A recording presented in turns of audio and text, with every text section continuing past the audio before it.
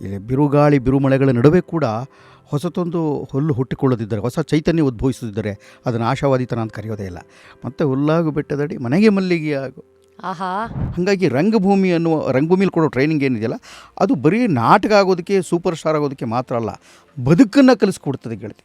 ಕನ್ನಡವನ್ನು ವೀರಪ್ಪನಿಗೆ ಬೋಧಿಸಂಥ ಮಹಾಪುರುಷ ಒಬ್ಬ ರಾಜ್ಕುಮಾರ್ ಆಗ್ತಾರೆ ಅಂದರೆ ಕನ್ನಡಕ್ಕಿರೋ ಶಕ್ತಿ ಏನು, ರಾಜ್ಕುಮಾರ್ಗಿರೋ ತಾಳ್ಮೆ ಅಂಥದ್ದು ಇವಷ್ಟು ಸಿಕ್ಕಿದ್ದು ಆತ ರಂಗಭೂಮಿಯ ನಟನ ಆಗಿದ್ದರಿಂದ. ಯಾಕೆ ಜಗತ್ತನ್ನು ಅರ್ಥ ಮಾಡ್ಕೋಬೇಕು ಅಂತ ನಮ್ಮ ಗುರುಗಳು ಹೇಳ್ಕೊಟ್ರು. ಏನು ಹೇಳ್ತಾ ಇದ್ರು ಅವರು?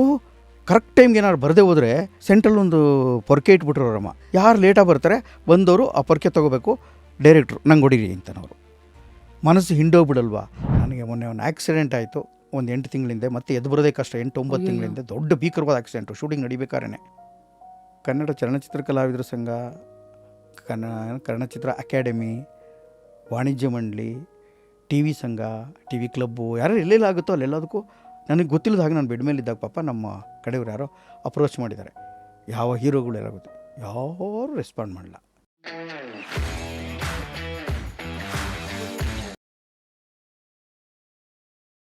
Today on Just Curious, Kunturu Subrahmanya Ramesh ಅವರು ಅಂದರೆ ಯಾರಿಗೂ ಅರ್ಥ ಆಗಲ್ಲ. ಅದೇ ಮಂಡ್ಯ ರಮೇಶ್ ಅವರು ಅಂದರೆ ಇಡೀ ಇಂಡಿಯಾನೇ ತಿರುಗಿ ನೋಡುತ್ತೆ. ಮೊದಲನೇದಾಗಿ Mandya Ramesh sir, welcome to Just Curious. ಹೇಗಿದ್ದೀರಿ? ಧನ್ಯವಾದಗಳು ಗೆಳತಿ. ನೋಡು ಹೀಗಿದ್ದೀನಿ ಗೊತ್ತಾಗುತ್ತೆ ಅಂದರೆ ಚೆನ್ನಾಗಿದ್ದೀನಿ ಗೆಳತಿ, ತುಂಬ ಸಂತೋಷವಾಗಿದ್ದೀನಿ.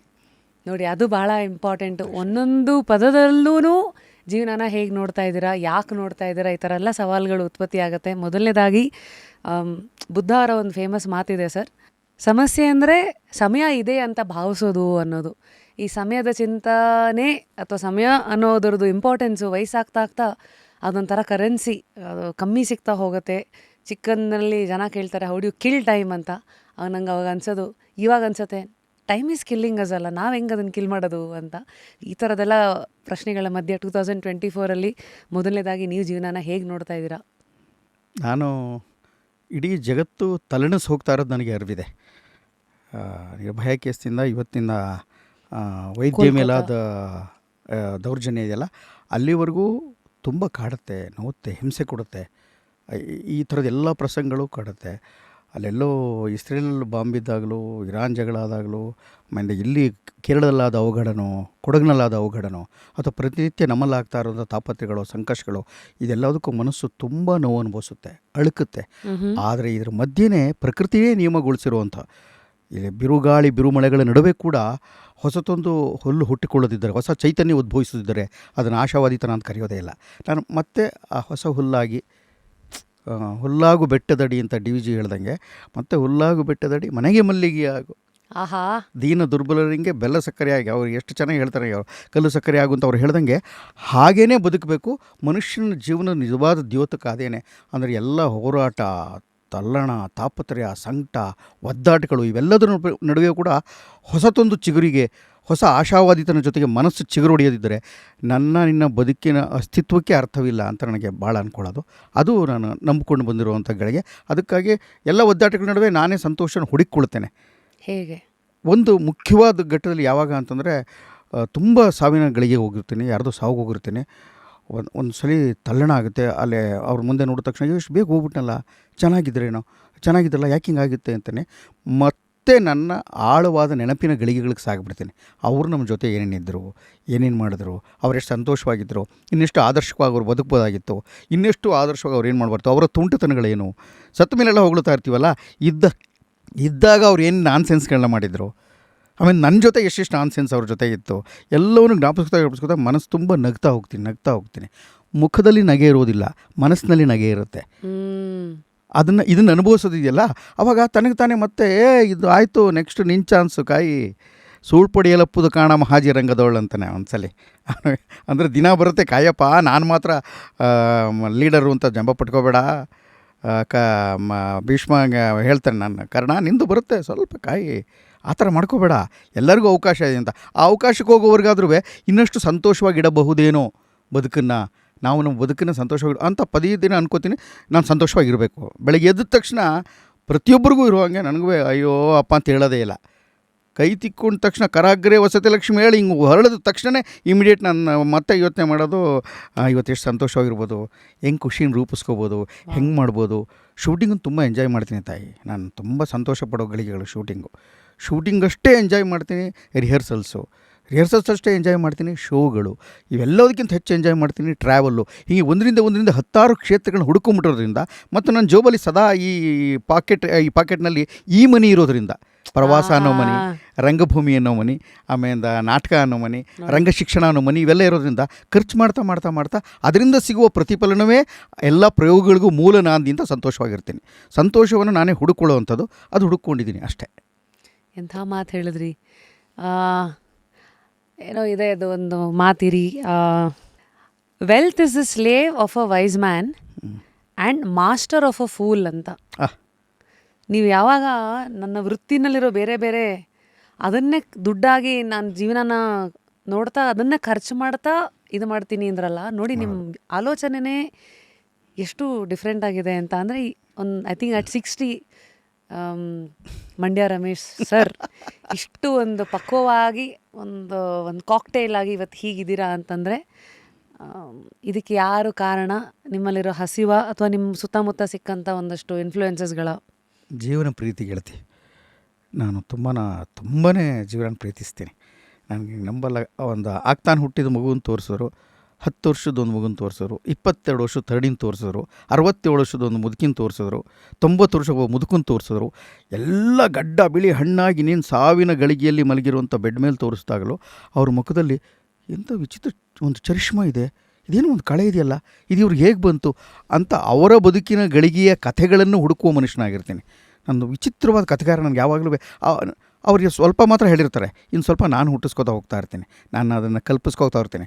ನಿರಂತರವಾದ ಕಥೆಗಾರ ಆಗಿರೋದ್ರಿಂದ ನನ್ನೊಳಗೆ ನಾನು ಬರೆಯಲ್ಲ, ನಾನು ಓದಲ್ಲ. ಕಥೆಗಾರ ಅಂದರೆ ಕೈಲೇ ಬರಿಬೇಕು ಅಂತಲ್ಲ, ಮನಸ್ಸಿನೊಳಗೆ ಸೃಷ್ಟಿಯಾಗುವ ಅನೇಕ ಪ್ರಸಂಗಗಳನ್ನು ಚಾಚೂ ತಪ್ಪದ ಹಾಗೆ ರಸವತ್ತಾಗಿ ಬಣ್ಣಿಸುವ ಹಾಗೆ ಎಷ್ಟು ಚೆಂದ ಇರ್ಬೋದು ಇವರು, ಈ ಅಜ್ಜಿ ಏನು ಚೆನ್ನಾಗಿದ್ದಿರ್ಬೋದು. ಹುಡುಗಿನ ನೋಡಿದಾಗ 60 ವಯಸ್ಸಲ್ಲಿ ಹೆಂಗಿರ್ಬೋದಲ್ವ, ಮಜಾ ಇರ್ತಾಳಲ್ವ ಅಂತ ಅನಿಸ್ತಾ ಇರುತ್ತೆ. ಅಂದರೆ ಅವಳಲ್ಲದ ರೇ ಪ್ರಪಂಚದಲ್ಲಿ ಇನ್ವರ್ಟೆಡ್ ಕಾಮ್ ಹಾಕ್ಕೊಂಡ್ರೆ ರೇ ಪ್ರಪಂಚದಲ್ಲಿ ವಿಹರಿಸೋದು ಹೆಚ್ಚು ದಿನಗಳಿರೋದ್ರಿಂದ, ಹೆಚ್ಚು ಕ್ಷಣಗಳನ್ನ ಅನುಭವಿಸೋದ್ರಿಂದ ಆ ತೀವ್ರತೆ ನನ್ನಲ್ಲಿ ಒಂದು ಹೊಸತೊಂದು ಭಾವವನ್ನು ಹುಟ್ಟಿಸುತ್ತೆ. ಅದು ಸಂತೋಷ ಕೊಡುತ್ತೆ. ಇವೆಲ್ಲ ಹೇಗೆ ಹುಟ್ಕೊಳ್ಳುತ್ತೆ ಅಂದರೆ, ಒಬ್ಬ ಥಿಯೇಟರ್ ಪರ್ಸನಾಲಿಟಿ ಆಗಿ ಸಿನಿಮಾ ರಂಗದಲ್ಲಿ ಇಷ್ಟು ವರ್ಷಗಳನ್ನು ನೋಡಿ ಈಗ ನಟನಾ ಮೂಲಕ ಒಂದು ಪರ್ಪಸ್ ಡ್ರಿವನ್, ಏನೋ ಪ್ರಪಂಚಕ್ಕೆ ಒಂದು ಕೊಟ್ಟು ಹೋಗಬೇಕು, ಬಿಟ್ಟು ಹೋಗ್ಬೇಕಂತ ಈ ಥರ ಎಲ್ಲ ಆಯಾಮದಲ್ಲಿ ಒಬ್ಬ ವ್ಯಕ್ತಿ ಪಳಗ್ತಾರೆ ಅಂದರೆ ಅದಕ್ಕೆ ಶುರುವಿನ ದಿನಗಳು ಎಷ್ಟು ಮುಖ್ಯ ಅಂತ. ಇಲ್ಲ, ಆರಂಭದ ದಿನಗಳು ತುಂಬ ಮುಖ್ಯ ಆಗುತ್ತೆ. ಕಲಾವಿದರೊಬ್ಬನಿಗೆ ಬಾಲ್ಯದ ಒಡನಾಟ ಇದೆಯಲ್ಲ, ಬಾಲ್ಯದಲ್ಲಿ ಅನುಭವಿಸಿದಂಥ ಅನೇಕ ರೋಮಾಂಚಕ ಗಳಿಗೆಗಳು ಅದು ತುಂಬ ಸಂತೋಷ ಕೊಡುತ್ತೆ. ಆದರೆ ಬಾಲ್ಯದ ಗಳಿಗೆನ ಹೀರಿಕೊಂಡು ಅವನು ಯೌವನಕ್ಕೆ ಬರ್ತಿದ್ದಂಗೆ, ತಾರುಣ್ಯ ದಾಟಿ ಯೌವನಕ್ಕೆ ಬರ್ತಿದ್ದ ಹಾಗೆ, ಮತ್ತು ಮಧ್ಯಮ ವಯಸ್ಕ ದಾಟಿ ಅವನು ಓಲ್ಡ್ ಏಜಿಗೆ ಬರ್ತಿದ್ದ ಹಾಗೇ ಈ ಅಷ್ಟನ್ನು ನಿರಂತರ ನೆನಪಿನ ದೋಣಿಯಲ್ಲಿ ಅವನು ಹುಟ್ಟು ಹಾಕ್ತಾ ಅನೇಕ ಮುತ್ತು ರತ್ನಗಳು ಕೆಳಗಡೆ ಸಿಕ್ಬಿಡ್ತವೆ. ಹುಟ್ಟಿನ ಕೆಳಗಡೆ ಅವನು ಧುಮುಕಿ ಮತ್ತೆ ಎತ್ಕೊಂಬಂದು ಮತ್ತೊಂದು ಸರಿತ ಒಯ್ದು ಎಷ್ಟು ಚೆನ್ನಾಗಿದೆ ಅಂತ. ಆ ಸಮುದ್ರದ ಆಳದಲ್ಲಿ, ದೊಡ್ಡದೊಂದು ಯಾನದಲ್ಲಿ ಸಮುದ್ರದ ಆಳದಲ್ಲಿ ಸಿಗುತ್ತಲ್ಲ, ಆ ಮಜಾನೇ ಮಜಾ. ಅಲ್ಲಿ ಮಳೆ ಬೀಳುತ್ತೆ, ಅಲ್ಲಿ ಗಾಳಿ ಬೀಳುತ್ತೆ, ಅಲ್ಲಿ ಬಿರುಗಾಳಿ ಸಿಗುತ್ತೆ, ಅಲ್ಲಿ ನಾವಿನಲ್ಲಿ ತೂತಾಗ್ಬಿಟ್ಟು ನೀರು ನುಗ್ಗಿಬಿಡುತ್ತೆ, ಇನ್ಯಾವುದೋ ಒಂದು ಹುಲಿ ನುಗ್ಗಿಬಿಡುತ್ತೆ, ಇನ್ಯಾವುದೋ ಕಾಡಿನ ಮಧ್ಯೆ ಇರುತ್ತೆ, ಕಲ್ಲು ಹೂವುಗಳೆಲ್ಲ ಅರಳಿಕೊಳ್ಳುತ್ತೆ. ಅಲ್ಲಿ ಅನೇಕ ಸುಂದರವಾದಂಥ ಕಾಡು ಪ್ರಾಣಿಗಳು ನಿಮ್ಮನ್ನು ಪ್ರೀತಿಸುತ್ತೆ, ಆಕ್ರಮಣ ಮಾಡುತ್ತೆ. ಬದುಕಿನ ಎಲ್ಲ ಘಟ್ಟಗಳಲ್ಲೂ ನಿಮ್ಮ ಮೇಲೆ ನಡೆಯುವಂಥ ಎಲ್ಲ ಆಕ್ರಮಣಗಳನ್ನು ನೀವು ಆಮೇಲೆ ಆಕ್ರಮಣ ಅಲ್ಲ, ಅದು ನಾನು ಪ್ರಯೋಗಕ್ಕೆ ಒಡ್ಡಿಕೊಳ್ಳೋದಕ್ಕೆ ಅವನು ಮಾಡಿದ ಪರೀಕ್ಷೆ, ನಾನು ಇದರಲ್ಲಿ ಸಾಧಿಸಬೇಕು ಅಂತ ಅಂದ್ಕೊಳ್ಳೋಕೆ ಶುರು ಮಾಡಿಬಿಟ್ರೆ ಇವಷ್ಟು ನೀನು ಅಂದುಕೊಳ್ಳೋದೇ ಗೆಳತಿ. ನೀನು ಅಗತ್ಯಕ್ಕಿಂತ ಜಾಸ್ತಿ ಅಂದುಕೊಳ್ತಾ ಹೋಗಬೇಕು. ನಾವು ಏನೂ ಅಂದುಕೊಳ್ಳದಿದ್ದರೆ ಏನೂ ಆಗಲ್ಲ. ಇಲ್ಲಿ ಯಾರು ಹೆಚ್ಚು ಏನಾರು ಅಂದುಕೋತಾರೆ ಅವರು ಏನಾದ್ರು ಸ್ವಲ್ಪ ಸಾಧಿಸ್ತಾರೆ. ಹಾಗೆ ಅಂದುಕೊಳ್ಳುವುದರಲ್ಲಿ ನಾನು ಹಿಂಗಾಗಬೇಕು, ಈ ಥರದ್ದು ಹಿಂಗಾಗಬೇಕು, ಇದು ಹಿಂಗಿರುತ್ತೆ ಅಂದ್ಕೊಳ್ವೆ. ಅದಾಗದೇ ಇದ್ದಾಗ ತೀರಾ ವಿಷಣ್ಣತೆ ಏನಿರಲ್ಲ, ನನಗೆ ವಿಷಾದನೂ ಇಲ್ಲ. ಯಾವುದೋ ನನಗೇನೋ ಆಗಬೇಕಾದ್ರೆ ನಾನು ಸೂಪರ್ ಸ್ಟಾರ್ ಆಗಿಲ್ಲ ಅಂತ ಒಂದು ಚೂರು ಕೊರಗಿಲ್ಲ. ನನ್ನ ಗೆಳೆಯರೆಲ್ಲರೂ, ನನ್ನ ಸಮಕಾಲೀನರು ತುಂಬ ದುಡ್ಡು, ಆಸ್ತಿ, ತೋಟದ ಮನೆ ಎಲ್ಲ ಮಾಡಿದ್ದಾರೆ ರಶ್ಮಿ. ಆದರೆ ನನಗೆ ಅದು ಯಾವಾಗಲೂ ತೀರಾ ಏನು ಹಾಗೇನು ಆಗಬೇಕು ಅಂತ ಅನಿಸಲ್ಲ. ನಾನೇನು ಮಾಡಬೇಕು ಅಂತ ಅಂದ್ಕೊಂಡಿದ್ದಲ್ಲ, ಅದರ ಹಾದಿನೇ ಇದೀನಿ ಅನ್ನೋದೇ ಒಂದು ದೊಡ್ಡ ಸಂತೋಷ.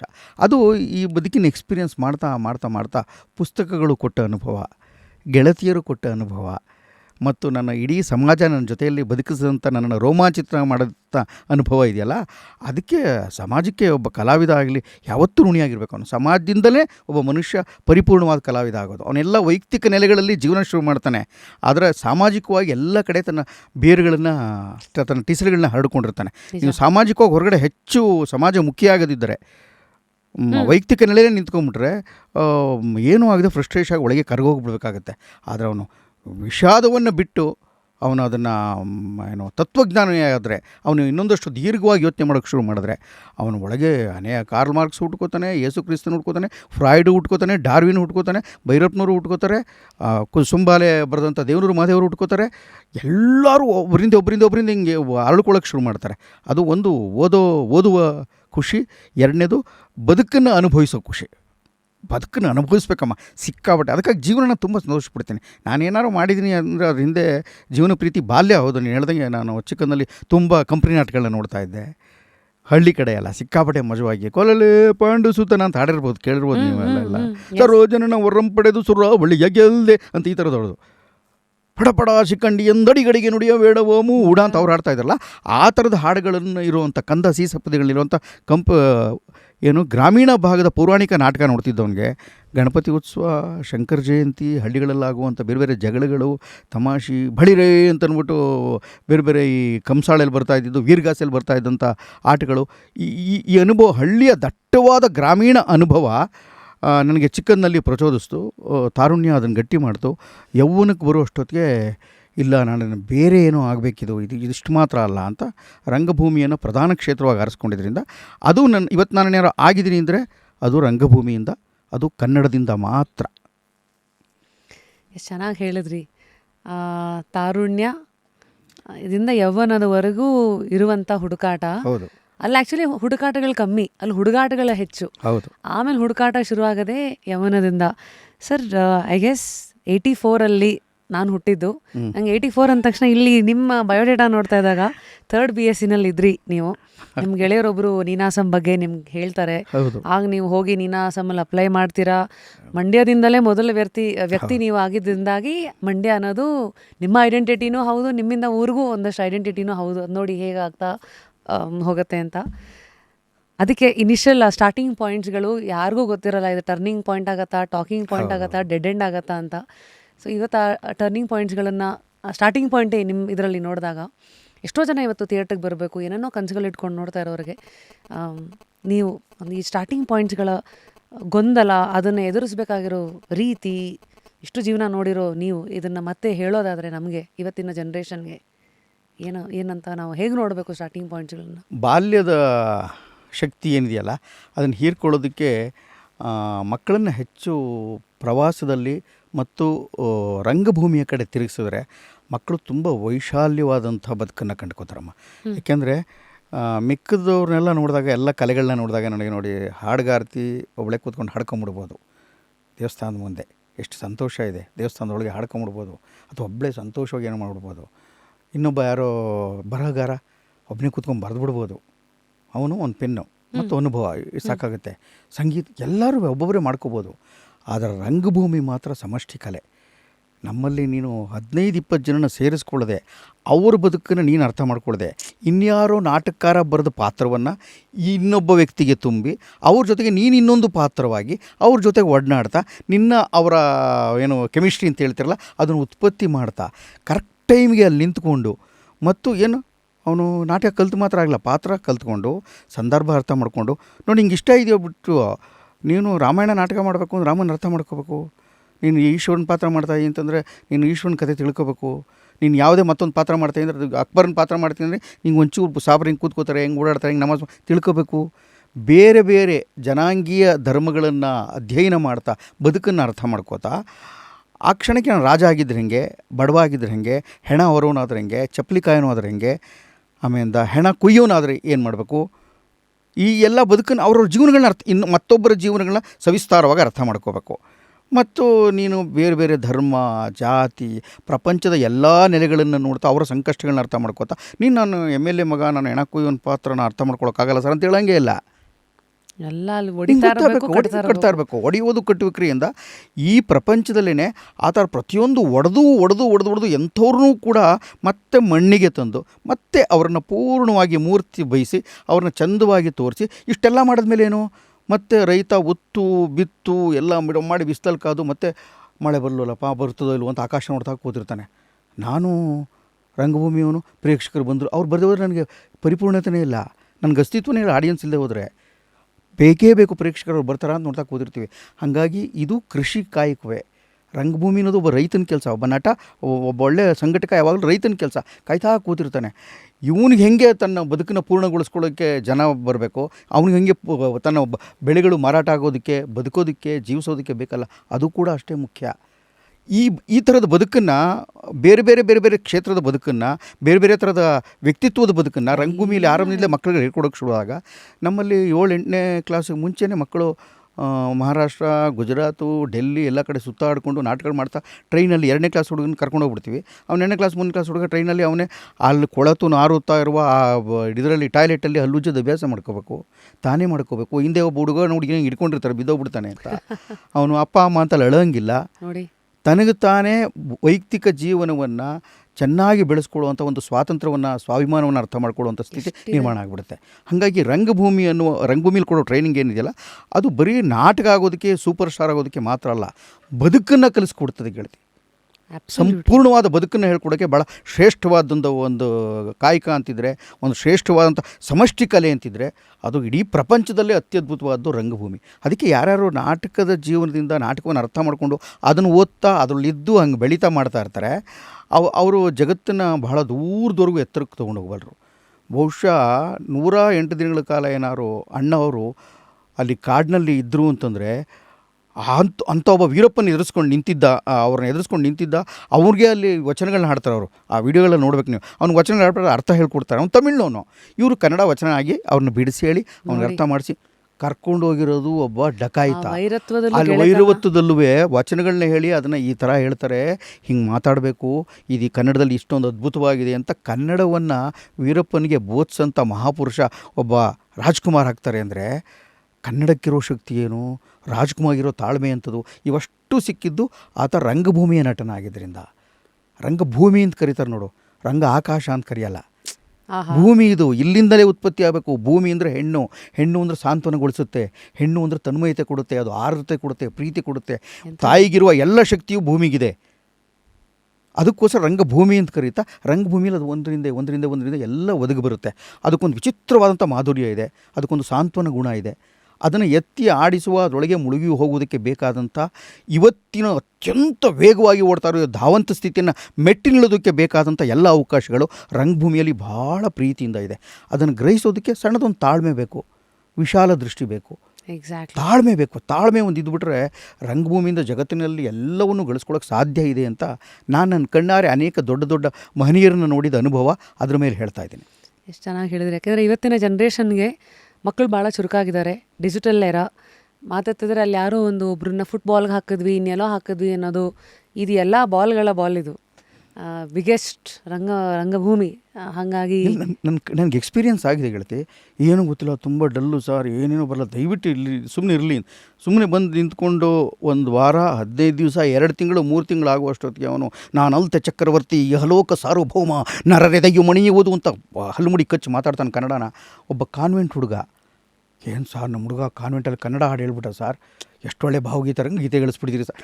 ಅವರು ಬದಲಾಗೋ ರೀತಿ, ಸಂತೋಷ ಪಡೋದು. ದೇಶ ವಿದೇಶಕ್ಕೆ ಹೋಗಿ ಅವ್ರ ಮಕ್ಕಳು ಅಲ್ಲಿ ಹೆತ್ತ ಮೇಲೆ, ಸರ್ 1 ತಿಂಗಳಲ್ಲಿ ರಜಾ ಮಜಕ್ಕೆ ಅಲ್ಲಿ ಕಳಿಸ್ತೀವಿ ಸರ್, ನನ್ನ ಮಗುಗೆ ಅಲ್ಲಿ ನಾನೊಂದು ವ್ಯವಸ್ಥೆ ಮಾಡಿಕೊಡಿ ಅಂತ ಫೋನ್ ಮಾಡ್ತಾರೆ.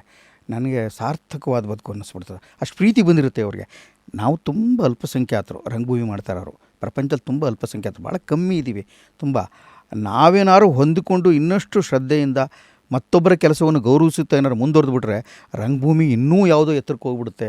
ಹೋಗಬೇಕು, ಅದನ್ನು ಯಾರು ಒಲ್ಲಾಡ್ಸೋಕ್ಕಾಗದಿರುವಂಥ ಮಾಧ್ಯಮ ಅಂತ ನಂಗೆ ಬಲವಾದ ನಂಬಿಕೆ ಗೆಳತಿ.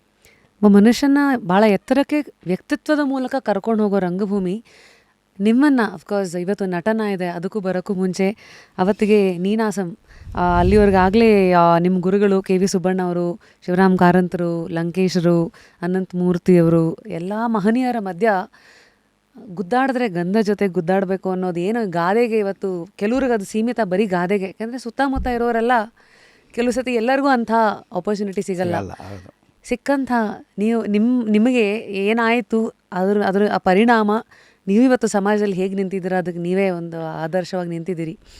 ಆದರೆ ಅವತ್ತು ಇದ್ದ ನಿಮ್ಮ ಹಸಿವುಗಳೇನು, ಅವತ್ತು ರಂಗಭೂಮಿ ಹೇಗಿತ್ತು? ಇಲ್ಲ, ಮಂಡ್ಯದಲ್ಲಿ ಕುರುಕ್ಷೇತ್ರ, ರಾಮಾಯಣ, ಮಹಾಭಾರತ ಎಲ್ಲ ಆಗ್ತಾಯಿತ್ತು. ನಾನು ಅದ್ರಲ್ಲಿ ಸಣ್ಣ ಪುಟ್ಟ ಪಾತ್ರ ಮಾಡ್ಕೊಂಡಿದ್ದೆ. ಮಂಡ್ಯದಲ್ಲಿ ಮೊದಲ ಬಾರಿಗೆ ಒಂದು ಶಿಬಿರ ಆಗುತ್ತೆ. ಅಶೋಕ್ ಭದ್ರದಿನ 1982 1988 ಇಸ್ವಿಯಲ್ಲಿ ಅಶೋಕ್ ಭದ್ರದಿನ ಒಂದು ಶಿಬಿರ ಆಗುತ್ತೆ. ಅದರಲ್ಲಿ 21 ದಿನ ಭಾಗವಹಿಸ್ತೀನಿ. ಒಬ್ಬ ಕಲಾವಿದನಿಗೆ ಸಮಯ ಪ್ರಜ್ಞೆ ಎಷ್ಟು ಬೇಕು ಅಂತ. ಗೆಳತಿ, ನಾನು ಈ 43 ವರ್ಷಗಳ ರಂಗಭೂಮಿ ಅನುಭವ ಮತ್ತು ಈ 29 ವರ್ಷಗಳ ಸಿನಿಮಾ ಅನುಭವ ಇವೆರಡರಲ್ಲೂ ಇವತ್ತಿನ ದಿವಸನೂ ಒಂದೇ ಒಂದು ದಿವಸನೂ ಶೂಟಿಂಗ್ ಲೇಟಾಗಿ ಹೋಗಿಲ್ಲ. ಮತ್ತು ಒಂದು ದಿವಸನೂ ಕೊಟ್ಟ ಡೇಟನ್ನು ಅದನ್ನು ತಿದ್ದುಬಿಟ್ಟು ಆಬ್ಸೆಂಟ್ ಆಗಿದೆ ನಾನು ಬರಲ್ಲ ಅಂತ ಹೇಳಿಲ್ಲ.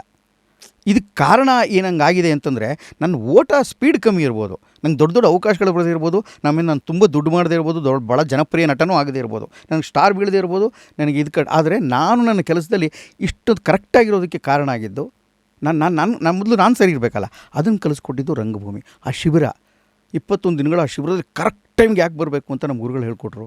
ಯಾಕೆ ಜಗತ್ತನ್ನು ಅರ್ಥ ಮಾಡ್ಕೋಬೇಕು ಅಂತ ನಮ್ಮ ಗುರುಗಳು ಹೇಳ್ಕೊಟ್ರು. ಏನು ಹೇಳ್ತಾಯಿದ್ರು ಅವರು? ಕರೆಕ್ಟ್ ಟೈಮ್ಗೆ ಏನಾದ್ರು ಬರದೇ ಹೋದರೆ ಸೆಂಟ್ರಲ್ ಒಂದು ಪೊರ್ಕೆ ಇಟ್ಬಿಟ್ರು ಅವರಮ್ಮ, ಕಸ ಗುಡಿಸೋ ಪೊರ್ಕೆನ. ಯಾರು ಲೇಟಾಗಿ ಬರ್ತಾರೆ ಬಂದವರು ಆ ಪೊರ್ಕೆ ತೊಗೋಬೇಕು, ಡೈರೆಕ್ಟ್ರು ನಂಗೆ ಹೊಡೀರಿ ಅಂತನವರು. ನೀವು ಅವರು ನಾವು ಅವ್ರಿಗೆ ಹೊಡಿಬೇಕು. ಸಾಧ್ಯ ಇದೆಯಾ? ಮನಸ್ಸು ಹಿಂಡೋಗ್ಬಿಡಲ್ವಾ? ಅವ್ರು ಪನಿಷ್ಮೆಂಟ್ ಕೊಡೋದು ಬೇರೆ, ನಾವೇ ಅವ್ರಿಗೆ ಯಾಕೆಂದರೆ ನಿಮ್ಮನ್ನು ಕರೆಕ್ಟ್ ಟೈಮ್ ಬರೋಕ್ಕಾಗಲಿಲ್ಲ, ನಾನು ನಿಮ್ಮನ್ನು ಕಲಿಸಿಲ್ಲ, ಬರೀ ಪೊರ್ಕೆಲಿ ಹೊಡೀರಿ. ನನಗೆ ಮುಜುಗರ ಆಗ್ಬಿಡೋದು. ಯಾರು ಹಿಂಗೆಲ್ಲ ಅದು ನಾವು ಯಾವತ್ತೂ ಲೇಟಾಗಿ ಹೋದೋನಲ್ಲ, ಮಿಕ್ಕಿದವರು ಲೇಟಾಗಿ ಬರೋದು ಬಿಟ್ಬಿಟ್ರು. ನನ್ನ ಜೊತೆ ಯಾರು ಇದ್ದಾರೆ ಈಗಲೂ ಅವರೆಲ್ಲ ಕರೆಕ್ಟ್ ಟೈಮ್ಗೆ ಆಫೀಸ್ಗೆ ಹೋಗ್ತಾರೆ, ಕರೆಕ್ಟ್ ಟೈಮಲ್ಲಿ ಇದ್ದಾರೆ. ಶಿಬಿರದಿಂದ ಬಂದಿದ್ದದು.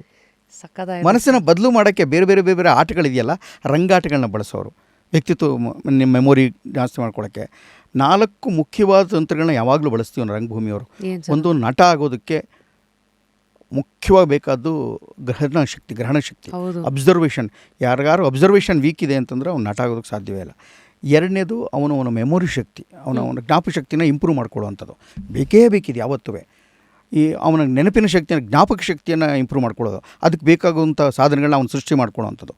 ಮೂರನೇದು, ಈ ನಾನು ಹೇಳ್ತಾ ಇರೋದು ಏನಾದ್ರು ಇಲ್ಲದೆ ಹೋದರೆ ಈ ಭೂಮಿ ಮೇಲೆ ಅವನು ಯಾವತ್ತೂ ಕಲಾವಿದಾಗಕ್ಕೆ ಸಾಧ್ಯವೇ ಇಲ್ಲ. ಅದು ಇಮ್ಯಾಜಿನೇಷನ್, ಕಲ್ಪನಾ ಶಕ್ತಿ. 4ನೇದು ಅತ್ಯಂತ ಮುಖ್ಯವಾದದ್ದು, ಬಹಳ ಬೇಕೇ ಬೇಕು ಮನುಷ್ಯನಿಗೆ, ಅದು ಇಲ್ಲವೇ ಇಲ್ಲ, ಆಗೋದೇ ಇಲ್ಲ ಅಂತ ಏನಾರಿದ್ರೆ ಇವೆಲ್ಲದ್ರ ಜೊತೆಗೆ ಅವನು ರೀಕ್ರಿಯೇಷನ್, ಇದನ್ನು ಮತ್ತೆ ಇದು ಮಾಡೋದು, ಈ ಗ್ರಹಣ ಶಕ್ತಿ ಆಗಲಿ. ಮತ್ತು ಇನ್ನೊಂದು ಮುಖ್ಯವಾಗಿ ಯಾವಾಗಲೂ ಬಳಸ್ತಾರೆ, ಅದನ್ನು ಗ್ರಹಣ ಶಕ್ತಿಯಲ್ಲಿ ನಾನು ಮಿಳಿತ ಮಾಡಿಬಿಟ್ರಿಂದ ನಾನು ಹೇಳಲಿಲ್ಲ, ಆದರೆ ಅದು ಒಂದು ಏಕಾಗ್ರತೆ, ಕಾನ್ಸಂಟ್ರೇಷನ್ನು. ಈ 4-5 ಅಂಶಗಳನ್ನು ದಟ್ಟವಾಗಿ ಒಬ್ಬ ಮನುಷ್ಯ, ಒಂದು ಮಗು ಬೆಳೆಸ್ಕೋತಾ ಹೋದರೆ ತುಂಬ ಅನುಕೂಲ ಆಗುತ್ತೆ. ನನಗೆ ಯೌವನದಲ್ಲಿ ಆ ಥರ ಒಂದು ಶಿಬಿರದಿಂದ ನಾನು ಪ್ರೇರಿತನಾಗಿ ನೀನಾಸಮ್ಮಲ್ಲಿ ಸೆಲೆಕ್ಟ್ ಆಗ್ತೀನಿ, ನೀನಾಸಮ್ಗೆ ಹೋಗ್ತೀನಿ. ದಟ್ಟವಾದ ಮಲೆನಾಡು, ಎತ್ತರದೊಂದು ಗುಡ್ಡ, ಅದ್ರ ಕೆಳಗಡೆ ಶಾಲೆ ಇದೆ, ಯಾವಾಗಲೂ ಚಟಿ ಮಳೆ. ಆ ಭಾಷೆನೇ ನನಗೆ ಅರ್ಥ ಆಗ್ತಾರಲ್ಲ, ಅಪ್ಪಿ ಅಮ್ಮಿ ಅಂತೆಲ್ಲ ಬಳಸ್ತಾರಲ್ಲ. ನಾನು ಹವ್ಯಕ ಭಾಷೆನೇ ಕೇಳಿದವನಲ್ಲ ಅಲ್ಲಿವರೆಗೂ, ಮಂಡ್ಯದವನು, ಯಕ್ಷಗಾನ ಕಂಡವನಲ್ಲ, ತಾಳಮದ್ದಳೆ ಅಂತ ಸರ್ವಶ್ರೇಷ್ಠವಾದ ಒಂದು ಪ್ರಾಕಾರನ ಅರ್ಥನೇ ಮಾಡ್ಕೊಂಡ್ರಲ್ಲ ಅಲ್ಲಿವರೆಗೂ. ಯಾಕೆ ನಮ್ಮ ಕಡೆ ಇರಲಿಲ್ಲ ಈ ಕಡೆ. ನನಗೆ ಕಂಸಾಳೆ ವೀರಗಾಸೆಯಿಂದ ಇದ್ದವನಿಗೆ ಎಂಥ ಯಕ್ಷಗಾನ ಎಷ್ಟು ಚಂದನ್ರಿ, ಆಮೇಲೆ ಆ ತಾಳಮದ್ದಳೆ ಎಂಥ ಫಾರ್ಮ್, ಪ್ರಪಂಚದಲ್ಲಿ ಸರ್ವಶ್ರೇಷ್ಠವಾದ ಒಂದು ಫಾರ್ಮ್. ನೀನು ಫಸ್ಟ್ ನೀನು ಯಾವ್ದು ಪ್ರಿಫರ್ ಮಾಡ್ತೀನಿ ಅಂದರೆ ನಾನು ತಾಳಮದ್ದಳೆ ನಿಂತ. ಬಿಳಿ ಪಂಚೆ, ಬಿಳಿ ಶರ್ಟು ಹಾಕ್ಕೊಂಡು ಕೂತ್ಕೋತಾರಮ್ಮ 6 ಜನ ಕೂತ್ಕೋತಾರೆ. ಆ 6 ಜನ ಕೂತ್ಕೊಂಡವರು, ಒಬ್ಬ ನೀನು ಭೀಮ, ನೀನು ದುರ್ಯೋಧನ, ನೀನು ಇವನು ಅಂತೆಲ್ಲ ಮಾತಾಡ್ಕೋತಾರೆ. ಎಲ್ಲ ಮಹಾಭಾರತದ ಕೃಷ್ಣ ಅಂತೆಲ್ಲ ಮಾಡ್ಕೋತಾರೆ. ಅವರು ಮಾತಾಡ್ತಾ ಹೋಗ್ತಾರೆ. ಮೊದಲೇನೂ ಬಳಸ್ತಾರೆ, ಇದು ತಾಳನೂ ಇರ್ತದೆ, ಈ ಹಾಡುಗಾರಿಕೆನೂ ಇರ್ತದೆ, ಎಲ್ಲ ಬಳಸ್ತಾ ಹೋಗ್ತಾರೆ. ಬಿಳಿ ನಮ್ಮಲ್ಲಿ ಗಮಕ ಅಂತಿತ್ತು ಮುಂಚೆ, ಆ ಥರದ್ದೊಂದು. ಸುಮ್ಮನೆ ಪಂಚೆ ಇಟ್ಕೊಂಡು ಮಾತಾಡ್ತಾ, ಕುಂಚು ಉಟ್ಕೊಂಡು ಹಿಂಗೆ ಮಾತಾಡ್ತಾ ಕೃಷ್ಣಂದೇ ತಪ್ಪಿದೆ, ದುರ್ಯೋಧನದೇನೂ ತಪ್ಪಿಲ್ಲ ಅಂತ ವಾದ ಮಾಡೋಕ್ಕೆ ಶುರು ಮಾಡಿ ದುರ್ಯೋಧನೇ ಗೆದ್ದು ಬಿಡ್ತಾನೆ. ಆಮೇಲೆ ಇವತ್ತು ಪ್ರಪಂಚದಲ್ಲಿ ಏನೇನು ಆಗ್ತಾ ಇದೆ, ಅಲ್ಲಿ ಯಾರು ಅಮೇರಿಕದಲ್ಲಿ ಗೆದ್ದರು, ಇಲ್ಲಿ ಅಡಿಕೆ ರೇಟ್ ಬೀಳೋಕ್ಕೆ ಕಾರಣ ಏನಾಯಿತು, ಇಲ್ಲಿ ಶೆಡ್ಡಿಗೆ ಯಾರು ಹೋದರು, ಯಾರು ಬಂದರು, ಏನೇನು ಜಗಳ ಆಯಿತು, ಇವೆಲ್ಲವುದನ್ನು ಇವತ್ತಿಗೆ ಇಲ್ಲಿಗೆ ಈ ಒಟ್ಟು ಮಹಾಭಾರತ ಆಗಲಿ, ರಾಮಾಯಣ ಆಗಲಿ, ಪ್ರಪಂಚದ ಎಲ್ಲ ಪುರಾಣಗಳನ್ನು ಇವತ್ತಿಗೆ ಅಪ್ಡೇಟೆಡ್ ಆಗಿ, ಆಧುನಿಕವಾಗಿ, ಒಂದೇ ಒಂದು ಇಂಗ್ಲೀಷ್ ಶಬ್ದವನ್ನು ಬಳಸದೆ ಸವಿಸ್ತಾರವಾಗಿ, ಚಂದವಾಗಿ, ಆಕರ್ಷಕವಾಗಿ ಎಲ್ಲರಿಗೂ ತಲುಪುವ ಭಾಷೆಯಲ್ಲಿ ಮಾತಾಡ್ತಾರೆ. ಚರ್ಚೆ, ಅದು ನೋಡಿದ್ರೆ ಒಂದು ಚರ್ಚೆ ಎಲ್ಲ ಬಂದು ಹೋಗುತ್ತೆ. ಮಹಾಭಾರತನೇ ಉಲ್ಟಾ ಹೊಡಿಸ್ಬಿಡ್ತಾರೆ, ರಾಮಾಯಣನೇ ಉಲ್ಟಾ ಹೊಡಿಸ್ಬಿಡ್ತಾರೆ. ಆದರೆ ಅವ್ರು ಹೇಳೋ ರೀತಿ ಇದೆಯಲ್ಲ ಅಷ್ಟು ಆಕರ್ಷಕವಾದಂಥ ಶ್ರುತಿಜ್ಞಾನ, ಅಷ್ಟು ಆಕರ್ಷಕವಾದಂಥ ತಾಳ ಲಯ ಮತ್ತು ಅವರ ಪ್ರತಿಯೊಂದು ಕಣ್ಣಿನ ಭಾವಾಭಿವ್ಯಕ್ತಿ ಎಲ್ಲ ಕೂತ್ಕೊಂಡೇ ಮಾಡೋದವರು. ಇದು ನಾವು ಎಲ್ಲ ಖರ್ಚು ಮಾಡಿ 700 ಕೋಟಿ ಖರ್ಚು ಮಾಡಿ 1000 ಕೋಟಿ ಖರ್ಚು ಮಾಡಿ ಪಿಕ್ಚರ್ ತೆಗೆಯೋದು ಎಷ್ಟು ಸಂತೋಷ ಕೊಡುತ್ತೋ, ನಿಜವಾಗಲೂ ಅರ್ಥ ಮಾಡ್ಕೊಂಡವನಿಗೆ ನಮ್ಮ ಪರಿಸ್ಥಿತಿನ ತಾಳ್ಮದ್ದಳಿಯೂ ಅಷ್ಟೇ ಸಂತೋಷ ಕೊಡುತ್ತೆ. ನೀನು ಗ್ರಹಿಸುವ ರೀತಿ ಒಂದು ಗೊತ್ತಿರಬೇಕು. ಅಲ್ಲಿ ಕಣ್ಣುಗಳಿಗೆ ಮಾತ್ರ ಹಬ್ಬ ಆದರೆ, ಅಲ್ಲಿ ಬುದ್ಧಿಗೆ ಮಾತ್ರ ಒಂದು ಹಬ್ಬ ಆದರೆ, ತಾಳ್ಮದ್ದಳೆ ಅಂತ ಯಕ್ಷಗಾನ ಅಂತ ಕಾರ್ಯಕ್ರಮಗಳು ಆತ್ಮಕ್ಕೆ ಹಬ್ಬ ಕೊಡ್ತಾ ಇರ್ತವೆ. ಈ ಆತ್ಮದ ಹಬ್ಬ ಇದೆಯಲ್ಲ, ಇದೇ ಅರ್ಥಪೂರ್ಣವಾದಂಥ ಸಂತೋಷ ಮತ್ತು ಸ್ವಾತಂತ್ರ್ಯ ಅಂತ ನಂಗೆ ಬಲವಾದ ನಂಬಿಕೆ.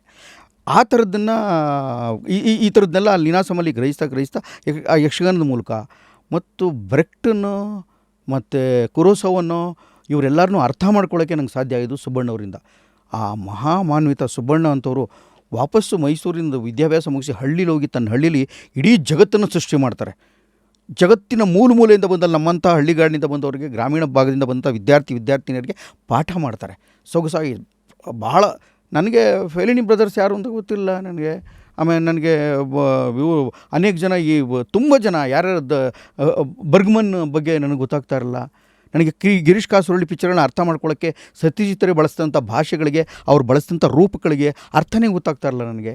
ಅವೆಲ್ಲವನ್ನು ಹೇಳ್ಕೊಟ್ಟಂಥ ಒಂದು ಶಾಲೆ ಅಂತಿದ್ರೆ ನೀನಾಸಮ್ಮು. ಅಲ್ಲಿ ಭಾಳ ಚೆನ್ನಾಗಿ ಇದನ್ನು ಕಲಿಸ್ಕೊಡ್ತಾರೆ. ಹೇಳಿದ್ರು ಅಲ್ಲಿ ಬೆಳೀತಾ ಅಲ್ಲೇ ತಿರುಗಾಟ ಅಂತ ಒಂದು ಪ್ರಾಜೆಕ್ಟು ನಾವಿದ್ದ ವರ್ಷದಲ್ಲೇ ಶುರುವಾಗುತ್ತೆ. ನೀನಾಸಮ್ ತಿರುಗಾಟ ಮೊದಲ ಬ್ಯಾಚಿನ ವಿದ್ಯಾರ್ಥಿ, ಮೊದಲನೇ ಹೆಸರು ನಂದು. ಎಣಿಗೆ ನಟರಾಜ್ ಅಂತ ನಮ್ಮ ಗುರು ಅಲ್ಲೊಬ್ಬನ ನೋಡಿದೆ, KG ಕೃಷ್ಣಮೂರ್ತಿ ನೋಡಿದೆ, ಅನೇಕ ಜನ ನಮ್ಮ ಜಂಬೆಯವರು ಡೈರೆಕ್ಟ್ ಮಾಡ್ತಾಯಿದ್ರು, ಸುಬ್ಬಣ್ಣವರಿದ್ದರು, ಪ್ರಸನ್ನ ಅವರಿದ್ದರು, ಅಕ್ಷರ ಇದ್ದರು, ಬಹಳ ಎಲ್ಲರೂ TP ಅಶೋಕರಿದ್ದರು. ತುಂಬ ಒಳ್ಳೊಳ್ಳೆ ವಿಚಾರ. ಅಲ್ಲೇ ನನಗೆ ಪಾಠ ಕೇಳೋಕ್ಕೆ ಅವಕಾಶ ಸಿಕ್ಕಿದ್ದು. ಅನಂತಮೂರ್ತಿನಾಗಲಿ, ಲಂಕೇಶ್ನಾಗಲಿ, ಶಿವರಾಮ್ ಕಾರಂತರು ಪಾಠ ಮಾಡಿದರು ನಮಗೆ. ಎಷ್ಟು ಸರ್ ಇಂಥ ದೊಡ್ಡ ಹೆಸರುಗಳು, ಯಾಕಂದರೆ ನಮ್ಗೆ ಬರೀ ಹೆಸರುಗಳೇ ಅವು. ನಾನು ಅವ್ರ ಜೊತೆ ಒಡನಾಡ್ಬಿಟ್ಟೆ, ಅವ್ರ ಕ್ಲಾಸ್ಗಳು ಕೇಳ್ಬಿಟ್ಟೆ, ಕೈ ಕಟ್ಕೊಂಡು ಹಿಂಗೆ ಕೂತಿರ್ತಾ ಇದ್ದೆ. ನನಗೆ ಆಶ್ಚರ್ಯ, ಅಪ್ಪ ಇಂಥವ್ರನ್ನೆಲ್ಲ ನೋಡ್ಬಿಟ್ಟಲ್ಲ ಅಂತ ಸಂತೋಷ ಆಗ್ತಾಯಿತ್ತು. ಮತ್ತು ಅವ್ರ ಪಾಠಗಳನ್ನ ಕೇಳುವ ಮತ್ತು ಅವರ ಚರ್ಚೆ ಉಪನ್ಯಾಸ ಎಲ್ಲರೂ ಕೈಗೆ ಸಿಗೋ ವ್ಯಕ್ತಿಗಳಾಗಿದ್ರಲ್ಲಿ. ಅಷ್ಟು ದೊಡ್ಡ ಹೆಸರು ಅಂತ ನಿಮಗಾಗಲೇ ಗೊತ್ತಿತ್ತು? ನಂಗೆ ಗೊತ್ತಾಗ್ತಾಯಿತ್ತು. ಯಾಕೆಂದರೆ ಅಷ್ಟೊತ್ತಿಗಾಗಲೇ ನಾನು ಚಿಕ್ಕನಲ್ಲಿ ಪೇಪರ್ ಬಾಯ್, ಹೈಸ್ಕೂಲ್ ಹುಡುಗ ಆಗಿದ್ದೆ. ನಾನು ಪೇಪರ್ ಹಾಕ್ತಾಯಿದ್ದೆ ಮನೆಗೆ. ಪೇಪರ್ ಹಾಕುವಾಗ ಲಂಕೇಶ್ ಪತ್ರಿಕೆ ಉದಯ ಆಯಿತು. ನನ್ನ ಪರಂಪರಾಗತ ಒಂದು ಸನಾತನ ಮೌಲ್ಯಗಳಿಂದ ಬೆಳೆದು ಬಂದ ನನ್ನಂಥವನಿಗೆ ಪೇಪರ್ ಆಗ್ತಾ ಲಂಕೇಶ್ ಪತ್ರಿಕೆ ಒಂದು ವಿಚಿತ್ರವಾದಂಥ ಬೇರೆ ಪ್ರಜ್ಞೆಯನ್ನು ರೂಪಿಸ್ಕೊಡ್ತು. ಹೌದು, ಈ ಥರ ಒಂದು ಪತ್ರಿಕೆ ಇರೋಕ್ಕೆ ಸಾಧ್ಯನಾ, ಹಿಂಗೆ ಯೋಚನೆ ಮಾಡಿ ಅದರಲ್ಲಿ ಬೇರೆ ಎಲ್ಲವನ್ನು ಗ್ರಹಿಸ್ತಾ ಹೋದೆ. ಆಮೇಲೆ ಅನಂತಮೂರ್ತಿಯನ್ನು ಅರ್ಥ ಮಾಡ್ಕೊಳ್ಳೋಕೆ ಶುರುವಾಯಿತು. ತೇಜಸ್ವಿ ಅಂತ ಒಂದು ವಿರಾಟ್ ವ್ಯಕ್ತಿತ್ವವನ್ನು ಅರ್ಥ ಮಾಡ್ಕೊಳ್ಳೋಕೆ ಸಾಧ್ಯ ಆಯಿತು. ಒಬ್ಬ ಹಳ್ಳಿಗಾಡಿನಿಂದ ಬಂದೊಬ್ಬ ಸಾಮಾನ್ಯ ಹುಡುಗನಿಗೆ, ನನ್ನಂಥವನಿಗೆ ತೇಜಸ್ವಿ, ಲಂಕೇಶ್ರು, ಭೈರಪ್ಪನವರು, ಏನು ಭಾಳ ದೊಡ್ಡ ವ್ಯಕ್ತಿತ್ವಗಳು, ಅನೇಕ ಜನ ಇವರೆಲ್ಲರ ಮೇಲೆ ಯಶವಂತ್ ಚಿತ್ತಾಲರು ಅವರ ಕಥೆಗಳನ್ನ ಓದೋಕ್ಕೆ ಅರ್ಥ ಮಾಡ್ಕೊಳ್ಳೋಕೆ ಸಾಧ್ಯ ಆಗಿತ್ತು.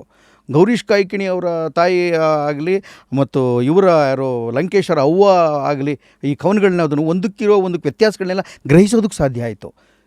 ಇವನ್ನೆಲ್ಲವನ್ನೂ ಚರ್ಚೆ ಮಾಡಲಿಕ್ಕೆ, ಹೇಳ್ಕೊಡೋಕ್ಕೆ ಎಲ್ಲದಕ್ಕೂ ನನ್ನ ಸುತ್ತ ಭಾಳ ಅತ್ಯದ್ಭುತವಾದಂಥ ಧರ್ಮಾತೀತವಾದ, ಜಾತ್ಯಾತೀತವಾದ ಒಂದು ಪಂಗಡ ಇತ್ತು.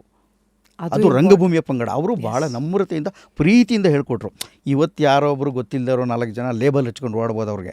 ಆದರೆ ನಾನು ಗ್ರಹಿಸಿದಂಥ ನೀನಾಸಮ್ಮು, ನನಗೆ ಅಲ್ಲಿ ಒಬ್ಬ ಹಳ್ಳಿಗಾಡಿನಿಂದ ಹೋದ ಹುಡುಗರಿಗೆ ಸಿಕ್ಕಂಥ ಅವಕಾಶಗಳು, ಅವ್ರು ಹೇಳ್ಕೊಟ್ಟಿದ್ದ ರೀತಿ ಮತ್ತು ಅದನ್ನು ತಲುಪಿಸಿದ್ರಲ್ಲ ಎಷ್ಟೋ ಜನಕ್ಕೆ.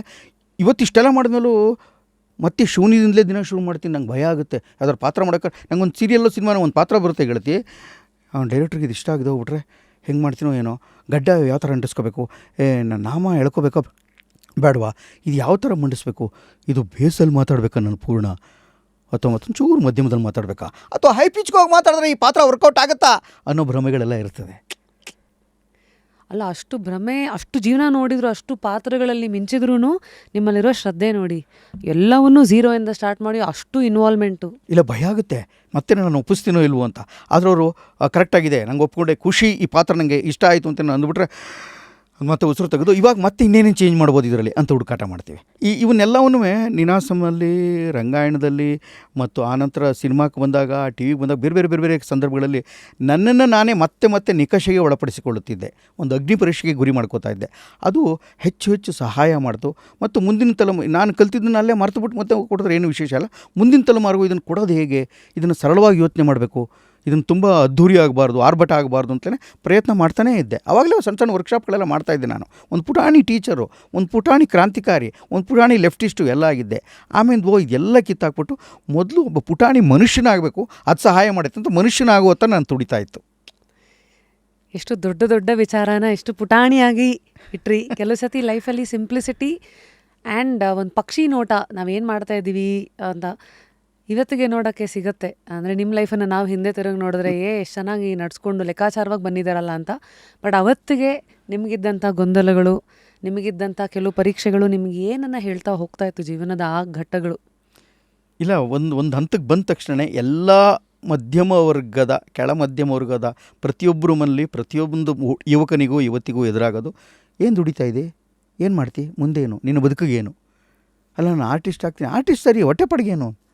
ಆರ್ಟಿಸ್ಟ್ಗೂ ಹೊಟ್ಟೆಪಾಡಿಗೂ ಯಾವತ್ತೂ ಒಂದಕ್ಕೊಂದಕ್ಕೆ ಬೆಸೆಯೋದಿಲ್ಲ ಅಂತ ಜಗತ್ತಿನ ಸಿದ್ಧಾಂತ. ನಮ್ಮ ಅಸ್ಥಿರವಾಗಿರುತ್ತೆ, ಸಂಬಳ ಸಿಗಲ್ಲ, ಎಷ್ಟು ದಿನ ಇರ್ತಿ ಇದರಲ್ಲಿ, ಏನು ಮಾಡ್ತೀವಿ, ಆಮೇಲೆ ಮುಂದೆ ಮುಂದೆ ಅಂತ. ಆದರೆ ನಾನು ಹುಡುಕಾಟ ಯಾವುದಾಗಿತ್ತು ಅಂದರೆ, ಹೊಟ್ಟೆಪಾಡಿಗೆ ಒಂಚೂರು ದುಡ್ಡೋ ಕಾಸೋ ಎಲ್ಲ ಸಿಗಲಿ, ತಗೊಂಬಿಡೋಣ. ಆದರೆ ಸಾಯೋವರೆಗೂ ಒಂದು ರಂಗಭೂಮಿ ಥರದ ಕ್ಷೇತ್ರದಲ್ಲಿದ್ದರೆ, ಕೆಲಸ ಮಾಡ್ತಾನೆ ಇದ್ದರೆ ಪುಸ್ತಕ ಓದ್ಬೋದು, ನಿಮ್ಗೆ ಖುಷಿ ಸಿಗುತ್ತೆ, ಸಂಗೀತ ಸಿಗುತ್ತೆ, ಬಿಂದಾಸ್ ಹೆಣ್ಮಕ್ಳನ್ನೆಲ್ಲ ನೋಡ್ಬೋದು, ಜೊತೆ ಸದಾ ಸುತ್ತ ಇರ್ತಾರೆ. ಆ ವಯಸ್ಸಿನಲ್ಲಿ ಮನುಷ್ಯನಿಗೆ ಅಕ್ಕಪಕ್ಕ ಸುಂದರವಾದ ಏನು ಚಂದವಾಗಿ ಹಾಡುವ, ಚಂದವಾಗಿ ನಟಿಸುವ, ಚಂದವಾಗಿ ನರ್ತಿಸುವ, ಚೆನ್ನಾಗಿ ಮಾತನಾಡುವ, ಚೆನ್ನಾಗಿ ಒಂಚೂರು ವಿಶ್ವಾಸ ಕೊಟ್ಟರು ತುಂಬ ಕೊಟ್ಬಿಟ್ರು ಅಂತ ಭ್ರಮಿಸಿಕೊಳ್ಳುವ ಎಲ್ಲ ಗಳಿಗಳು ಸೃಷ್ಟಿಯಾಗ್ಬಿಟ್ಟಿರುತ್ತಲ್ಲ ಅಲ್ವಾ? ಎಷ್ಟು ಚಂದ ಅದು ಆ ಬದುಕೋ ವಯಸ್ಸು. ಆವಾಗ ಅದನ್ನೆಲ್ಲದನ್ನೇ ಅಕ್ಸೆಪ್ಟ್ ಮಾಡ್ಕೋತಾನೆ ಮುಂದೇನು, ದುಡ್ಡಿಗೆಲ್ಲಿಂದ ತರೋದು, ಏನು ಮಾಡೋದು ಅಂತ. ಪುಣ್ಯಕ್ಕೆ ಅಲ್ಲಿ ಮುಗಿದ ಮೊದಲ ತಿಂಗಳೇ ನನಗೆ ಅಲ್ಲಿ ಕೆಲಸ ಕೊಡ್ತಾರೆ. ನೀನಾಸಮ್ ತಿರುಗಾಟ ಅಂತ ಶುರುವಾಗುತ್ತೆ. 15 ದಿವಸಕ್ಕೆ 200 ರೂಪಾಯಿ ಕೊಡ್ತೀವಿ ಅಂತಾರೆ. ನನ್ನ ಮೊದಲ ದೊಡ್ಡ ಸಂಬಳ ಅಂತ ತೊಗೊಂಡು 15 ದಿವಸಕ್ಕೆ ಅಂದರೆ ಒಂದು ತಿಂಗಳಿಗೆ 400 ರೂಪಾಯಿ. ನೀನಾಸಮ್ ತಿರುಗಾಟದ ಮೊದಲ ಸಂಬಳ 400 ರೂಪಾಯಿ ಇರುತ್ತೆ. ಇದು ಯಾವ ಇಸ್ವಿ ಸರ್? 82, 3 86 ತಿರುಗಾಟ 85, ಸಾರಿ 85 ಅಮ್ಮ, 85 400 ರೂಪಾಯಿ. ಅಪ್ಪ ಏನು ಮಾಡೋಕ್ಕಪ್ಪ, ಇದು ಏನು ತೊಗೊಂಡು ಏನು ಮಾಡೋದು ಅಂತಾಗ ನನಗೆ. ಆಮೇಲೆ ಅಲ್ಲಿ 3 ವರ್ಷ ಕಳೆದ ಮೇಲೆ ಅದು ಒಂದು 800 ರೂಪಾಯಿಗೇನೋ 700 ರೂಪಾಯಿ ತನಕ ಹೋಗಿರ್ಬೋದು. ಆಮೇಲೆ ರಂಗಾಯಣಕ್ಕೆ ಬಂದು ಸೇರ್ಕೊಂಡಾಗ ಅಲ್ಲೊಂದು 800 ರೂಪಾಯಿಗೆ ಬರುತ್ತೆ. ನನಗೆ ಕಿರಿಮಗ ಆದ್ದರಿಂದ ಸುತ್ತಾಡ್ಕೊಂಡು ನಿಂತಿರ್ತಾಯಿದ್ದೆ. ಜವಾಬ್ದಾರಿ ನಮ್ಮ ಅಕ್ಕ ನಮ್ಮ ಅಣ್ಣ ಇಬ್ಬರು ಪಾಪ ಅವರು ಮನೇಲಿ ಸೆಟ್ಲ್ ಆದವರು ಬೈಸ್ಕೊಂಡು ಏನೋ ಮಾಡ್ತಾಯಿದ್ರು. ನನ್ನ ಮನೇನ ಚಿಕ್ಕನ್ನಲ್ಲೇ ಬಿಟ್ಬಿಟ್ಟು ಅಂತಾನೆ. ಡಿಗ್ರಿ ಮುಗಿತಂಗೆ ಮನೆ ಬಿಟ್ಬಿಟ್ಟವನು. ಯಾರು ಮನೆ ಬಿಟ್ಟು ಹೊರಗಡೆ ಸ್ವಂತ ಬದುಕನ್ನು ರೂಪಿಸ್ಕೊಂಡು ಓಡ್ತಾ ಇರ್ತಾರೆ ಅವ್ರಿಗೆ ಸವಾಲುಗಳು ಎದುರಾಗ್ತವೆ, ಜಗತ್ತು ಪ್ರೀತಿನ ಕಲಿಸ್ಕೊಡ್ತದೆ. Wake up to fresh ideas. Repose. ಒಂದೇ ಕಡೆ ಮಲ್ಲಿ ಸಿಗಾಕೊಂಡು ಆರಾಮಾಗಿ ಸೆಟ್ಲಾಗಿ ತುಂಬ ಖುಷಿಯಾಗಿ ಅಪ್ಪ ಜೀವನ ಇಷ್ಟೇ ಸಾಕಪ್ಪ ಅಂತ ಯಾರು ಅಂದ್ಕೊಂಡಿರ್ತಾರಲ್ಲ, ಹಂಗೆ ಅನ್ಕೊಳ್ಳೇಬಾರ್ದು. ಕನಸುಗಳನ್ನು ಬಿಸಾಕಬೇಕು, ಕನಸುಗಳನ್ನ ಎತ್ತಿ ಮೇಲೆ ನೀನು ಎಸ್ಕೊತಾ ಇರಬೇಕು. ಸಿಕ್ಕೆಲ್ಲ ಕನಸುಗಳನ್ನ ಕಾಣ್ತಾ ಇರಬೇಕು. ಕನಸುಗಳ ಜೊತೆಗೆ ನೀನು ವಾಸ್ತವದಲ್ಲೂ ಯಾಕಿರಬೇಕು ಅಂದರೆ ತೀರಾ ಮಹತ್ವಾಕಾಂಕ್ಷಿ ಆಗಿಬಿಟ್ರುವೆ ಪ್ರಯೋಜನ ಆಗಲ್ಲ. ಯಾಕೆಂದರೆ ಅದೇನು ಆ ಬಲೂನ್ ಹೊಡೆದೋಗ್ಬಿಟ್ಟಾಗ ಸಪ್ಪೆ ಆಗಿಬಿಡುತ್ತೆ. ಅದಕ್ಕೇ ನಿನಗೆ ಬೇಕಾದಷ್ಟು ಕನಸುಗಳನ್ನು ನಿರ್ಧರಿಸಿಕೊಳ್ಳುವ, ಅಳತೆಗೋಲಿಗೆ ಸಿಕ್ಕಿಸಿಕೊಳ್ಳುವಂಥ ಬುದ್ಧಿಮತ್ತೆಯನ್ನು ರೂಪಿಸಿಕೊಳ್ಳುವಂಥ ಒಂದು ಗುಣಗ್ರಾಹಿತನ ಬೇಕು. ಅದನ್ನು ನಿನಗೆ ರಂಗಭೂಮಿ ಸಾಹಿತ್ಯ ಕಲಿಸ್ಕೊಡ್ತದೆ. ಮಕ್ಕಳಿಗೆ ಹಠದ ಮೇಲೆ ಒಳ್ಳೊಳ್ಳೆ ಪುಸ್ತಕಗಳನ್ನ ಓದೋದು ಕೊಡಬೇಕು. ಮಕ್ಕಳಿಗೆ ಹಠದ ಮೇಲೆ ಒಂದು ನಾಟಕ ತೋರಿಸ್ಬೇಕು, ನಾಟಕದಲ್ಲಿ ಆ್ಯಕ್ಟ್ ಮಾಡಿಸ್ಬೇಕು, ಒಂದು ಒಳ್ಳೆಯ ಫೋಕ್ ಫಾರ್ಮಲ್ಲಿ ಕುಣಿ ಅಂತ ಹೇಳಬೇಕು. ಸಿನಿಮಾ ಡ್ಯಾನ್ಸು, ರೀಲ್ಸು ಎಲ್ಲರೂ ಮಾಡ್ತಾಯಿರ್ತಾರೆ, ಅದೇನು ವಿಶೇಷ ಅಲ್ಲ. ಹಠದ ಮೇಲೆ 4 ಜಾನಪದ ಕುಣಿದ್ರೆ ಹೆಚ್ಚು ಎನರ್ಜಿ ಹಾಕಬೇಕಲ್ಲ ಅಲ್ವಾ? ಪಟ್ ಪಟ್ ಪಟ್ ಅಂತ ಕುಣಿಬೇಕು, ಕಾಲು ಎತ್ತಬೇಕು, ಕುಣಿಬೇಕು. ಯಕ್ಷಗಾನ ಕಲಿಸೋದ್ರಿಂದ ಮತ್ತು ಬೇರೆ ಬೇರೆ ಜಾನಪದ ಪ್ರಕಾರ ಮುಡಲ್ಪಾಯ ಯಕ್ಷಗಾನ ಕಲಿಸೋದ್ರಿಂದ ಇವೆಲ್ಲ ಬೇರೆ ಬೇರೆ ನಮ್ಮ ಕಂಸಾಳೆ, ವೀರಗಾಸೆ, ದೊಡ್ಡಾಟ, ಸಣ್ಣಾಟ, ಸೂತ್ರದ ಗೊಂಬೆ ಆಟ ಹೇಳ್ಕೊಡೋದ್ರ ಮೂಲಕ ಸೂತ್ರದ ಗೊಂಬೆ ಆಟ ನೀನು ಯಾವುದ್ಯಾವುದ್ಯಾವುದೋ ಗೊಂಬೆಗಳನ್ನ ಕೂಡಿಸ್ತಾ ಇರ್ತೀವಿ ಗೆಳ್ತಿ. ಆ ಬೊಂಬೆಯ ಪ್ರತಿ ಕಣ್ಣು ಮೂಗು ಬಾಯಿ ಎಲ್ಲ ನಿನ್ನ ಬೆಟ್ಟಿನ ಮೂಲಕ ನಿನ್ನ ಆತ್ಮಕ್ಕೆ ಚಲಿಸ್ತಾ ಇರ್ತವೆ. ನಿನ್ನ ಆತ್ಮ ಕೃಷ್ಣನ ಥರ ವರ್ತಿಸ್ತಾ ಇದ್ದರೆ ಅದು ಕೃಷ್ಣನ ಥರ ಬಿಹೇವ್ ಮಾಡ್ತದೆ, ಇಲ್ಲಾಂದ್ರೆ ಅದು ಬೇರೆ ಆಗಿಬಿಡ್ತದೆ, ಅದು ಕಂಸ ಆಗಿಬಿಡ್ತದೆ. ಹಾಗಾಗಿ ಇಲ್ಲಿ ಆ್ಯಕ್ಟ್ ಮಾಡಬೇಕು ಅನ್ನೋದನ್ನ ಸೂತ್ರದ ಗೊಂಬೆ ಆಟ ಹೇಳ್ಕೊಡ್ತದೆ. ಕಷ್ಟವಾದ ಫಾರಮು. ಆತ್ಮ ನೀನು ಇಲ್ಲಿ ಕೊಡಬೇಕು, ಇಲ್ಲಿ ಯೋಚನೆ ಮಾಡಬೇಕು. ಆಮೇಲಿಂದ ಪೌರಾಣಿಕ ಆದ್ದರಿಂದ ಭಾಷೆನ ಚೆನ್ನಾಗಿ ಉಚ್ಚರಿಸಲೇಬೇಕು ನೀನು. ಒಂದಕ್ಕೊಂದಕ್ಕೆ ಸಂಬಂಧ ಇದೆ ಅಷ್ಟೂ. ಒಂದು ಪಾತ್ರ ಮಾಡೋದು ಅಂತಂದರೆ ಬರೀ ಪಾತ್ರ ಮಾಡೋದಲ್ದೇ ಅದು ಪೂರ್ಣ ಪ್ರಮಾಣದ ಒಳಗೆ ಹುದುಗಿ ಹೋಗುವ, ಕರಗಿ ಹೋಗುವ, ಅವಲೋಕಿಸಿಕೊಳ್ಳುವ, ಮತ್ತೆ ಪುನರ್ಸೃಷ್ಟಿಸುವ ಅನೇಕ ದೊಡ್ಡ ದೊಡ್ಡ ಟಾಸ್ಕ್ ಇರೋದ್ರಿಂದ ಅಭಿನಯ ಅನ್ನುವುದು ಮೇಲ್ನೋಟಕ್ಕೆ ಬರೀ ಒಂದು ರಂಜನೀಯವಾದ ಕಲೆ. ಅದರ ಆಳದಲ್ಲಿ ಅದು ಅಪಾರವಾದ ಬುದ್ಧನಷ್ಟೇ ದೊಡ್ಡ ಜ್ಞಾನ ಇರುವಂತಹ ಒಂದು ಕಲೆ. ಅದು ಬುದ್ಧ ಹೌದು, ಅದು ಅನುಮಾನ ಬೇಡ. ಅದು ಮಹಾವೀರ ಅದು ಗುರುನಾನಕ್ ಹೌದು, ಅದು ಶಂಕರಾಚಾರ್ಯ, ಎಲ್ಲವುದುವೆ. ಅಭಿನಯ ಅನ್ನುವುದು ಅದು ಮಹಾನ್ ಧರ್ಮ, ಮಹಾನ್ ಮಾನವತಾ ಧರ್ಮ. ಅದು ಅಭಿನಯ ಅನ್ನುವುದು, ರಂಗಭೂಮಿ ಎನ್ನುವುದು ಒಂದಕ್ಕೊಂದಕ್ಕೆ ರಿಲೇಟೆಡ್ ಆರ್ಟ್ಸ್ ಅವೆಲ್ಲವುವೆ. ಹಾಗಾಗಿ ಅದನ್ನು ನಿಧಾನವಾಗಿ ನೀನಾಸಂನಲ್ಲಿ ನಾನು ಅಭ್ಯಾಸ ಮಾಡ್ತಾ ರಂಗಾಯಣಕ್ಕೆ ಬಂದ ಮೇಲೂ ಅಲ್ಲಿಂದ ರಂಗಾಯಣಕ್ಕೆ ಬಂದೆ.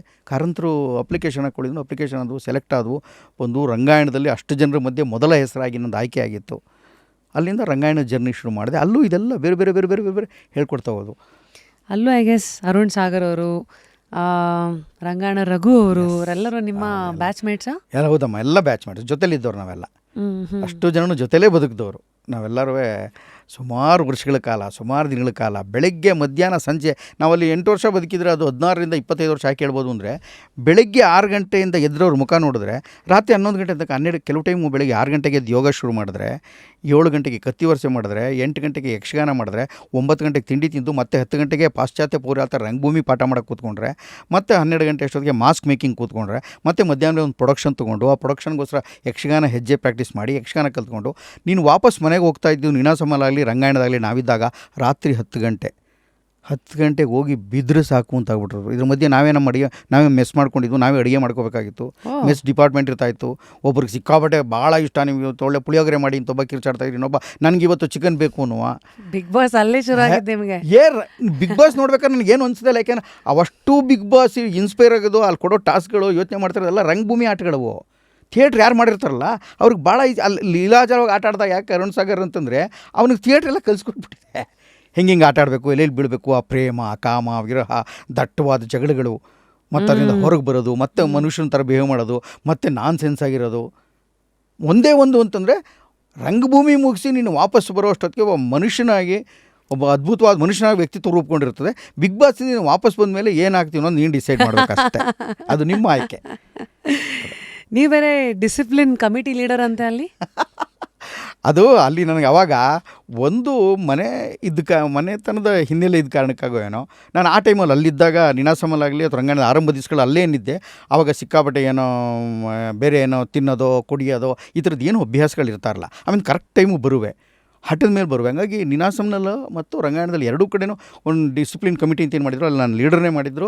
ಮತ್ತು ನನ್ನ ಮಾತನ್ನು ಒಂದು 4 ಜನ ಕೇಳ್ತಾಯಿದ್ರು. ವಿಶೇಷವಾಗಿ ಹೆಣ್ಮಕ್ಳಿಗೆ ನಾನು ಭಾಳ ಹತ್ತಿರದಲ್ಲಿದ್ದೆ. ಯಾಕೆಂದ್ರೆ ಅವ್ರು ಆಳ್ಗೆ ತಬ್ಬಿದ್ರು ಅಂದ ತಕ್ಷಣ ಒಂದು ಎಳ್ನೀರು ತಂದು ಕೊಡುವೆ, ಅವ್ರಿಗೆ ಖುಷಿ ಆಗ್ಬಿಡೋದು. ಹಲಸನ್ನು ಕೇಳಿದ್ರೆ ಹಲಸನ್ನು ಕೊಡುವೆ, ಮತ್ತೊಂದೇನೋ ಮಾಡುವೆ. ಹೆಣ್ಮಕ್ಳನ್ನ ಹೊಲಿಸ್ಕೊಳಕ್ಕೆ ಬೇಕಾದ ಎಲ್ಲ ಕಲೆಗಳು ಗೊತ್ತಿತ್ತು ನನಗೆ. ಅವು ಇನ್ನೇನು ಕೇಳಲ್ಲ, ಅವು ಏನು ಕೋಟ್ಯಾಂತರ ರೂಪಾಯಿ ಕೇಳಲ್ಲ, ವಿಶ್ವಾಸ ಕೇಳ್ತವೆ. ಹೆಣ್ಮಕ್ಳು ಪ್ರೀತಿ ಕೇಳ್ತವೆ. ಆ ಕೊಟ್ಟಾಗ ಚೆನ್ನಾಗಿದ್ದು. ಇವತ್ತಿಗೂ ಬಹಳ ಪ್ರೀತಿಯಿಂದ ಸೆಟ್ಟಲ್ಲಾಗಲಿ ಮತ್ತೊಂದು ಕಡೆ ಅಲ್ಲ, ತುಂಬ ವಿಶ್ವಾಸದಿಂದ ನಡೆಸ್ಕೋತಾರೆ. ನಾನು ಚೆನ್ನಾಗಿರ್ತೀನಿ, ಸಂತೋಷವಾಗಿರ್ತೀನಿ, ಭಾಳ ನಂಬಿಕೆ ಇಟ್ಟು ಎಲ್ಲಿ ಬೇಕಾದ್ರೂ ಅವ್ರ ಜೊತೆ ಹೋಗಿದ್ದು ಬರ್ಬೋದು ಅನ್ನೋ ಧೈರ್ಯ ನನ್ನ ಜೊತೆ ಇದೆ. ತುಂಬ ಆಪ್ತವಾಗಿರ್ತಾರೆ, ಆತ್ಮೀಯವಾಗಿರ್ತಾರೆ. ಆಮೇಲೆ ನನಗೆ ತುಂಬ ಸಲ ಯಾರಿಗೆ ಅನಿಸಿದೆ ಬಿಟ್ಟಿರೋ ನನಗೆ ಗೊತ್ತಿಲ್ಲ, ಅಥವಾ ವಿಚಿತ್ರ ಅನ್ನಿಸ್ತು ನನ್ನ ಸ್ಟೇಟ್ಮೆಂಟು. ನನಗೆ ಒಟ್ಟು ಹೆಣ್ಣುಮಕ್ಕಳ ಜೀವನ ಎಷ್ಟಿಷ್ಟ ಅಂದರೆ, ಮುಂದಿನ ಜನ್ಮದಲ್ಲಿ ನಾನು ಅವಕಾಶ ಕೊಟ್ಟರೆ ನಾನು ಹೆಣ್ಣಾಗಿ ಹುಟ್ಟಬೇಕು ಅಂತ ಆಸೆ ಪಡ್ತೀನಿ. ಯಾಕೋ ಗೊತ್ತಿಲ್ಲ ನನಗೆ. ಹೆಚ್ಚು ಪ್ರಪಂಚದ ಎಲ್ಲ ಕಷ್ಟಗಳು ಅವಳಿಗೆ ಇದ್ದುಬಿಟ್ಟಿದೆ. ಆದರೆ ಮತ್ತೆ ಅವಳು ಎಲ್ಲ ಜೀರ್ಣ ಮಾಡಿಕೊಂಡು ಮತ್ತೆ ಇನ್ನೊಂದು ಜೀವಕ್ಕೆ ಪರಿಯೋಗ ಆಗಿಬಿಟ್ಟು, ಅದಕ್ಕೆ ಆರಂಭದಿಂದ ನೋಡಿ ತಂದೆ ಎಷ್ಟೇ ಹೇಳಿದ್ರು, ತಾಯಿ ನೀನು ಹಠ ಮಾಡಬೇಡ, ನಿಂಗೆ ತುತ್ತು ಕೊಡಿಸ್ತಾನೆ ಅಂತ, ಅವಳ ತುತ್ತು ತಿನ್ನಿಸೋದ್ರ ಮೂಲಕ ಬದುಕನ್ನು ಅವಳು ಹೇಳ್ಕೊಡ್ತಾ ಇರ್ತಾಳಲ್ಲ, ಆ ಕ್ಷಣ ತುಂಬ ಇಂಪಾರ್ಟೆಂಟು. ಮತ್ತೊಬ್ಬ ಜೀವಿಯನ್ನು ಬದಲು ಮಾಡೋದಕ್ಕೆ ತಂದೆಗಿಂತ ಹೆಚ್ಚು ತಾಯಿಗೆ ಅವಕಾಶ ಇದೆ ಅಂತ. ಒಳ್ಳೆ ತಾಯಿ ಆಗೋದು ಕೂಡ, ಒಳ್ಳೆ ಹೆಂಡತಿ ಆಗೋದು ಕೂಡ, ಒಳ್ಳೆ ಗೆಳತಿ ಆಗೋದು ಕೂಡ, ಒಳ್ಳೆ ಪ್ರಿಯತಮೆ ಆಗೋದು ಕೂಡ ಎಲ್ಲ ಒಂದು ಸೌಭಾಗ್ಯ ಅಲ್ವೇನ್ರಿ? ಎಷ್ಟೊಂದು ಶೇಡ್ಸು, ತುಂಬ ಬೇರೆ ಅವಳು ಆರಂಭದಿಂದ ಜೀವನ ಮುಗಿದು ಅಜ್ಜಿಯಾಗಿ ಭೂಮಿಗೆ ಹೋಗೋವರೆಗೂ ಅಷ್ಟೆಲ್ಲ ಮಾಡು. ಮತ್ತು ನೀನು ಹೆಣ ಸುಡೋಕ್ಕೆ ಬರಬೇಡ, ಬೇರೆಯವರು ಬರಲಿ ಅಂತ ಗಂಡಸು ಮತ್ತೆ ಅವಮಾನ ಮಾಡ್ತಾ ಇರ್ತಾನೆ ನೋಡಿ. ಅಪ್ಪನ ಹೆಣ ಸುಡೋಕ್ಕೆ ಮಗಳಿಗೆ ಅವಕಾಶ ಇಲ್ಲ ಇವತ್ತಿಗೂ. ಯಾರೋ ಧೈರ್ಯ ಕೊಟ್ಟು ಮಾಡ್ತಾರೆ, ತುಂಬ ಸಂತೋಷ ಆಗುತ್ತೆ. ಅಂಥವ್ರು ಇದೆ, ಎಕ್ಸೆಪ್ಷನ್ ಕೇಸ್ ಹೇಳ್ತಾರಲ್ಲ, ಪ್ರಶ್ನೆ ಮಾಡೋರು ಇದ್ದಾರೆ, ಯಾಕೆ ಅಂತ. ಗಂಡ್ಮಕ್ಳು ಓಡಾಡ್ಕೊಂಡು ನಿಂತು ಅವ್ನು ಬರೆದೇವ್ರು, ಅವ್ನು ಬರಲಿಲ್ಲ, ಸಾವಿಗೆ ಗಂಡ್ಮಗ ಬರಲ್ಲ ಅಂತ ಬರ್ತಾ ಹೊರತು, ಹೆಣ್ಮಕ್ಳು ಅಯ್ಯೋ ಇರಲಿ ಬಿಡಿ ಪರವಾಗಿಲ್ಲ ಮಾಡ್ಬೋಣ ಅಂತಾರೆ. ಅದು ಬದಲಾಗಬೇಕು. ನನಗೆ ಈ ವ್ಯವಸ್ಥೆಗಳೆಲ್ಲ ಬದಲಾಗಬೇಕು. ಆದರೆ ಅದೇನೋ ಅದರಲ್ಲಿರುವಂಥ ಒಂದು ಮಾಧುರ್ಯತೆ ಮತ್ತು ಒಂದು ಸಂತೋಷ, ಒಂದು ವಿಚಿತ್ರವಾದ ಆಪ್ತ ಭಾವ, ಅದಕ್ಕೋಸ್ಕರ ಹೆಣ್ಣಾಗಿ ಹುಟ್ಟೋದು ಕೂಡ ಒಂದು ದೊಡ್ಡ ಸೌಭಾಗ್ಯದ ಕಲೆ ಅಂತ ನಾನು ಆಸೆ. ಮಾತು ಹೇಳಿದ್ರಿ, ಒಂದು ಗಂಡಾಗಿ ಹುಟ್ಟಿ ಮುಂದಿನ ಜನ್ಮ ಅಂತಿದ್ರೆ ಹೆಣ್ಣಾಗಿ ಹುಟ್ಟುತ್ತೀನಿ ಅಂದರೆ ಅದರಲ್ಲಿ ನೀವು ನೋಡಿರೋದು ಯಾವತ್ತು ಪ್ರಪಂಚದಲ್ಲಿ ನಾವೇನು ನೋಡ್ತೀವಿ ಅನ್ನೋದು, ನಾವೇನು ಹೇಳ್ಕೋತೀವಿ ಅನ್ನೋದೇ ಕೊನೆಗೂ. ನಾನು ಸುತ್ತ ಬದುಕದಂಥ ಅನೇಕ ಹೆಣ್ಮಕ್ಳು ಕಷ್ಟಪಡೋ, ಆ್ಯಕ್ಟ್ ಮಾಡೋಕ್ಕೆ ಬರೋ, ರಂಗಭೂಮಿಗೆ ಬರೋ ಹೆಣ್ಮಕ್ಳು ಅದೆಷ್ಟು ಕಷ್ಟಪಡ್ತಾರೆ. ಸಿನಿಮಾಗೆ ಬರೋ ಹೆಣ್ಮಕ್ಳುಗಳು, ಆ ಹೀರೋಯಿನ್ಗಳು ಎಷ್ಟು ಕಷ್ಟಪಡ್ತಾರೋ ಅದ್ರ 4 ಕಷ್ಟ. ಆ ಜೂನಿಯರ್ ಆರ್ಟಿಸ್ಟಲ್ಲಿ ಬಂದು ಹಿಂದೆ ಯಾವುದೋ ಮೂಲೆಯಲ್ಲಿ ಒಂದು ಅಜ್ಜಿ ನಿಂತಿರ್ತಾಳೆ, 5,000 ಪಿಕ್ಚರ್ ಮಾಡಿರ್ತಾರೆ ಕಣ್ರಿ. ಅವಳು 300 ರೂಪಾಯಿಗೆ ಮತ್ತೆ ಅವನು ಯಾರೋ ಅಲ್ಲಿ ಅವನು ದುಡ್ಡು ಕಿತ್ಕೊಳ್ಳೋ ಕಾಯ್ತಾ ಇರ್ತಾನಲ್ಲ, ಅದು ಕಾಯ್ಕೊಂಡು ಅವನು ಕೊಟ್ಬಿಟ್ಟು ಮತ್ತೆ ನಡ್ಕೊಂಡು ಹೋಗಿ ನನಗೆ ಅಜ್ಜಿಯ ಬದುಕಿನಲ್ಲಿ ಅವಳ ಕಣ್ಣಲ್ಲಿ ಒಸರುವ ನೀರ ಪೊರೆ ಇದೆಯಲ್ಲ, ಅದು ತುಂಬ ಪಾಠಗಳನ್ನ ಕಲಿಸ್ಕೊಡ್ತಾ ಇರ್ತಾರೆ. ಹೆಣ್ಮಕ್ಳು ಮಾತಾಡ್ಬೇಕಾದ್ರೆ ನನಗೆ ಕಥೆಗಳನ್ನು ಕೇಳುವ ಚಟ ಇರೋದ್ರಿಂದ ಅನೇಕರ ಕಥೆಗಳನ್ನ ಕೇಳ್ತಾ ಇರ್ತೀನಿ, ಬೆರಗಾಗುತ್ತೇನೆ. ನನಗೆ ಕಥೆಗಳನ್ನು ಕೇಳೋದೇ ನನ್ನ ಬದುಕಿಗೆ ದೊಡ್ಡದೊಂದು ಬೇರೆ ಅನುಭವವನ್ನು ಕೊಟ್ಟಿದೆ. ಒಬ್ಬೊಬ್ಬರದು ನನ್ನ ಕತೆ, ನೀವು ಈ ಪ್ರಪಂಚದಲ್ಲಿ ಸೃಷ್ಟಿ ಮಾಡೋಕ್ಕಾಗಿರೋ ಅನೇಕ ಕಥೆಗಳು ಇನ್ನೂ ಮನಸ್ಸಿನಲ್ಲಿ ಬದುಕಿನಲ್ಲಿ ಹುದುಗೋಗ್ಬಿಟ್ಟಿದೆ, ತೆಗೆಯೋಕ್ಕೆ ಸಾಧ್ಯವಿಲ್ಲ. ಎಂತೆಂಥ ಪಿಕ್ಚರ್, ಅದಕ್ಕೆ ಬೇರೆ ಬೇರೆಯವರೆಲ್ಲರೂ ಬೇರೆ ಭಾಷೆಯವರು ತುಂಬ ಅತ್ಯುತ್ತಮವಾದ ಪಿಕ್ಚರ್ಗಳು ಎಲ್ಲ ಮಾಡಬೇಕಾದ್ರೆ ನನಗೆ ಯಾವಾಗಲೂ ಅನ್ನಿಸ್ತಾ ಇರುತ್ತೆ, ಅವ್ರು ಇಷ್ಟೊಂದು ಒಳ್ಳೆ ಪಿಕ್ಚರ್ ಮಾಡೋಕ್ಕೆ ತುಂಬ ಒಳ್ಳೆ ಕಥೆಗಳನ್ನ ಬದುಕನ್ನು ಕೇಳ್ತಾ ಇರ್ತಾರೆ. ಕಥೆಗಳು ಕೇಳೋದು ಅಂದ್ರೆ ಏನೋ ಬದುಕನ್ನು ಕೇಳ್ತಾ ಇರ್ತಾರೆ, ಬದುಕನ್ನು ಅರ್ಥ ಮಾಡ್ಕೋತಾ ಇರ್ತಾರೆ. ಆವಾಗ ಬೇರೆ ಬೇರೆ ಪಾತ್ರಗಳ ಬಗ್ಗೆ ಕುತೂಹಲ ಬರುತ್ತೆ. ಪ್ರಪಂಚದಲ್ಲಿರೋ ಬೇರೆ ಬೇರೆ ಎಲ್ಲ ಪಾತ್ರಗಳ ಬಗ್ಗೆನೂ ಕುತೂಹಲ ಉಂಟಿಸ್ಕೊಂಡ್ರೆ ಆವಾಗ ನಿಮಗೆ ಗಂಡು ಹೆಣ್ಣು ಟ್ರಾನ್ಸ್ಜೆಂಡರು ಎಲ್ಲರ ಬಗ್ಗೆನೂ ಒಂದು ಮರ್ಯಾದೆ ಇರುತ್ತೆ. ನನಗಂತೂ ಇದನ್ನು ಹೃದಯದಿಂದ ಹೇಳ್ತಾನೆ, ನನಗೆ 3 ವರ್ಗಗಳ ಬಗ್ಗೆ ಅಪಾರವಾದ ಗೌರವ ಇದ್ದೇ ಇದೆ. ಈ ಮಧ್ಯ ನಿಮ್ಮ ನೀನಾಸಂ ಜರ್ನಿನಲ್ಲೇ ಹೇಳಿದ್ರೆ ಹೆಣ್ಮಕ್ಳಂದರೆ ನನಗೆ ಅವ್ರನ್ನ ಹೇಗೆ ಪ್ರೀತಿ ಕೊಡೋದು, ಹೇಗೆ ಟ್ರೀಟ್ ಮಾಡೋದು ಗೊತ್ತಿತ್ತು ಅಂತ. ಹೇಗೆ ನೀನಾಸಂ ನಿಮಗೆ ಬದುಕನ್ನು ಕೊಡ್ತು, ಬದುಕಿಗೆ ಜೊತೆಗೆ ಗೆಳತಿಯನ್ನು ಕೂಡ ಕೊಡ್ತು. ಅದೇ ನಮ್ಮ ಸರೋಜಿನಿ ಹೆಗಡೆಯವರನ್ನು ಕೂಡ ಅಲ್ಲೇ ಮದುವೆ ಆಗ್ತೀರಿ. ಸೊ ಹೀಗೆ ಶುರುವಾದ ನಿಮ್ಮ ಜರ್ನಿ, ಸ್ಟಾರ್ಟಿಂಗ್ ಒಂದು ಪುಸ್ತಕ ಅಂತ ಭಗವಂತ ಕೊಟ್ಟು ಕಳಿಸಿದ್ರೆ ಓಪನ್ ಮಾಡಿ ಪುಟವಾಗಿ ತುಂಬಿಸ್ಕೊಳ್ತಾ ಹೋಗೋದು ನಾವೇ ಅನ್ನೋದು ನನ್ನ ನಂಬಿಕೆ. ಹೌದು, ಕೆಲವು ಸತಿ ರಾಂಗ್ ಸೆಂಟೆನ್ಸಸ್ಗಳು ಬರ್ಕೊಂಡ್ರು ಆಯ್ತು, ಅದು ಹಳೇದಾಯಿತು ಅಂತ ಅದನ್ನು ಕ್ಯಾನ್ಸಲ್ ಮಾಡಿಕೊಂಡು ಹೊಸದನ್ನು ಬರೆಯುವಂಥ ಒಂದು ಆತ್ಮಸ್ಥೈರ್ಯ, ನಂಬಿಕೆಗಳು ಇವೆಲ್ಲ ಹುಟ್ಟುತ್ತಾ ಹೋಗುತ್ತೆ. ಸೊ ನಿಮ್ಮ ಒಂದು ಮುಂದಿನ ಭಾಗ ಜನ್ಮದ ಜೋಡಿ ಮೂಲಕ ಏನು ಸಿನಿಮಾ ರಂಗಕ್ಕೆ ಅಂತ ಅಲ್ಲಿಂದ ಬರ್ತೀರಿ, ನಿಮಗೆ ರಂಗಭೂಮಿ ಒಂದಷ್ಟು ಮೌಲ್ಯಗಳನ್ನು ಮನುಷ್ಯನಾಗಿ ಹೇಗಿರಬೇಕು ಅಂತ ಕೆಲವುದನ್ನು ಕಟ್ಕೊಟ್ರೆ, ಸಿನಿಮಾ ರಂಗ ನಿಮಗೇನು ಕಟ್ಕೊಡ್ತು? ರಂಗಭೂಮಿ ಬದುಕನ್ನು ಹೆಂಗೆ ರೂಪಿಸ್ಕೋಬೇಕು, ಧೈರ್ಯವಾಗಿ ಆತ್ಮವಿಶ್ವಾಸದಿಂದ ನೀನು ಕ್ರಮಿಸಬೇಕು ಅನ್ನೋ ಯಾನವನ್ನು ಹೇಳಿಕೊಟ್ರೆ, ಸಿನಿಮಾ ನನಗೆ ಈ ರಂಗಭೂಮಿ ಹೇಳಿಕೊಡೋದ ಅನೇಕ ಭಾಗಗಳಿತ್ತಲ್ಲ, ಅಂದರೆ ವ್ಯವಹಾರ ಅಂದರೆ ಏನು, ಮತ್ತು ಈ ಬದುಕಿಗೆ ನೀನು ಪ್ರತಿಕ್ರಿಯಿಸೋದಕ್ಕೆ ಇನ್ನೊಂದು ಜಗತ್ತನ್ನು ರಂಗಭೂಮಿಯವರಿಗೆ ಒಂದು ಜಗತ್ತು ಮಾತ್ರ ಗೊತ್ತಿರುತ್ತೆ. ಈ ಹೊರಗಡೆ ಇನ್ನೂ ಅದಲ್ಲದೇ ವ್ಯಾವಹಾರಿಕ ಜಗತ್ತಿದೆಯಲ್ಲ, ವ್ಯಾವಹಾರಿಕ ಜಗತ್ತು ಮತ್ತು ಪಾತ್ರ ನಿರ್ವಹಿಸುವಾಗಲಿ ಇಲ್ಲಿ ಒಂದು ಸಲ ಗಟ್ ಮಾಡಿಬಿಟ್ರೆ 1.5 ತಿಂಗಳು ಗಟ್ ಮಾಡಿ ಪಟ ಅಂತ ಒಂದು ದಿನ ನಿಂತ್ಕೊಂಡು ಸ್ಟೇಜ್ ಮೇಲೆ ಚಚ್ ಹಾಕ್ಬಿಡ್ತಾಯಿದ್ವು. ಇಲ್ಲಿ ಆ ಕ್ಷಣಕ್ಕೆ ಒಂದು ಪೇಜ್ ಫುಲ್ ಕೊಟ್ಬಿಟ್ಟು ಪಟ್ ಅಂತ ಮಾಡು ಅಂದ ತಕ್ಷಣ ಒಂದು ದೊಡ್ಡ ಸವಾಲು. ಆ ಪಾತ್ರಕ್ಕೆ ಒಗ್ಗಿಕೊಳ್ಬೇಕು, ಅದನ್ನು ಅರ್ಥ ಮಾಡ್ಕೋಬೇಕು. ಈ ಎಲ್ಲ ರಂಗಭೂಮಿ ಅನುಭವಗಳನ್ನ ಅಲ್ಲಿ ನೀನು ದಾರಿ ಎರಿಬೋದು, ಎಲ್ಲ ಮಾಡ್ಬೋದು. ಆದರೆ ರಂಗಭೂಮಿಗೂ ಅಲ್ಲಿಗೂ ದುಡ್ಡು ಕಾಸಿನ ವಿಚಾರ ಇರ್ತದಲ್ಲ, ಅಲ್ಲಿ ಪರ್ ಡೇ ಅವತ್ತಿನ ಕನ್ವೆನ್ಸು ಮತ್ತು ದಿನಗಟ್ಟಲೆ ನೀನು ಮಾತಾಡಿದ್ದನ್ನು ದುಡ್ಡನ್ನು ಇಸ್ಕೊಂಡು ಹೋಗಿದ್ರೆ ಬದುಕೇ ಇಲ್ಲ. ರಂಗಭೂಮಿಲಿ ಎಷ್ಟು ಸಿಕ್ಕರೂ ಸಾಕು, ಹೆಂಗೋ ಅಡ್ಜಸ್ಟ್ ಮಾಡ್ಕೊಂಡು ಇದ್ಬಿಟ್ಟಿರ್ತೀವಿ. ಸಿನಿಮಾದಲ್ಲಿ ನೀನು ನಾನು ಭಾಳ ಸರಳವಾಗಿದ್ದೀನಿ ಸರ್, ರೋಡ್ ಸೈಡಲ್ಲಿ ಕೂತ್ಕೋತೀನಿ ಅಂತಂದರೆ ಸಿನಿಮಾ ಬಿಡೋದೇ ಇಲ್ಲ. ಅವನು ಇಡಿಯೇಟ್ ಆಗಿದ್ರೆ ಮರ್ಯಾದೆ ಇಲ್ಲ ಅಂತನ್ಬಿಡ್ತದೆ ಸಿನಿಮಾಕ್ಕೆ. ನೀನು ಅದಕ್ಕೆ ಸಿನಿಮಾ ರಂಗಭೂಮಿಯಿಂದ ಹೋದವ್ರು ಅನೇಕ ಜನ ಇವತ್ತಿಗೂ ಯಾಕೆ ಹಂಗೆ ಬಿಹೇವ್ ಮಾಡ್ತಾರೆ, ಗತ್ತಿನಲ್ಲೇ ಇರ್ತಾರೆ, ಹಂಗೆ ನಡ್ಕೋತಾರೆ ಅಂದರೆ ಸಿನಿಮಾ ಭಾಷೆ ಬೇರೆ, ಒಂದು ಅಭಿನಯದ ಭಾಷೆ. ಸಿನಿಮಾ, ಟಿವಿ, ನಾಟಕ 3 ಅಭಿನಯದ ಭಾಷೆ ಬೇರೆ ಬೇರೆ ಹೇಗೋ, ವ್ಯಾಕರಣ ಬೇರೆ 3 ಹೇಗೋ, ಹಾಗೆ ಅಲ್ಲಿ ಬದುಕುವ ಜೀವಿಸುವ ಕಲೆಯ ಭಾಷೆ ಕೂಡ ಬೇರೆ ಬೇರೆ ಇರ್ತದೆ. ಅದನ್ನು ಅರ್ಥ ಮಾಡ್ಕೊಂಡೇ ಮುಂದಕ್ಕೆ ಹೋಗಬೇಕು. 3ರಲ್ಲೂ ಯಶಸ್ಸು ಸಿಕ್ಕಿರೋದು ಭಾಳ ಕಮ್ಮಿ ಜನಕ್ಕೆ. ಸೀರಿಯಲಲ್ಲೂ ಯಶಸ್ಸು ಸಿಗೋದು, ಈಗ ಸಿನಿಮಾ ತುಂಬ ಜನ ಸಿನಿಮಾ ಮಾಡಿರ್ತಾರೆ, ಸೀರಿಯಲ್ ಅವ್ರಿಗೆ ಯಶಸ್ಸು ಕೊಡಲ್ಲ. ಅದು ಯಾಕೆಂದರೆ ಅವ್ರಿಗೆ ಬೇಕಂತ ಅದರಲ್ಲಿ ಕ್ಯಾಶುವಲಾಗಿ ಆ್ಯಕ್ಟ್ ಮಾಡೋದು, ಆಮೇಲೆ ದಿನಕ್ಕೊಂದು ನಿಮಿಷ ಮಾತಾಡೋದು, ಇದನ್ನು ದುಡ್ಡು ತೊಗೊಂಡೋಗೋದು ಈ ವ್ಯವಹಾರಗಳೆಲ್ಲ ಎಷ್ಟೋ ದಿಕ್ಕೇ ಇರಲ್ಲ. ತಿಂಗಳಿಗೊಂದು ಸರಿ ಮಾತಾಡಿರ್ತಾರೆ, ದುಡ್ಡು ಯಾವುದೋ ಬರುತ್ತೆ ಸಿನಿಮಾದು, ಅಲ್ಲಿದ್ದು ಬೇರೆ, ಇದ್ರದ್ದು ವ್ಯವಹಾರ ಬೇರೆ ಇರುತ್ತೆ ಗೆಳತಿ. 3ರದ್ದು ವ್ಯಾಕರಣಗಳು ಮತ್ತು ಆ ಭಾಷೆ, ಅದರ ಛಂದಸ್ಸು, ಅದರ ಲಯ ಎಲ್ಲ ಬೇರೆಯೇ. ಅದನ್ನು ಅರ್ಥ ಮಾಡ್ಕೊಳ್ಳೋಕ್ಕೆ ಸಿನಿಮಾದಲ್ಲಿ ನನಗೆ ಮೊದಲು ಸಾಧ್ಯ ಆಗಿದ್ದು ಯಾವುದು ಅಂತಂದರೆ, ಇಲ್ಲಿ ತುಂಬ ಮೆದುವಾಗಿ ತುಂಬ ಸಾಫ್ಟಾಗಿ ಏನಾದ್ರು ಇದ್ದರೆ ಇದು ತಿಂದು ಹಾಕ್ಬಿಡ್ತದೆ ಅಂತ. ಅದಕ್ಕೆ ನಾನು ನಾಟಕಕ್ಕೆ ಯಾರೋ ಫೋನ್ ಮಾಡಿದಾಗ, ಸರ್ ನಾಟಕ ಒಂದು ಮಾಡ್ಕೊಡ್ತೀರಾ ಅಂದರೆ, ನೀನು ಏನು ಕೊಡ್ತೀವಿ ಫಸ್ಟ್ ಹೇಳಪ್ಪ, ಇಷ್ಟಕ್ಕಾಗಲ್ಲ ಗೆಳೆಯ, ಇಷ್ಟು ಕಮ್ಮಿ ಆದರೆ ಹೆಂಗೆ ನಾಟಕ ಮಾಡೋಕ್ಕಾಗುತ್ತೆ ಹೇಳ್ತೀವಿ. ಸಿನಿಮಾದವ್ರು ಆದರೆ ನಾನು ಈಚೆಗೆ ಸಿನಿಮಾದವರು ಸೀರಿಯಲ್ನವ್ರು ಫೋನ್ ಮಾಡಿದ್ರೆ, ನಂದು ವ್ಯವಹಾರ ಇಷ್ಟಪ್ಪ, ಕೊಡ್ತೀಯಾ ಇಲ್ವಾ, ಕೊಡದೆ ಹೋದರೆ ಬೇಜಾರಿಲ್ಲ, ಮುಂದೆ ಸಲ ಸಿಗೋಣ, ಓಕೆ ಬಾಯ್ ನಾನು ಸಂತೋಷವಾಗಿ ಇಟ್ಬಿಡ್ತೀನಿ. ಮುಂಚೆ ಕೊರಗ್ತಾ ಇದ್ದೆ, ಈಗ ಕೊರಗೋದು ಇಲ್ಲ. ನನ್ನ ಹಣೆಯಲ್ಲಿ ಇದು ಬರೆದಿದೆ, ಇದ್ರೆ ಬರುತ್ತೆ, ಹುಡ್ಕೊಂಬರುತ್ತೆ. ನೀವು ಎಲ್ಲೇ ರೀ ಮೇಡಮ್, ನಿಮ್ಮನ್ನು ಹುಡುಕೊಂಬಂದು ನಿಮ್ಮನ್ನು ಎಬ್ಬಿಸಿ ನಿಂಗೊಂದು ಪಾತ್ರ ಕೊಟ್ಟು ಕರ್ಕೊಂಡು ಹೋಗುತ್ತೆ ಸಿನಿಮಾ, ಟಿವಿ. ನಾಟಕ ಏನಿರುತ್ತೆ ಅದೆಲ್ಲ ಅಡ್ಜಸ್ಟ್ ಮಾಡಿಕೊಂಡು ಮುಂದಕ್ಕೆ ಹೋಗ್ತಾ ಇರ್ತದೆ. ಹಾಗಾಗಿ ಈ 3ರದ್ದು ಗ್ರಾಮರೇ ಬೇರೆ, ವ್ಯತ್ಯಾಸಗಳು ಬೇರೆ ಮತ್ತು ಅನುಭವಗಳು ಬೇರೆ. ದಟ್ಟವಾಗಿ ಟಿ ವಿ ಸೀರಿಯಲ್ಲು ಮತ್ತು ಸಿನಿಮಾದೇನೆ ಬೇಕಷ್ಟು ವ್ಯತ್ಯಾಸಗಳಿರ್ತವೆ. ಇವೆರಡು ಒಂದೇನು ತುಂಬ ಜನ ಅಂದ್ಕೊಂಡಿರ್ತಾರೆ. ಇಲ್ಲ. ಈ ಸಂದರ್ಶನದಲ್ಲಿ ಬರೋ ಇದು ಬೇರೆ, ಸಾಕ್ಷಿಚಿತ್ರಗಳು ಬೇರೆ, ಡಾಕ್ಯುಮೆಂಟ್ರೀಸಲ್ಲಿ ಇರೋ ವ್ಯವಹಾರ ಬೇರೆ, ಆಮೇಲೆ ಇತ್ತೀಚೆಗೆ ಬಂದಿರುವಂಥ ಬೇರೆ ಬೇರೆ ಇನ್ನೊಂದಷ್ಟು ಹೊಸ ಪ್ರಯೋಗಗಳು, ವೆಬ್ ಸೀರೀಸ್ನ ಬೇರೆ ಯಾವುದಕ್ಕೆ ಸೇರಿಸ್ಬೇಕು ಅಂತ ಗೊತ್ತಿಲ್ಲ, ಅಲ್ಲಿ ವ್ಯವಹಾರಗಳು ಬೇರೆ ಆಗಿರ್ತದೆ. ಹಾಗಾಗಿ ದುಡ್ಡು, ಕಾಸು, ವ್ಯವಹಾರ, ಡೇಟು ನನ್ನ ಗೆಳೆಯ ಸಿ ಕೈ ಚಂದ್ರು ಯಾವಾಗಲೂ ಒಂದು ಮಾತಾಡ್ತಾ ಇರ್ತಾರೆ, ಡೇಟು ರೇಟು ಪಕ್ಕ ಇದ್ದರೆ ಎಲ್ಲಿಗಾರು ಹೋಗೋ ಮೈಲ ಅಂತ ಹೋಗಲೇಬೇಡ ನೀನು, ಪಕ್ಕ ಇರಬೇಕದು ಅಂತ. ಅದು ನಿಜ ಕೂಡ, ಅದು ಪಕ್ಕ ಮಾಡ್ಕೊಳ್ಳದೆ ಹೋಗೋಕ್ಕಾಗಲ್ಲ. ಈಚಿನ ದಿನಗಳಲ್ಲಿ ಅದಕ್ಕೆ ಅವರು ಡೇಟ್ ಎಲ್ಲ ಪಕ್ಕ ಆದರೂ ರೇಟ್ ಪಕ್ಕ ಆಗದೋದ್ರೆ ನಾನು ಮುಂದುವರಿಯಲ್ಲ. ಅದಕ್ಕಾಗಿ ನನಗೇನು ವ್ಯಥೆನೂ ಇಲ್ಲ. ವ್ಯವಹಾರ ಕಲಿಸ್ಕೊಡ್ತು ಸಿನಿಮಾ ಟಿ ವಿ ಅಂತೀನಿ.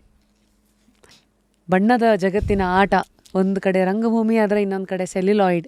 ಈ ಟಾಮ್ ಆ್ಯಂಡ್ ಜೆರಿ ರೇಸಲ್ಲಿ ಇಷ್ಟು ಗ್ರೇಸ್ ಆಗಿ ಇಲ್ಲಿವರೆಗೂ ನೀವು ಕಾಪಾಡ್ಕೊಂಬಂದಿದ್ದೀರಾ. ಕೆಲವು ಸಿನಿಮಾಗಳ ಬಗ್ಗೆ ನಮಗೊಂದಷ್ಟು ಕುತೂಹಲಗಳಿದೆ. ಬಿಗ್ ನೇಮ್ಸ್ ಲೈಕ್ ಜನ್ಮದ ಜೋಡಿ.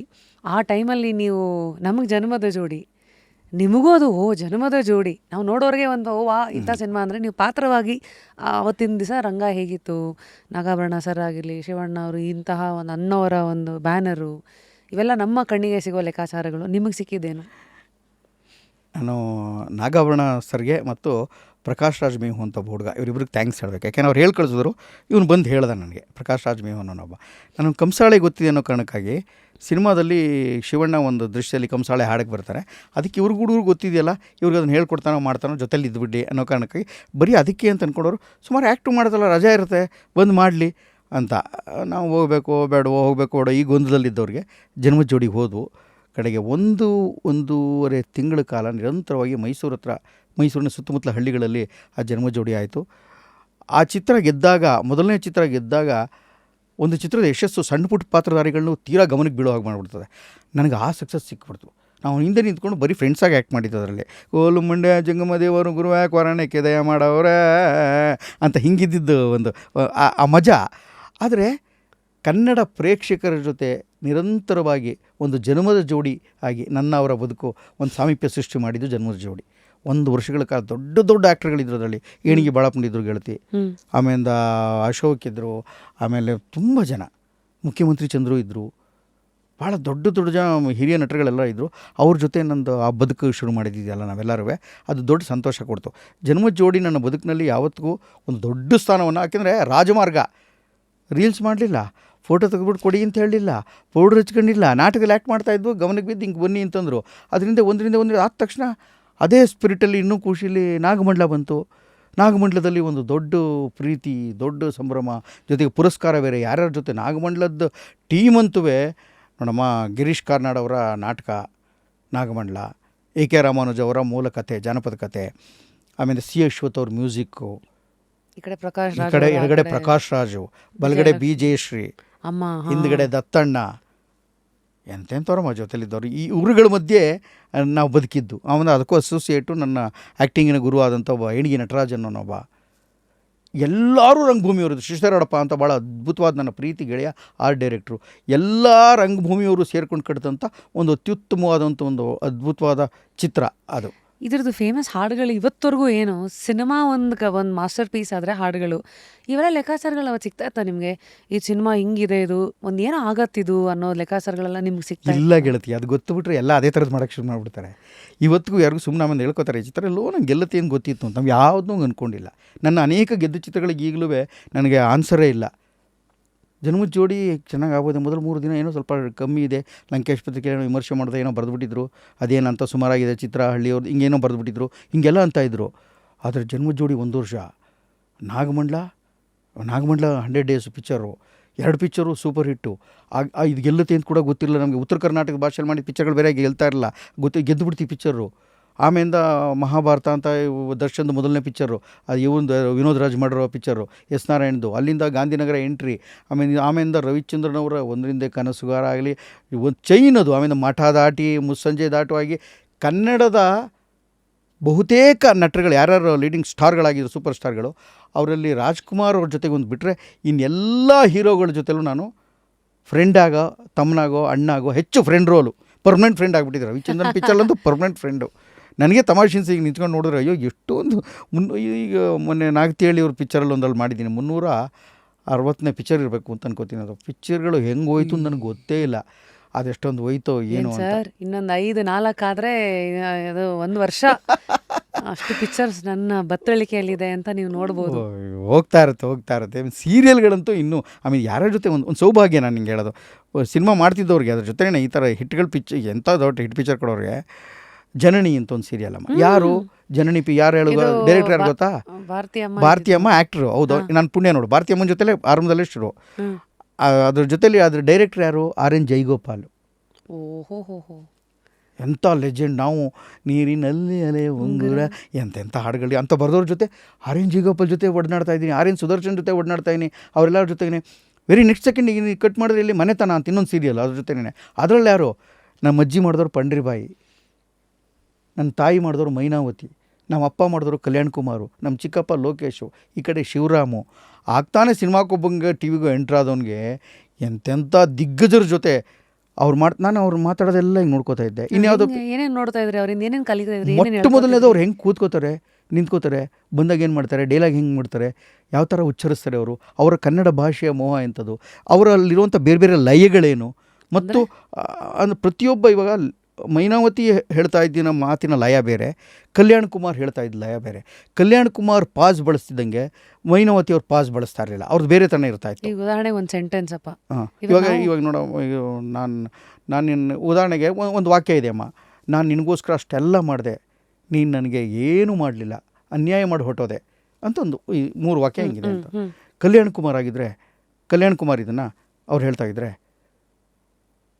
ಶುರು ಮಾಡೋಕ್ಕೆ ಮುಂಚೆನೇ ಇಷ್ಟು ಪಾಸ್, ನಾನು ನಿನಗೆ ಎಷ್ಟೆಲ್ಲ ಮಾಡಿದೆ, ಆದರೆ ನೀನು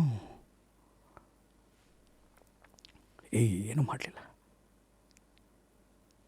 ಹೊರಟೋಗ್ಬಿಟ್ಟೆ, ಹೊರಟೋಗ್ಬಿಟ್ಟೆ. ಇದು ಕಲ್ಯಾಣ್ ಕುಮಾರ್. ಮೈನಾವತಿಯ ಅನ್ಕೋ ಲಯ ಅವ್ರದ್ದು. ನಾನು ನಿನಗೆ ಎಷ್ಟೆಲ್ಲ ಅನ್ಯಾಯ ಮಾಡಿದೆ, ನೀನು ಏನೂ ಕೇಳಲಿಲ್ಲ, ನಿನ್ನ ಪಾಡಿಗೆ ನೀನು ಸುಮ್ಮನೆ ಹೊರಟೋದೆ, ಇದು ಮಾಡಿ ಸರಿಯೇನೋ. ಲಯ ಬೇರೆ. ನೋಡಿ ಅಕಸ್ಮಾತ್ ಇದನ್ನೇ ಏನಾದ್ರು ರಾಜ್ಕುಮಾರ್ ಅಂಥವ್ರ ಲಯ ಅವ್ರು ಆ್ಯಕ್ಟ್ ಮಾಡಿದಾಗ ನಾನು ನೋಡ್ದಂಗೆ ಅವ್ರು ಗಮನಿಸ್ಕೊಂಡಿದ್ದೆ. ನಾನು ಹತ್ತಿರದಲ್ಲಿ ಹಿಂಗೆ ದೂರ ನಿಂತ್ಕೊಂಡು ಹಿಂಗೆ ನೋಡ್ತಾ ಇದ್ದರೆ, ನಾನು ನಿನಗೆ ಎಷ್ಟೆಲ್ಲ ಸಹಾಯ ಮಾಡಿದೆ, ಆದರೆ ನೀನು ಎಲ್ಲವನ್ನು ತಿರಸ್ಕರಿಸಿ ಹೊರಟೋದೆ. ಯಾಕೆ ಅಂತ ನನಗೆ ಗೊತ್ತಿಲ್ಲ, ಆದರೆ ಇದು ನನ್ನ ಹಣೆಯಲ್ಲಿ ಬರೆದಿತ್ತು, ಆಯಿತು. ಅವಂದು ಇದು ಈ ಮಾತುಗಳು ಹೇಳು ಪಿಚ್ಚಿ ಹೇಳ್ತಾ ಪಾಸ್ಗಳು ಕೊಡ್ತಾ ಇದ್ದಿದ್ದು. ಅಂದರೆ ಒಬ್ಬೊಬ್ರದ್ದು ಒಂದೊಂದು ಬೇರೆ ಬೇರೆ, ಪ್ರತಿಯೊಬ್ಬ ನಟಂದು ಬೇರೆ ಬೇರೆ ಲಯ ಇರುತ್ತಮ್ಮ. ಅವ್ರ ಲಯ, ಅವ್ರ ಪಾಸು, ಅವರ ಯತಿಗಳು ಮತ್ತು ಪಿಚ್ಚು ಬಳಸ್ತಾ ಇದ್ದಿದ್ದು ಬೇರೆ. ಟೆನ್ನಿಸ್ ಕೃಷ್ಣ ಅವ್ರು ಡಬ್ ಮಾಡ್ಬೇಕಾದ್ರೆ ಅಥವಾ ರಥದಲ್ಲಿ ನಿಂತ್ಕೊಂಡಂಗೆ ನೋಡ್ತಿದ್ದು ಅದು ಈ ಬೇರೆ ಬೇರೆ ಅವ್ರ ಭಾರತೀಯವರ ಲಯ ಯಾವುದು ಗೊತ್ತಾ? ಅವ್ರ ಮೂಗು, ಅವ್ರ ಕಣ್ಣು, ಅವ್ರ ತಿರುಗು, ಅವ್ರ ಚಂದ ತಿರುಗ್ತಾ ಇದ್ದಿದ್ದೆ, ನೋಡ್ತಾ ಇದ್ದೆ, ಲುಕ್ಸ್ ಕೊಡ್ತಾ ಇದ್ದೆ, ಬೇರೆ ಥರ ಇರ್ತಾಯಿತ್ತು. ಜಯಂತಿ ಜೊತೆ ಆ್ಯಕ್ಟ್ ಮಾಡಿದೆ ಒಂದು ಪಿಕ್ಚರಲ್ಲಿ. ರಮೇಶ್ ಅರವಿಂದು, ಶ್ರುತಿ ಅವರೆಲ್ಲರೂ ಇದ್ರು, ಮರ್ತೇನೆ, ಪಿಕ್ಚರ್ ಹೆಸರು ಮರ್ತೇನೆ, ತುಂಬ ಆಗ್ಬಿಟ್ರಿಂದ. ಜಯಂತಿ ಅವರು ಯೋಚನೆ ಮಾಡ್ತಾ ಇದ್ದ ರೀತಿ ಅವ್ರು ನಡ್ಕೋತಾ ಇದ್ದು, ಅವ್ರ ಥರ ಡಬ್ ಮಾಡೋರು ನಾನು ನೋಡಲೇ ನಮ್ಮ ಜಯಂತಿ ಅವರು. ಡಬ್ಬಿಂಗ್ ಇಲ್ಲ, ಮೈಕಿಂಗ್ ಇದೆ ಅಂತಂದರೆ ಅಲ್ಲಿ ಹಿಂಗೆ ನಡೀತಾ ಇದೆ ಅಂತನವರು ಮಿಕ್ದವ್ರೆಲ್ಲರೂ ಹಿಂಗೆ ಕೂತ್ಕೊಂಡು ಆರಾಮಾಗಿ ಚೇರ್ ಮೇಲೆ ಹಿಂಗೆ ಕೂತ್ಕೊಂಡು ಡಬ್ ಮಾಡ್ತಾರೆ ಅವ್ರು. ಅನ್ಕೊಳಮ್ಮ, ಯಾಕಂಗೆ ಮಾಡಿಬಿಟ್ಟೆ, ನಿನಗೆ ಗೊತ್ತಾಗಲ್ವಾ, ಎಲ್ಲಿಗೆ ಹೋಗ್ಬಿಟ್ಟಿದೆ ನೀನು, ನನಗೆ ಎಷ್ಟು ಕೋಪ ಬಂತು ಗೊತ್ತಾ, ಆದರೂ ಸುಮ್ಮನೆ ಇದ್ದೆ. ಏಯ್ ಹೋಗೋ ನಾಯಿ, ಗೊತ್ತಾಗಲ್ವ ನಿನಗೆ ಇಂದಿಷ್ಟು ಮಾಡ್ತಾರಲ್ವ ಜಯಂತಿಯವರು. ಯಾಕೋ ಹೀಗೆ ಮಾಡಿಬಿಟ್ಟೆ, ನನಗಾದ ಅನ್ಯಾಯವನ್ನು ನೀನು ಏನು ಮಾಡೋಕ್ಕೆ. ಮೈಕಿಗೆ ಎಷ್ಟು ಮುಂದೆ ಬಂದರೆ ಎಷ್ಟು ಹಿಂದೆ ಹೋದರೆ ಅದು ಹೊಡೆಯಲ್ಲ, ಏನು ಮಾಡಬೇಕು, ಎಷ್ಟು ದೂರದಲ್ಲಿರಬೇಕು, ಮತ್ತು ಕಣ್ಣು, ಮೂಗು, ಬಾಯಿ ಸಕಲ ಅವಯವಗಳನ್ನೂ ಬಳಸಿ ಆ್ಯಕ್ಟ್ ಮಾಡ್ತಾಯಿದ್ದು ಮಹಾತಾಯಿ ಅವಳು. ಡಬ್ಬಿಂಗಲ್ಲಿ ಅವ್ರು ಆ್ಯಕ್ಟ್ ಮಾಡೋ ಡಬ್ಬಿಂಗ್ ಮಾಡ್ಬೇಕಾದ್ರೆ ನಾನು ಅವ್ರನ್ನೇ ಏನು ನೋಡ್ತಾರೆ, ಡಬ್ಬಿಂಗ್ ಬಿಟ್ಬಿಡೆ ನಾನು ಮರ್ತೋಗೋದು, ಅವ್ರನ್ನೇ ನೋಡ್ತಾರೆ, ಏನು ಚೆನ್ನಾಗಿ ಅಂದ್ರೆ ಅವ್ರ ಕಣ್ಣಲ್ಲಿ ಅಲ್ಲೂ ನೀರು ಬರ್ತಾಯಿತ್ತು ಆ್ಯಕ್ಟ್ ಮಾಡ್ಬೇಕಾರೆ, ಅಲ್ಲೋ ನೆನಪಿಸ್ಕೊಂಡು. ಅದಕ್ಕೆ ಅವರೆಲ್ಲ ಅಷ್ಟು ಚೆನ್ನಾಗಿ ಇವತ್ತಿಗೂ ಒಳ್ಳೆ ಚೆನ್ನಾಗಿ ಸರ್ ಒಂದು ದಿವಸದಲ್ಲಿ ಆ್ಯಕ್ಟಿಂಗ್ ಕಲಿಸ್ಕೊಡಿ ಅಂತೆಲ್ಲ ಬರ್ತಾರೆ. ನಾನು ಭಾಳ ತಮಾಷೆ ಮಾಡ್ತಾ ಇರ್ತೀನಿ ಅವ್ರಿಗೆ, ಒಂದು ದಿವಸದಲ್ಲಿ ಆ್ಯಕ್ಟಿಂಗ್ ಕಲಿಯೋಕ್ಕಾರ ಅಂತ. ಅವ್ರು ನಾನು ಏನು ಮಾಡ್ಬೋದು ನೀವು ಹೇಳಿ ಸರ್ ಅಂದರೆ, ಹೋಗಮ್ಮ ಮೊದಲು ನೀನು ಜಯಂತಿದು, ಬಿ ಸರೋಜದೇವಿದು, ಹಳಬರು ಯಾರು ನಟಿರಿದಲ್ಲ, ಮಂಜುಳಾ ಎಲ್ಲರದು ಕ್ಲೋಸಪ್ ಶಾಟ್ಗಳನ್ನ ಹಾಕ್ಕೊಂಡು ನೋಡಮ್ಮ, ನಿಂತ್ಕೊಳ್ಳೋದು ಕೂತ್ಕೊಳ್ಳೋದು ಎಲ್ಲ ಅವ್ರ ಥರ ಮೊದಲು ಕಲ್ತ್ಕೊಂಬರಮ್ಮ, ಆಮೇಲೆ ಮಿಕ್ಕಿದ್ದು ನೋಡೋಣ ಅಂತ. ಯಾಕೆಂದರೆ ಅದೇ ದೊಡ್ಡ ಪಾಠ. ಮನೇಲಿದ್ದೇ ಆ್ಯಕ್ಟಿಂಗ್ ಕಲಿಬೋದು, ಕನ್ನಡಿ ನಿಂಗೆ ಒಳ್ಳೆ ಫ್ರೆಂಡು, ಪುಸ್ತಕ ನಿಂಗೆ ಒಳ್ಳೆ ಫ್ರೆಂಡು, ಬದುಕಿನ ಅನುಭವ ನಿನ್ನ ಫ್ರೆಂಡು, ತಗೊಳಕ್ಬೇಕು, ಹಾಕಬೇಕಷ್ಟೇ. ಮನೇಲೇ ನೀನು ಕೂತ ಕಡೆನೇ ತುಂಬ ಎಲ್ಲವನ್ನೂ ಗ್ರಹಿಸೋದ್ರ ಮೂಲಕ ಭಾಳ ಅದ್ಭುತ ನಟ ನಟಿ ಎಲ್ಲ ಆಗ್ಬೋದು. ಆದರೆ ಏನು ಅಂದರೆ ಅದು ಒಂದು ಹಂತ ಮಾತ್ರ. ಎರಡನೇ ಹಂತಕ್ಕೆ ನೀನು ಬದುಕಿಗೆ ಬೀಳಬೇಕು, ನಿನಗೆ ಪ್ರೇಮ ವೈಫಲ್ಯತೆ ಆಗಬೇಕು, ನಿನಗೆ ದೊಡ್ಡ ಟಾರ್ಚರ್ ಆಗಬೇಕು, ನಿನ್ನ ಮಗನ ಫೀಸ್ ಕಟ್ಟಕ್ಕೆ ನಿಂಗೆ ತೊಂದರೆ ಆಗಬೇಕು, ಗ್ಯಾಸ್ ಸಿಗ್ತಾ ಇರಬಾರ್ದು, ಹತ್ತತ್ತು ಬದುಕಿನ ಎಲ್ಲ ಸಂಕಷ್ಟಗಳು ಬಿದ್ದು ಅವಮಾನದಲ್ಲಿ ಕುಗ್ಗಿ ಕರಗಿ ನಾಶ ಆಗೋಗಿದ್ದೀನಿ ನಾನು, ನಿನ್ನ ಮುಗಿತು ಜೀವನ ಅಂದ್ಕೊಂಡು ಟೈಮ್ಗೆ ನಿಂಗೆ ಹೊಸ ದಿನ ಮತ್ತೆ ಸೃಷ್ಟಿಯಾಗುತ್ತೆ, ನೀನು ಎದ್ದು ಬರಬೇಕು. ಅದನ್ನು ಆ್ಯಕ್ಟಿಂಗಲ್ಲಿ ತೋರಿಸ್ಬೇಕು. ಇದು ನಟರ ಸ್ಟ್ಯಾನ್ಸ್ಲಾವ್ಸ್ಕಿ ಹೇಳ್ತಾನೆ, ನಿನ್ನ ತುಟಿಗಳು ಸದಾ ಅದರ್ತಾ ಇರ್ತವೆ ಅಂತ. ಅದರ್ತಾ ಇರ್ತವೆ ನಟ ಯಾಕೆಂದರೆ ಅವ್ನು ರಾತ್ರಿ ಮಲಗಿದ್ದಾಗಲೂ ಡೈಲಾಗ್ ಒಳಗಡೆ ಇರುತ್ತೆ, ತುಟಿ ನಡುಕ್ತಾ ಇರುತ್ತೆ. ನಿದ್ದೆ ಮಾಡ್ತಾ ಇರ್ತಾನೆ, ಪೂರ್ಣ ನಿದ್ದೆ ಮಾಡಿರಲ್ಲ. ಸುಪ್ತಾವಸ್ಥೆಯಲ್ಲಿ ಒಂದು ಪಾತ್ರ ಕೆಲಸ ಮಾಡ್ತಾನೇ ಇರುತ್ತೆ. ಸರ್ ಇದು ಪ್ರತಿ ಕ್ಷೇತ್ರದಲ್ಲೂ ಇದೆ ಸರ್ ಇದು. ಈಗ ನಾನು ಬ್ಯಾಡ್ಮಿಂಟನ್ ಆಡ್ತೀನಿ, ನೀವು ನೋಡಿದ್ದೀರಾ ಕೋರ್ಟಲ್ಲಿ ಯಾವುದೂ ಕೈ ಹಿಂಗೆ ಕೆಳಗಿಡೋಂಗಿಲ್ಲ, ಹುಲಿ ಥರ ಕಾಯ್ತಾ ಸ್ಟ್ಯಾಂಡ್ಸ್ ಇರಬೇಕು, ಆ ರ್ಯಾಕೆಟ್ ಇಟ್ಕೊಂಡ್ರೆ ಅದು ಯಾವಾಗಲೂ ಹಿಂಗೆ ಅಳ್ಳಾಡ್ತಾ ಇರಬೇಕು ಅದು, so that you are ready for everything. So ನೀವು ಅದು ಹಿಂಗೆ ಆ ತುಟಿ ಪದರ್ಗುಡ್ತಾ ಇರುತ್ತೆ ಅಂತ ಹೇಳಿದಾಗ ನನಗೆ ಇಮ್ಮಿಡಿಯೇಟಾಗಿ ಎಲ್ಲದ ಕಡೆಗೂ ಇದು ಹೆಂಗೆ ಸೇಮ್ ಇದೆ ಇಲ್ವಾ, ಸಿಲೆಬಸ್ ಬೇರೆ ಇರ್ಬೋದು. ಇಲ್ಲ, ಇದನ್ನೇ ಒಂದು ಸಿಲೆಬಸ್ ಥರ ಮಾಡಿಕೊಂಡು ಜನರಲ್ ಥಿಂಗ್ಸ್. ಒಂದು ಅಂಗಡಿ ಕಳಿಸ್ತೀವಿ, ನಟನದಲ್ಲಿ ಕ್ಲಾಸ್ ಮಾಡೋಕೆ ಒಂದು ಅಂಗಡಿ ಕಳಿಸ್ತೀವಿ, ಸ್ಮಶಾನಕ್ಕೆ ಹೋಗುವಂತೀವಿ, ಪಾರ್ಕ್ಗೆ ಹೋಗುವಂತೀವಿ, ಅಲ್ಲೆಲ್ಲ ನೋಡ್ಕೊಂಬಂದು ಸುತ್ತಾಡ್ಕೊಂಡು ಟೀ ಅಂಗಡಿ ಕುಡಿತಾ ಏನು ಮಾಡ್ಕೊಂಬಂದು ವಾಪಸ್ ಮಾಡ್ಕೊಂಬಂದು ಅದನ್ನು ಇಂಪ್ರೂವೈಸೇಷನ್ ಮಾಡಿಸ್ತೀವಿ. ಇದನ್ನು ಈ ಚೆನ್ನಾಗಿ ನೀನು ಭಾಷೆ ಮಾಡ್ಬೋದಿತ್ತು, ಈ ಚೆನ್ನಾಗಿ ಹೇಳು ಅಂತ ಹೇಳ್ತಾ ಹೋಗ್ತೀವಿ. ಇಡೀ ವರ್ಷ ರಂಜನೆಯ ಮೂಲಕ, ತಮಾಷೆಯ ಮೂಲಕ, ತುಂಟಾಟಗಳ ಮೂಲಕ ಜಗತ್ತಿನ ಅನೇಕ ಹೊಸ ಹೊಸ ಜಗತ್ತನ್ನು, ಅವರ ಅಳುವಿನ ಮೂಲಕ, ಅವರ ಭಾವುಕ ಜಗತ್ತಿನಲ್ಲಿ ನಾವು ಪ್ರವೇಶಿಸಿ ಅವರ ಬದುಕಿನಲ್ಲಾಗುವಂಥ ಎಲ್ಲ ಅವಘಡಗಳನ್ನು, ಸಂತೋಷಗಳನ್ನು ಮತ್ತಷ್ಟು ಹೆಚ್ಚು ಹೆಚ್ಚು ಉದ್ದೀಪಿಸಿ ಮತ್ತೆ ಅದನ್ನು ಕ್ಲಾಸ್ ಮಾಡಿ ತೋರಿಸಿ ಮತ್ತೆ ಅದಕ್ಕೆ ಮೆರುಗು ಹಿಡಿಯುವಂಥ ಕೆಲಸವನ್ನು, ಅದಕ್ಕೆ ಸ್ಥಾನ ಹಿಡಿಯುವ ಕೆಲಸವನ್ನು ನಟನದಲ್ಲಿ ಮಾಡಲಾಗ್ತಾ ಇದೆ. ನಟನನ್ನು ನಾವು ಸೃಷ್ಟಿ ಮಾಡೋಕ್ಕೆ ಪ್ರಯತ್ನ ಮಾಡ್ತಾ ಇರೋದು ಹಾಗೆ. ಅದಕ್ಕೆ ಭಾಷೆಯ ನೆರವು, ಅದಕ್ಕೆ ಸಾಹಿತ್ಯ ನೆರವು ಎಲ್ಲ ತೊಗೋತೀವಿ. ಅದಕ್ಕೆ ಸಂಜೆ 5 ಗಂಟೆಯಿಂದ ರಾತ್ರಿ 9 ಗಂಟೆವರೆಗೂ ಅವ್ರು ನಿರಂತರವಾಗಿ ಕ್ಲಾಸ್ಗಳು ಇದನ್ನು ಮಾಡ್ತಾ ಮಕ್ಕಳಿಗೂ ಇದೇ ಥರ ಪ್ರತಿ ಶನಿವಾರ ಭಾನುವಾರ ಮಾಡ್ತೀವಿ. ಮತ್ತು ಇನ್ನೊಂದು 3ನೇ ಹಂತ, ಇಡೀ ವರ್ಷ ಏಪ್ರಿಲ್ನಲ್ಲಿ ಇದನ್ನು ಕಾಲ್ ಮಾಡ್ತೀವಲ್ಲ ಮಕ್ಕಳಿಗಾಗಲಿ ಮತ್ತು ಯುವಕ ಯುವತಿಯರಿಗಾಗಲಿ, ಇದನ್ನು ಕರಿತೀವಿ ನಾವು, ಯಾರು ಬಂದು ಹಿಂಗೆ ಸೇರ್ಕೋಬೋದು ಅಂತ. ಆಗ ಒಂದು ಜನ ಬರ್ತಾರೆ. ತುಂಬ ಜನ ಒಂದು ಅಪಪ್ರಚಾರ ಒಂದು ಏನು ಮಾಡಿಬಿಟ್ಟಿದ್ರೆ ಅಲ್ಲಿ ಫೀಸ್ ಇದೆ ಅಂತ. ಹೌದು, ಫೀಸ್ ಇಲ್ಲ ನಾವು ಕೆಲಸ ಮಾಡಿ. ಯಾಕೆ ನಮ್ಮ ರಂಗಮಂದಿರದ ಟ್ಯಾಕ್ಸ್ ಆಗಲಿ, ನಮ್ಮ ನೀರಾಗಲಿ, ನಮ್ಮ ನಿಡಿ ಆಗಲಿ, ಅಲ್ಲಿ ಕೊಡುವ ಆರ್ಟಿಸ್ಟ್ಗಳಿಗೆ ಪೇಮೆಂಟ್ ಆಗಲಿ ಯಾವುದು ಪುಕ್ಕಟ್ಟೆ ಎಲ್ಲೂ ಬರೋಲ್ಲ. ನಮ್ಮ ಹತ್ರ ಎಲ್ಲೂ ದಾನ ಸಿಗೋಲ್ಲ. ಈಗ ಯಾವ ಸರ್ಕಾರ ಬಂದು ಒಂದು ಕೊಡ್ತು ಇಲ್ಲ ಅಂದರೆ ಇಲ್ಲ, ಯಾವುದು ಗ್ಯಾರಂಟಿ ಇಲ್ಲ ಅನುದಾನಗಳು ನಮಗೆ. ಆವಾಗ ನಾವು ಫೀಸ್ ತೊಗೊಳ್ಳೇಬೇಕು. ಆದರೆ ಒಂದೇನು ಅಂತಿದೆ, ಆಡಿಷನ್ ಮಾಡುವಾಗ ಆ ಹುಡುಗಿ ತುಂಬ ಚೆನ್ನಾಗಿ ಆ್ಯಕ್ಟ್ ಮಾಡ್ತಾಳೆ, ಅವನು ತುಂಬ ಚೆನ್ನಾಗಿ ಆ್ಯಕ್ಟ್ ಮಾಡ್ತಾನೆ, ಆದರೆ ತುಂಬ ತೊಂದರೆ ಇದೆ, ಅವನು ದುಡ್ಡು ಕಟ್ಟೋಕ್ಕೆ ಆಗ್ತಾಯಿಲ್ಲ ಅಂತಂದರೆ ಆ ದುಡ್ಡನ್ನು ಬೇರೆಯವ್ರ ಕೈಲಿ ಸ್ಕಾಲರ್ಶಿಪ್ ಥರ ಕೊಡಿಸಿ ಅನೇಕ ಜನ ಸಹಾಯ ಮಾಡ್ತಾರೆ. ಫೆಲೋಶಿಪ್, ಒಂದು ಮಗು ಓದ್ತಾ ಇದೆ ಅಂದ್ರಲ್ಲ, ಆ ದುಡ್ಡು ನಾನು ಕೊಡ್ತೀನಿ ಸರ್, ನಮ್ಮಲ್ಲಿ ನಟನಿಗೆ ಏನು ಕೊಡ್ಬೋದು ಅಂತ ಬರ್ತಾರೆ, ಸರ್ ಹುಡುಗಂದು ಫೀಸ್ ಕಟ್ಟಿ ಸರ್. So sweet. ಎಷ್ಟು ಸರ್ ಇದು ಫೀಸು?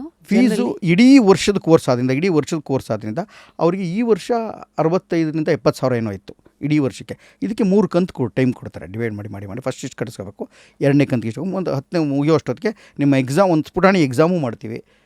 ಆಮೇಲೆ ಪ್ರತಿ ಭಾನುವಾರನೂ ಅವ್ರ ನಾಟಕಗಳು ಅವ್ರು ಆ್ಯಕ್ಟ್ ಮಾಡ್ತಾ ಇರ್ತಾರಲ್ಲ, ನಾಟಕಗಳೆಲ್ಲ ಶೋ ಆಗುತ್ತಲ್ಲ, ಅದು ಒಂದು ಎಕ್ಸಾಮ್, ಜನಗಳ ಮುಂದೆ ಪರೀಕ್ಷೆ, ಅದು ಅವ್ರು ಅಲ್ಲಿ ಪಾಸ್ ಮಾಡ್ತಾ ಹೋಗ್ತಾರೆ. ಅದಕ್ಕೆ ಮೊದಲು ಆರಂಭದಲ್ಲಿ ತುಂಬ ಮುದುರ್ಕೊಂಡು ಡಲ್ಲಾಗಿ ಹೆದರ್ಕೊಂಡು ನಡುಕ್ತಾ ಇದ್ದು ಹುಡುಗಿ ವರ್ಷ ಮುಗಿಯೋಷ್ಟೊತ್ತಿಗೆ ಭಾಳ ಚೆನ್ನಾಗಿ ಬೇರೆ ಜಗತ್ತನ್ನು ನೋಡಿದಂತಹ ಅನುಭವವಾಗಿ ಅವರು ಚೆನ್ನಾಗಿ ಆ್ಯಕ್ಟ್ ಮಾಡೋಕ್ಕೆ ಶುರು ಮಾಡ್ತಾರೆ, ಚೆನ್ನಾಗಿ ವಿಚಾರ ಮಾಡ್ತಾರೆ, ಇನ್ನೊಬ್ರಿಗೆ ಹೊಂದ್ಕೊಳ್ಳೋದು ಕಲಿತಾರೆ. ತುಂಬ ಮುಖ್ಯ ಅದು. ಎಲ್ಲ ಮಾಡಿಬಿಟ್ಟು ಕಡೆಗೆ ಜಗತ್ತಿಗೆ ಹೊಂದ್ಕೊಳ್ಳೋದವ್ರು ಮಾಡೋ ಪ್ರಯೋಜನ ಇಲ್ವಲ್ಲ, ಅದ್ರ ಕಡೆ ಪ್ರಯತ್ನ ಮಾಡ್ತಾ ಇರ್ತೀವಿ. ಇದಲ್ಲದೆ ಮಕ್ಕಳಿಗೂ ಇದೇ ಥರದ್ದು ನಡೀತಾ ಇರುತ್ತೆ. ಇದರಲ್ಲಿ ಇದು ಮುಗಿದ ಮೇಲೆ 1 ವರ್ಷ ಆದಮೇಲೆ ಕೂಡ ನಾವು ಮತ್ತೆ ರಂಗಭೂಮಿ ಮುಗಿತೀವಿ ಸರ್, ದಯವಿಟ್ಟು ಮುಂದುವರಿತೀವಿ, ನಮ್ಗೆ ಸಹಾಯ ಮಾಡಿ ಅಂತ ಹೇಳಿದವ್ರಿಗೆ ರೆಪರ್ಟ್ರಿ ಅಂತ ಮಾಡಿ ಅವ್ರು ಟೂರೆಲ್ಲ ಮಾಡ್ತಾ ಅವ್ರಿಗೂ ಕೈಗೊಂಚೂರು ಕಾಸು ಕೊಡ್ತೀವಿ ಅವ್ರಿಗೆ.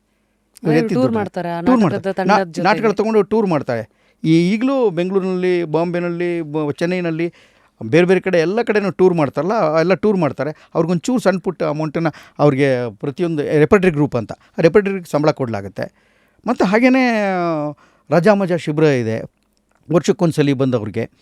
ಮತ್ತು ನಟನ ಸ್ಪಂದನ ಶಿಬಿರದ ಬಗ್ಗೆ ಹೇಳಿ ಸರ್. ಆ ರಜಾ ಮಜಾ ಶಿಬಿರ ಪ್ರತಿ ಏಪ್ರಿಲ್ 11ರಿಂದ ಶುರುವಾಗುತ್ತೆ, 25 ದಿನಗಳ ಶಿಬಿರ.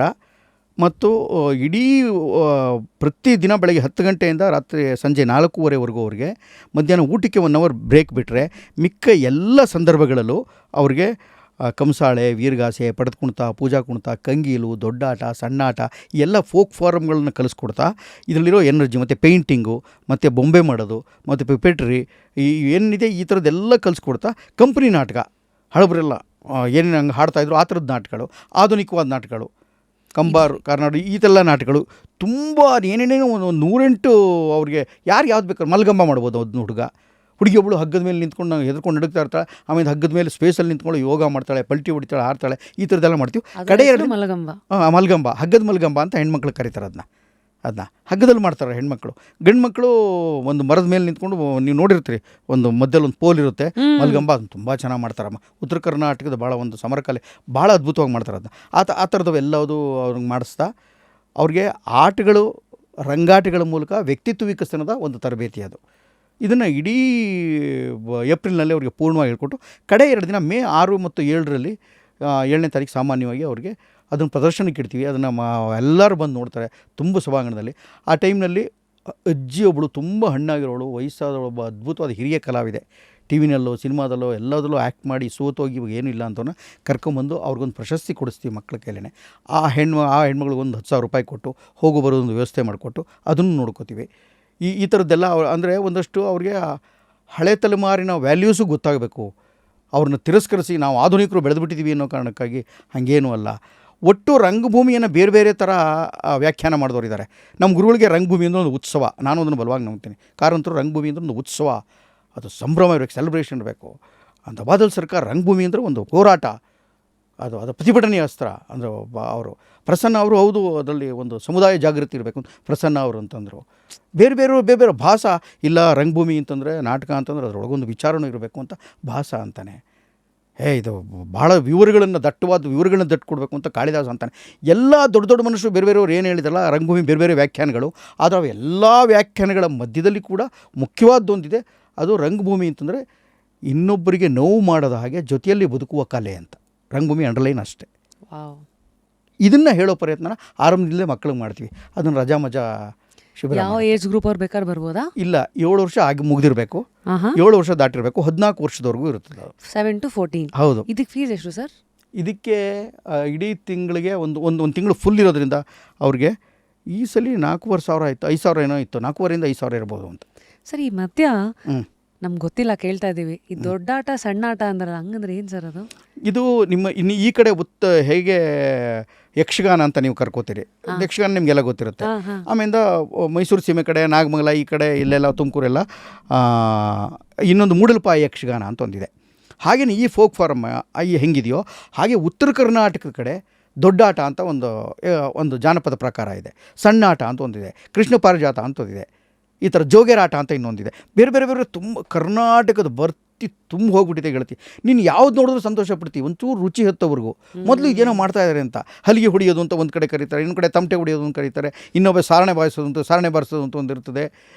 ನೀನು ಈ ಒಂದು ಜನ್ಮಕ್ಕೆ ಪೂರ್ಣ ಪೂರೈಸಲಾಗದಷ್ಟು ಇರುವ ಸಾಮಗ್ರಿ ಅಂತಿದ್ದರೆ ಅದು ಜಾನಪದ ಕಲೆಗಳಮ್ಮ. ಅಷ್ಟೊಂದು ಇದೆ. ಅದನ್ನು ಎಳೆಯ ತಲೆಮಾರಿಗೆ, ಯುವಕರಿಗೆ ಅದರ ರುಚಿ ಹತ್ತಿಸುವ ಕೆಲಸ ಒಂದಷ್ಟು ಜನ ನಿರಂತರವಾಗಿ ಮಾಡ್ತಾಯಿದ್ದಾರೆ. ನಂಗೆ ಅವ್ರ ಬಗ್ಗೆ ಗೌರವನೂ ಇದೆ. ಆದರೆ ಪಾಪ ಅವ್ರು ಮಾಡ್ತಾ ಇರೋ ಕೆಲಸಕ್ಕೆ ಬೇಕಾದಷ್ಟು ಸಪೋರ್ಟ್ ಸಿಗ್ತಾ ಇಲ್ಲ. ಯಾಕೆಂದರೆ ಅದನ್ನು ರೀಲ್ಸ್ ಮಾಡಿ ಯಾರು ನೋಡ್ತೀವಿ, ಒಂದು ದೊಡ್ಡಾಟನೂ ರೀಲ್ ಯಾರು ಮಾಡೋಕ್ಕಲ್ಲ.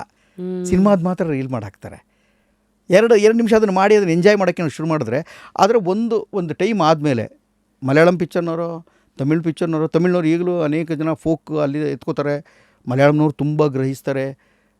ಅದು ಹಂಗೆ ಕನ್ನಡದಲ್ಲೂ ಆ ಥರದೊಂದು ಶುರುವಾಗಿ ಒಂದು ಕಾಂತಾರ ಬರದೇ ಹೋಗಿದ್ರೆ, ಒಂದು ದೊಡ್ಡ ಫೋಕ್ ಫಾರ್ಮ್ಗೆ ಅಲ್ಲಿ ಒಂದು ಜಾನಪದೀಯ ಅಧ್ಯಯನ ಶಾಸ್ತ್ರವಾದಂಥ ಒಂದು ಕಲೆ ಅಲ್ಲಿ ಅರಳಿಕೊಳ್ಳದೆ ಹೋಗಿದ್ರೆ, ಈ ಥರದೊಂದು ದೈವ ನಿಯಾಮಕವಾದೊಂದು ಶಕ್ತಿ ಮೂಲಕ ಭೂಮಿಯನ್ನು ನಾವು ಅಧ್ಯಯನ ಮಾಡೋಕ್ಕೆ, ಜಗಳ ಮಾಡೋಕ್ಕೆ, ತೀರ್ಮಾನ ಮಾಡೋಕ್ಕೆ, ಒಂದು ಬಳಸ್ಕೊಳ್ಳೋಕ್ಕೆ ಅವಕಾಶ ಏನು ಗೊತ್ತಿಲ್ಲದಿದ್ದರೆ, ಪುರಾಣಗಳ ಕಲ್ಪನೆ ಇಲ್ಲದಿದ್ದರೆ, ಶಿವನ ಕಥೆ ಇಲ್ಲದಿದ್ದರೆ, ಕೃಷ್ಣನ ಕಲ್ಪನೆ ಇಲ್ಲದಿದ್ದರೆ ಏನು ಮಾಡೋಕ್ಕಾಗ್ತಾರಲ್ಲ ಅನ್ನೋ ವಿವರಗಳಿದೆಯಲ್ಲ, ಒಂದು ತುಂಬ ಆ ನಿಟ್ಟಿನಲ್ಲಿ ಅದು ನಮ್ಮ ಮಣ್ಣಿನ ಚಿತ್ರ.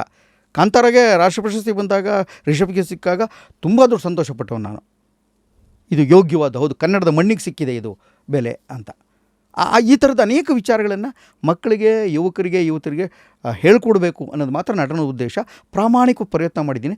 ನನ್ನ ಜೊತೆ ಇರೋ ಟೀಮ್ ಮಾಡ್ತಾಯಿದ್ದೀನಿ ಅಂತ ಹೇಳೋಕ್ಕೆ ನಂಗೆ ಸಂತೋಷ ಪಡ್ತೀನಿ. ನಾನಲ್ಲ, ನಟನ ಜೊತೆ ಇವತ್ತೇನು ಉಳಿದಿದ್ದಿಲ್ಲ ಟೀಮು, ಅದು ಅದ್ಭುತವಾದ ಗಟ್ಟಿಯುಕ್ತವಾದ ಟೀಮ್.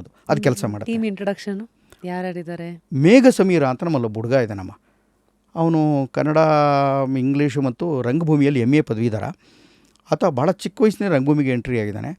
ಅವನು ತಬಲಾ ಬಾರಿಸ್ತಾನೆ, ಅವನು ಹಾರ್ಮೋನಿಯಮು ಬಾರಿಸ್ತಾನೆ, ಅವನು ಶಾನಾವಿ ಊದ್ತಾನೆ, ಅವನು ಚಂಡೇನೂ ಬಾರಿಸ್ತಾನೆ, ಅದ್ಭುತವಾಗಿ ಆ್ಯಕ್ಟ್ ಮಾಡ್ತಾನೆ, ಅದಕ್ಕಿಂತಲೂ ಅತ್ಯದ್ಭುತವಾಗಿ ಡೈರೆಕ್ಟ್ ಮಾಡ್ತಾನೆ, ಅದಕ್ಕಿಂತಲೂ ದೊಡ್ಡ ವಿಚಾರ ಮಾಡ್ತಾನೆ. ವಿಚಾರಗಳಿದೆ. ವಿಚಾರ ಮಾಡೋದಂದ್ರೆ ಅದ್ರ ಬಗ್ಗೆ ಹೇಳಿ. ಯಾಕಂದರೆ ಇವತ್ತಿನ ಪೀಳಿಗೆಗೆ, ತಲೆಮಾರಿಗೆ ಬೇಕಾಗಿರೋದು ವಿಚಾರ ಮಾಡೋ ಶಕ್ತಿ. ತುಂಬ ಪುಸ್ತಕಗಳು ಓದ್ತಾನೆ. ಪುಸ್ತಕದ ಬಗ್ಗೆ ಗ್ರೀಕ್ನಲ್ಲಿ ರಂಗಭೂಮಿ ಹೇಗಿದೆ ಮತ್ತು ಅಮೆರಿಕಾದಲ್ಲಿ ರಂಗಭೂಮಿ ಹೇಗಿದೆ, ಜಪಾನ್ ರಂಗಭೂಮಿ ಇದೆ, ನಮ್ಮ ರಂಗಭೂಮಿ ಅದಕ್ಕೆ ಯಾವ ಥರ ಸಾಮರಸ್ಯದಿಂದ ಕೂಡಿದೆ ಮತ್ತು ಅದರ ಸಾಮೀಪ್ಯತೆಗಳೇನು ಮತ್ತು ಅದರ ಒಂದಕ್ಕೊಂದು ಹೊಂದಾಣಿಕೆಗಳೇನು, ವ್ಯತ್ಯಾಸಗಳೇನು, ಇವೆಲ್ಲದ್ರ ಬಗ್ಗೆ ಚರ್ಚೆ ಮಾಡ್ತಾನೆ. ಶಾಸ್ತ್ರೋಕ್ತವಾಗಿ ನಮ್ಮ ರಂಗಭೂಮಿಯನ್ನು ಇನ್ನೊಬ್ಬರಿಗೆ ವಿವರಿಸಿ ಹೇಳಬಲ್ಲಂಥ ಎಲ್ಲ ವಿಚಾರವನ್ನು ರಂಗಭೂಮಿಯನ್ನು ತುಂಬ ಚೆನ್ನಾಗಿ. ಆಮೇಲೆ ಲೈಟಿಂಗು ಅಷ್ಟೇ ಚೆನ್ನಾಗಿ ಮಾಡ್ತಾನೆ, ಮ್ಯೂಸಿಕ್ಕು ಅಷ್ಟೇ ಚೆನ್ನಾಗಿ ಮಾಡ್ತಾನೆ, ಕಾಸ್ಟ್ಯೂಮು ತುಂಬ ಚೆನ್ನಾಗಿ ಮಾಡ್ತಾನೆ. ಈ ಎಲ್ಲ ಕೆಲಸವನ್ನು ಈ ಮೇಘಸೂರ್ಯನ ಹುಡುಗ ಒಂದು ದೊಡ್ಡ ಶಕ್ತಿ ಅವನು ನಟನದ್ದು ಅವನು. ಮತ್ತು ಇದೇ ಥರ ರಂಗ ಆಟಗಳನ್ನ ಆಡಿಸೋದ್ರ ಮೂಲಕ ದಿಶಾ ರಮೇಶು ಹಾಡುಗಳನ್ನು ನಮ್ಮಲ್ಲಿ ಶಾಸ್ತ್ರೀಯವಾದ ರಂಗಗೀತೆಗಳೇನಿತ್ತು ಆಧುನಿಕ 2ನೇ ತಲೆಮಾರು ಕಾರಂತರು ಬಂದ ಮೇಲೆ ಕಾರಂತರಿಂದ ದಾಟಿ ಇತ್ಲ ಕಡೆ ಈ ತುದಿಗೆ ಹೊಸಬರು ಮತ್ತು ಬಿ ಜಿ ಎಸ್ ಅವ್ರನ್ನೂ ದಾಟಿ ಈ ಕಡೆ ಹೊಸ ತಲೆಮಾರಿನ ರಂಗಭೂಮಿಯವರು ಏನೇನು ಮ್ಯೂಸಿಕ್ ಮಾಡ್ತಾಯಿದ್ದಾರೆ ಅದರ ರಿಯಾಕ್ಷನ್ಸ್ ಏನು ಅಂತ ರಂಗ ಸಂಗೀತದ ಬಗ್ಗೆ ಹಾಡ್ತಾ ಪ್ರಾಕ್ಟಿಕಲಾಗಿ ಮಾಡಿ ತೋರಿಸ್ತಾ ಮಕ್ಕಳಿಗೆ ಮತ್ತು ಯುವಕ ಯುವತಿಯರಿಗೆ ಧ್ವನಿಯನ್ನು ಹೊರಗೆ ತೆಗೆಯುವುದು ಹೇಗೆ, ಎಲ್ಲೆಲ್ಲಿಂದ ರಿಸೊನೇಟರ್ಸು ಇದು ಎಲ್ಲಿಂದ ಬರುತ್ತೆ, ಹ ಎಲ್ಲಿಂದ ಬರುತ್ತೆ, ಹ ಎಲ್ಲಿಂದ ಬರುತ್ತೆ, ನಾಭಿ ಬೇರೆ ಬೇರೆ ಕಡೆಯಿಂದ ಶಬ್ದಗಳು ಹೊರಡ್ತಾವಲ್ಲ ಅವುಗಳ ಮಹತ್ವ ಏನು ಮತ್ತು ಯಾಕೆ ಆ ಶಬ್ದಗಳನ್ನ ಉಚ್ಚರಿಸಬೇಕು ಅನ್ನೋದ್ರ ಬಗ್ಗೆ ದಿಶಾ ಆಗಲಿ ಅನೇಕ ಜನ ಈ ಥರ ಕ್ಲಾಸ್ ಮಾಡ್ತಾ ಇರ್ತಾರೆ. ಇದಲ್ಲದೆ ಹೊರಗಡೆಯಿಂದ ಬಂದಂಥ ಅನೇಕ ದೊಡ್ಡ ದೊಡ್ಡ ಡೈರೆಕ್ಟ್ಗಳು, ಅದು ಶ್ರೀಪಾದ್ ಭಟ್ರು ಆಗಿರ್ಬೋದು, ಅದು ಬಾಲಾಜಿ ಮನೋಹರ್ ಆಗಿರ್ಬೋದು, ನಾಗೇಂದ್ರ ಶಾ ಆಗಿರ್ಬೋದು, ಸುಚೇಂದ್ರ ಪ್ರಸಾದ್ ಆಗಿರ್ಬೋದು, ತುಂಬ ಜನ ಬಿ ಸುರೇಶ್ ಆಗಿರ್ಬೋದು, ಇವರೆಲ್ಲ ಫ್ಯಾಕಲ್ಟಿ ಇವರೆಲ್ಲ ಬೇರೆ ಬೇರೆ ಸಂದರ್ಭಗಳಲ್ಲಿ ಬಂದು ನಾಟಕ ಡೈರೆಕ್ಟ್ ಮಾಡಿಕೊಟ್ಟಿದ್ದಾರೆ. ಅವರು ಕಲಿಸುವ 1.5-2 ತಿಂಗಳ ಕಾಲ ಅವರು ಮಾಡಿಕೊಡ್ತಾರಲ್ಲ, ಆವಾಗ ಅವ್ರ ನಾಟಕಗಳ ಮೂಲಕ ಕಲಿತಂಥ ಅನೇಕ ಜನ ಇದ್ದಾರೆ. ತುಂಬ ಜನ ನಮ್ಮಲ್ಲಿ ಆ ಥರದೊಂದು ದೊಡ್ಡ ಹೊರಗಡೆಯಿಂದ ಬಂದು ಕೆಲಸ ಮಾಡ್ತಾ ಅಲ್ಲೇ ಉಳ್ಕೊಂಡು ಕೆಲಸ ಮಾಡ್ತಾ ಇರೋದು ನಮ್ಮ ಟೀಮ್ ಇದೆಯಲ್ಲ, ಇದು ನಮ್ಮ ನಟನವನ್ನು ಗಟ್ಟಿಯಾಗಿ ಕಟ್ಟಲಿಕ್ಕೆ ಸಹಾಯ ಮಾಡಿದೆ ನನಗೆ. ನಾನು ನಟನ ಅನ್ನೋದು ಮಂಡ್ಯ ರಮೇಶ್ ಅವರ ಹೆಸರಿನ ಹಿಂದೆ ಇದೆ ಅನ್ನೋ ಕಾರಣಕ್ಕಾಗಿ. ಅದ್ರ ಹಿಂದೆ ಕೆಲಸ ಮಾಡ್ತಾರೋ ಹುಡುಗರು ಇದ್ದಾರಲ್ಲ, ಯುವಕರು, ಪ್ರತಿ ವರ್ಷದ ಯುವ ವಿದ್ಯಾರ್ಥಿಗಳು ಬರ್ತಾರಲ್ಲ, ಮತ್ತು ಅದು ಮುಗಿಸೋದ್ಮೇಲೂ 1 ವರ್ಷ ಕೋರ್ಸ್ ಆದಮೇಲೆ ಮತ್ತೆ ನಾವು ರಂಗಭೂಮಿಲಿ ಕೆಲಸ ಮಾಡ್ತೀವಿ ಅಂತ ಇನ್ನೂ ಉತ್ಸಾಹ ತೋರಿಸ್ತಾ ನಮ್ಮಲ್ಲಿ ರೆಪರ್ಟರಿ ಗ್ರೂಪ್ ಉಳ್ಕೊಂಡಿದ್ದಾರಲ್ಲ, ಅದ್ಭುತ ನಮ್ಮ ಅವರು. ನಾನು ಈ ಜನ್ಮದಲ್ಲಿ ಅವ್ರು ಋಣ ತೀರ್ಸೋಕ್ಕಾಗಲ್ಲ, ಅಷ್ಟು ಕಷ್ಟಪಡ್ತಾರೆ ಅವರು. ಸೊ ವರ್ಷಕ್ಕೆ ಎಷ್ಟು ಜನ ಬರ್ತಾರೆ ಸರ್ ಸ್ಟೂಡೆಂಟ್? ವರ್ಷಕ್ಕೆ ನಾವು 25 ಜನ ಯುವಕ ಯುವತಿಯರನ್ನ ಆಯ್ಕೆ ಮಾಡ್ಕೋತೀವಿ. ತುಂಬ ಜನ ಆಯ್ಕೆ ಮಾಡ್ಕೊಂಡವ್ರು ಕೊಡೋಕ್ಕಲ್ಲ. ಮತ್ತು 30 ಜನ ಮಕ್ಕಳನ್ನ ತೊಗೋತೀವಿ. ಇದಲ್ಲದೆ ರೆಪರ್ಟ್ರಿ ಅವರು ಒಂದು 20 ಜನ ಇರ್ತಾರೆ. ಇದಲ್ಲದೆ ಪ್ರತಿ ವರ್ಷವೂ ಏಪ್ರಿಲ್ ಬರುವಂಥ ರಜಾಮಜಾದ ಅದು 350 ಜನ ಮಕ್ಕಳು.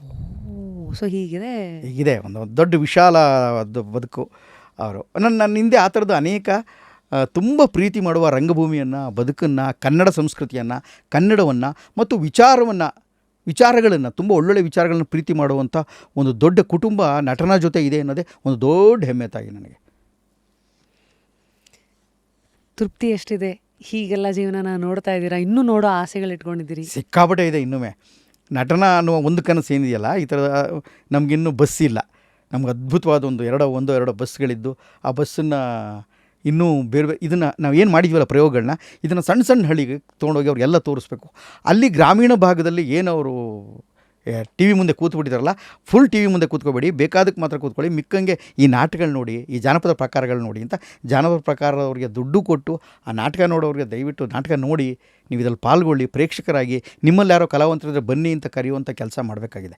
ನಾನು ತುಂಬ ಇನ್ನೂ ಚಲಿಸಬೇಕಾಗಿದೆ ತಂಡವನ್ನು ತೆಗೆದುಕೊಂಡು.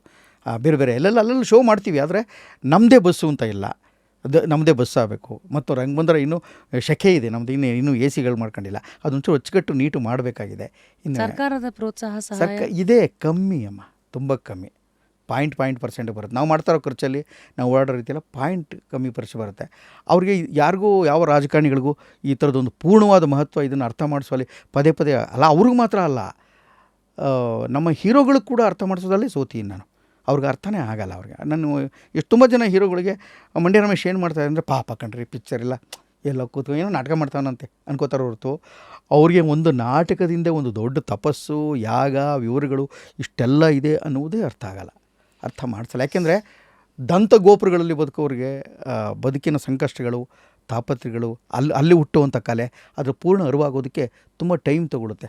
ಅದಕ್ಕೆ ಮಾಗಬೇಕು, ವಿಷಯಗಳು ಗೊತ್ತಾಗಬೇಕು, ಮತ್ತು ಅಹಂಕಾರಗಳನ್ನ ಒಡೆದುಕೊಂಡೇ ಬದುಕಬೇಕು. ಆಗ ಮಾತ್ರ ಏನೋ ಸಾಧ್ಯ. ಅಹಂಕಾರ ಒಡೆದುಕೊಳ್ಳೋದೇ ಒಂದು ದೊಡ್ಡ ಮಜಾ ಇದೆ.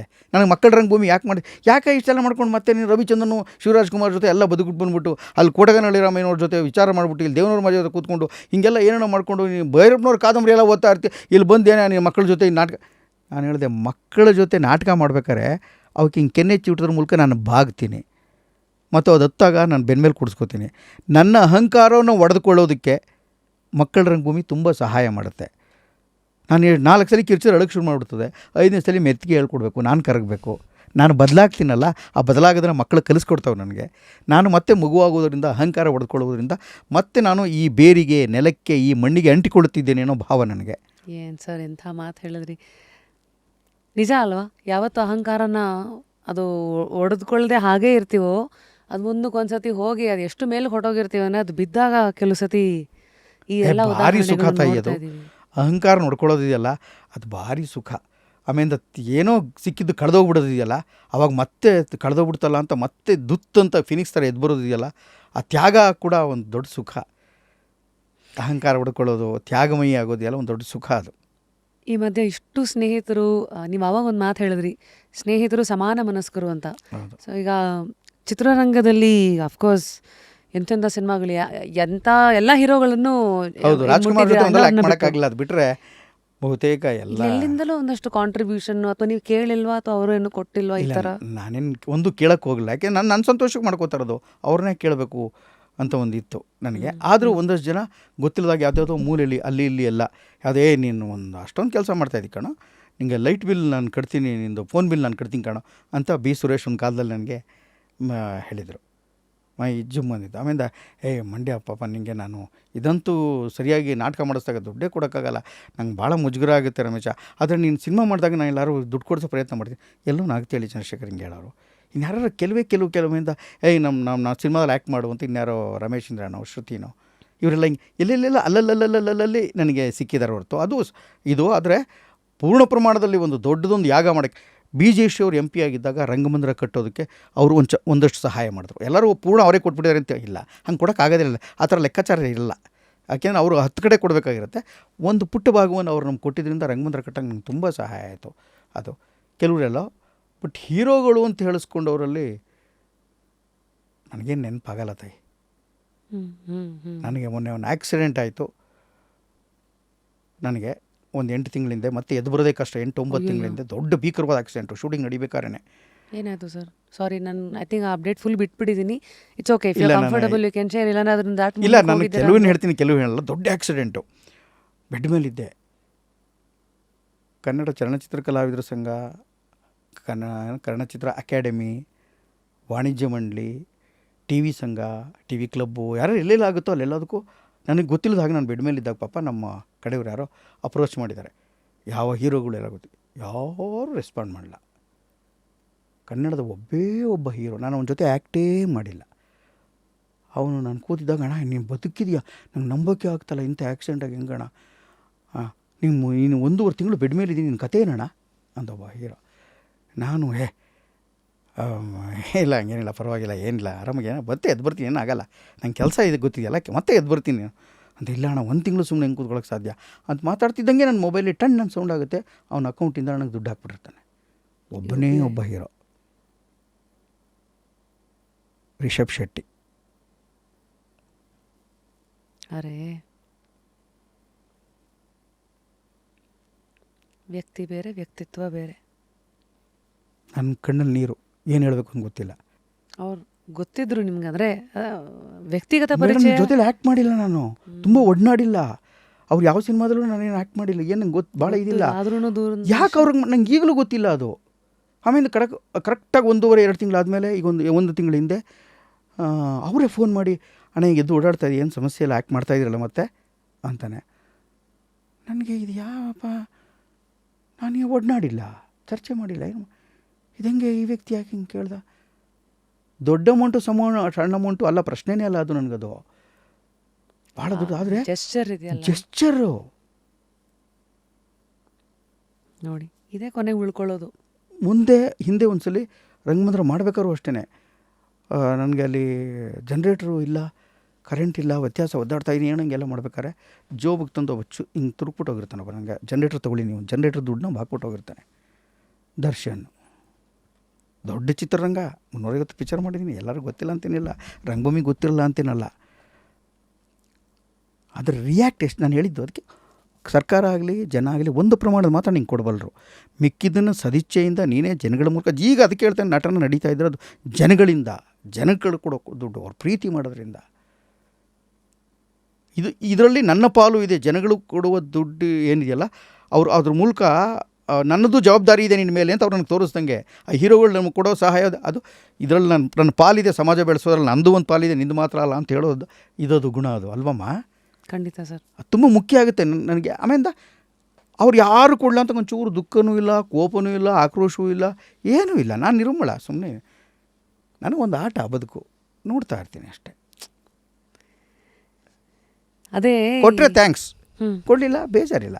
ನನ್ನ ನಾಟಕ ನೋಡೋರು ನನ್ನ ನಾಟಕ ನೋಡೋಕೆ ಬನ್ನಿ ಪ್ಲೀಸ್ ಅಂತ ಎಲ್ಲ ಹೀರೋಗಳಿಗೂ ಕಾಲು ಬೀಳ್ತಾ ಇರ್ತೀನಿ ನಾನು. ಎಲ್ಲ ಪೋಷಕ ನಟರಿಗೂ ಹೇಳ್ತಾ ಇರ್ತೀನಿ. ಟಿ ವಿನವನ್ನೆಲ್ಲ ಕರ್ಕೊಂಬಂದು ನಮ್ಮ ನಾಟಕ ನೋಡ್ರಿ ಅಂತ ಕಡೆ ಎಲ್ಲ ತೋರಿಸ್ತಾ ಇರ್ತೀನಿ ನಾಟಕ. ಈ ಪ್ಲ್ಯಾಟ್ಫಾರ್ಮ್ನ ಮೂಲಕ ಜನಗಳು ನಿಮ್ಮ ನಾಟಕನ ಯಾವಾಗಲೂ ಫಾಲೋ ಮಾಡ್ತಾ ಇರಬೇಕು, ನಿಮ್ಮ ತಂಡ ಎಲ್ಲಿ ತಿರುಗಾಡ್ತಾ ಇದೆ ಅಪ್ಡೇಟ್ಸ್ ಎಲ್ಲ ತಿಳ್ಕೊಬೇಕಂದ್ರೆ ಹೇಗೆ ಸರ್? ಒಂದು ಮಂಡ್ಯ ರಮೇಶ್ ನಟನ ಅನ್ನೋ ಫೇಸ್ಬುಕ್ ಏನಿದೆಯಲ್ಲ, ಆ ಫೇಸ್ಬುಕ್ ಅಕೌಂಟಲ್ಲಿ ಯಾವಾಗಲೂ ಹಾಕ್ತಾ ಇರ್ತೀವಿ. ಇನ್ನೊಂದು ನಟನ ಮೈಸೂರು ಅಂತ ಇದಿದೆ, ಇನ್ಸ್ಟಾಗ್ರಾಮ್ ಇದೆ, ಅದರಲ್ಲಿ ಹಾಕ್ತಾ ಇರ್ತೀವಿ. ನಮ್ಮೆಲ್ಲ ಸಾಮಾಜಿಕ ಜಾಲತಾಣದಲ್ಲಿ 30 ನಟನದ ನಾಟಕಗಳ ಬಗ್ಗೆ, ಅಲ್ಲಿ ಆಗ್ತಾ ಇರೋ ಚಟುವಟಿಕೆಗಳ ಬಗ್ಗೆ ಮತ್ತೆ ಮತ್ತೆ ಮತ್ತೆ ಹಾಕೇ ತಲೆ ತಿಂತಾ ಇರ್ತೀವಿ. ಅವರದನ್ನು ತಲೆ ತಿನ್ನೋದು ಅಂದ್ಕೊಳ್ದೇನೆ ಎಂಜಾಯ್ ಮಾಡಿ ಎಲ್ಲರೂ ಟೈಮ್ ನೋಡ್ಕೊಂಡು ಡೇಟ್ ನೋಡಿಕೊಂಡು ಮತ್ತೆ ಮತ್ತೆ ಒಂದು ನಟನದಲ್ಲಿ ನಾಟಕ ನೋಡೋದು. ಮೈಸೂರಿಗೆ ಬಂದಾಗ ಅನೇಕ ಜನ ನನ್ನ ಫ್ರೆಂಡ್ಸು, 90% ಜನ ನನ್ನ ಫ್ರೆಂಡ್ಸು ಎಲ್ಲ ಚಾಮುಂಡಿ ಬೆಟ್ಟ, ಝೂ ಎಲ್ಲ ಸುತ್ತಾಡ್ಕೊಂಬಂದು ನಟನಲ್ಲಿ ಬಂದು ಕೂತ್ಕೊಂಡು ಒಂದು ನಾಟಕ ನೋಡಿ ಒಂದು ಟೀ ಕುಡಿದು ರಮೇಶ ಬರ್ತೀವಿ ಕಣೆ ಅಂತ ಹೋಗೋರು ಇದ್ದಾರೆ. ನಾನು ಅನೇಕ ಜನ ಟಿ ವಿ ಫ್ರೆಂಡ್ಸ್ ಇದ್ದಾರೆ. ಇಂಗ್ಲೀಷಲ್ಲಿ ಒಂದು ಮಾತಿದೆ, a man is great not because he hasn't failed, a man is great because failure hasn't stopped him. ಕನ್ನಡದ ಅನುವಾದ, ಒಬ್ಬ ಮನುಷ್ಯ ಅವನು ಸೋತೇ ಇಲ್ಲ ಅನ್ನೋದಕ್ಕೆ ದೊಡ್ಡ ಮನುಷ್ಯ ಆಗಲ್ಲ, ಸೋತಾಗ ನಿಲ್ಲದೇ ಇದ್ದಿದ್ದಕ್ಕೆ ಅವನು ದೊಡ್ಡ ಮನುಷ್ಯ ಆಗೋದು ಅನ್ನೋದು. ಅಂದರೆ ಸೋಲುಗಳು ಅವನನ್ನು ನಿಲ್ಲಿಸಲಿಲ್ಲ ಅನ್ನೋದು. ನನಗೆ ಯಾವಾಗಲೂ ಸೋಲುಗಳೇ ಆರಂಭದಿಂದನೂ. ಆದರೆ ಅದು ಸೋಲುಗಳು ಅಂತ ನಾನು ಅನ್ಕೋತಾ ಇರಲಿಲ್ಲ. ನಾನು ಎಂಜಾಯ್ ಮಾಡೋಕ್ಕೆ ಶುರು ಮಾಡಿಬಿಟ್ಟೆ. ಎಲ್ಲೋ PUC 2 ಮಾರ್ಕ್ಸ್ ಬರೋದೇ ಇರಲ್ಲ, ನನ್ನ ಮಾರ್ಕ್ಸ್ ಬರೋಲ್ಲ. ನಂದು ಎಲ್ಲ SLC ನನಗೆ ಮ್ಯಾಥಮೆಟಿಕ್ಸಲ್ಲಿ ತುಂಬ ವೀಕು. ನಾನು 30% ಏನಾದರೂ 30 ಮೇಲೆ ಹೋಗ್ತಾ ಇಲ್ಲ. ನನಗೆ ಕನ್ನಡ 124 ತೆಗೆದುಬಿಟ್ಟೆ. ಇದ್ರ ಮಾರ್ಕ್ಸ್ ಇಟ್ಬಿಟ್ಟು ಹಾಕ್ಬಿಟ್ಟು ಪಾಸ್ ಮಾಡಿಬಿಟ್ರು. ಗೆಲ್ವಲ್ವ ನಂದು. ಉದಾಹರಣೆ ಇದು ರೂಪಕ ಅಂದರೆ ನಾನು ಹೇಳ್ತಾ ಇರೋದು. ಇನ್ನೊಂದರಲ್ಲಿ ಎಲ್ಲರೂ ತಿಳ್ಸ್ಕೋಬೇಕು. ನಾನು ಸೈನ್ಸಲ್ಲಿ ವೀಕು ಸಿಕ್ಕಾಬಿಟ್ಟೆ. ಸೈನ್ಸ್ ಹತ್ತುತ್ತಾ ಇಲ್ಲ ತಲೆ ಏನು ಮಾಡಿದ್ರು. ಆದರೆ ನನಗೆ ಸಂಘಟನೆಯಲ್ಲಿ ಸ್ಟ್ರಾಂಗು. ಹುಡುಗನೆಲ್ಲ ಸೇರಿಸ್ಕೊಳ್ಳೋದು, ನಾಟಕ ಮಾಡೋದು, ಬೀದಿ ನಾಟಕ ಮಾಡೋದು. ಇಂಥ ಹೆಣ್ಮಕ್ಳ ಮೇಲೆ ತೊಂದರೆ ಆಗಿದೆ, ಅವ್ರ ಬೆಲೆ ಏರಿಕೆ ಜಾಸ್ತಿ ಆಗಿಬಿಟ್ಟಿದೆ, ಮತ್ತೊಬ್ರು ಯಾರಿಗೂ ತೊಂದರೆ ಆಗಿದೆ, ಅದ್ರ ಬಗ್ಗೆ ನಾಟಕ ಮಾಡು, ಊರೆಲ್ಲ ಸುತ್ತಾಡು. ಆ ದುಡ್ಡೆಲ್ಲ ಕೂಡಿಟ್ಟು ಯಾರು ಬಡ ವಿದ್ಯಾರ್ಥಿಗಳಿದ್ದರೆ ಅವ್ರಿಗೆ ಸಾಲ ಕೊಡು, ನಮ್ಮಲ್ಲೇ ತೊಂದರೆ ಇದ್ದವ್ರಿಗೆ. ಮತ್ತು ಆ ಕಾಲದಲ್ಲಿ ನಾನು ಒಂದು ಸಣ್ಣದೊಂದು ಸೊಸೈಟಿ ಥರ ಮಾಡ್ಕೊಂಡು ವೇದಿಕೆ ಅಂತ ಒಂದು ತಂಡ ಮಾಡಿ ತುಂಬ ನಡೆಸ್ಕೊಂಡು, ನಮ್ಮ ವೇದಿಕೆ ಅಂತ ತಂಡದ ಬಗ್ಗೆ ನನಗೆ ಅಪಾರವಾದ ಹೆಮ್ಮೆ ಇದೆ. ಈ ಥರದ ಕೆಲಸ ಮಾಡ್ತಿದ್ದೆ ನಾನು ಸ್ಟೂಡೆಂಟ್ ಆಗಿದ್ದಾಗ. ಗೆಲುವೇ ಅಲ್ವಾ ಇದು? ನಮ್ಮ ಹತ್ರ ದುಡ್ಡಿಲ್ಲ ಅನ್ನೋದು ಸೋಲಲ್ಲ, ದುಡ್ಡನ್ನು ಮತ್ತೆ ಹೆಂಗೆ ಗಳಿಸ್ಕೊಂಡು ಅನ್ನೋದು ಗೆಲುವು ತಾನೆ. ಸೋಲು ಇಸ್ ವೆರಿ ಸಬ್ಜೆಕ್ಟಿವ್ ಅಲ್ವಾ ಸರ್? ಅಥವಾ ಸೋಲುಗಳು ನಿಮ್ಮನ್ನು ನಿಲ್ಲಿಸಬಾರ್ದು. ಹೌದು, ನಿಮ್ಮ ವ್ಯಕ್ತಿತ್ವನ ನಿಲ್ಲಿಸ್ತಾ ಹೋಗುತ್ತದೆ ಇನ್ನು ಬೇರೆ ಥರ. ಹೌದು. ಸೊ ಈ ಒಂದು ಹೋರಾಟದಲ್ಲಿ ಮುಂದೆ ಒಂದು ಮಾತು ಬರುತ್ತೆ, ಜೀವನ ನಿಮ್ಮನ್ನು ನೀವು ಕಂಡುಕೊಳ್ಳೋದಲ್ಲ, ಜೀವನ ಇಸ್ ಅಬೌಟ್ ನೀವೇನು ಕಟ್ಕೋತೀರಾ ಅದು ಅಂತ. ಸೊ ಇಷ್ಟು ವರ್ಷ ಏನು ಕಟ್ಕೊಡ್ತಾ ಬಂದಿದ್ದೀರಿ, ಮುಂದಿನ ಕನಸುಗಳು ವೈಯಕ್ತಿಕವಾಗಿ ಏನಿದೆ, ಪ್ರೊಫೆಷ್ನಲಿ ಹೇಗಿದೆ? ವೈಯಕ್ತಿಕವಾಗಿ ಏನಿಲ್ಲಮ್ಮ. ವಯಸ್ಸಿಗೆ ಒಂದು ಮಗಳಿದ್ದಾಳೆ, ಅವಳು ಖಂಡಿತವಾಗ್ಲೂ ಸೆಟ್ಲ್ ಆಗ್ತಾಳೆ, ಅವಳು ಬದುಕನ್ನು ರೂಪಿಸ್ಕೋತಾಳೆ. ಯಾಕೆಂದರೆ ಅವಳಿಗೆ ಬೇಕಾದಂಥ ಸಂಸ್ಕಾರ, ವಿದ್ಯೆ ಎಲ್ಲ ಸಿಕ್ಕಿರೋದ್ರಿಂದ, ಭಾಳ ನಮ್ರವಾಗಿರೋದ್ರಿಂದ ಅವಳು ಅದ್ಭುತವಾದ ನಟಿ ಮತ್ತು ಗಾಯಕಿ.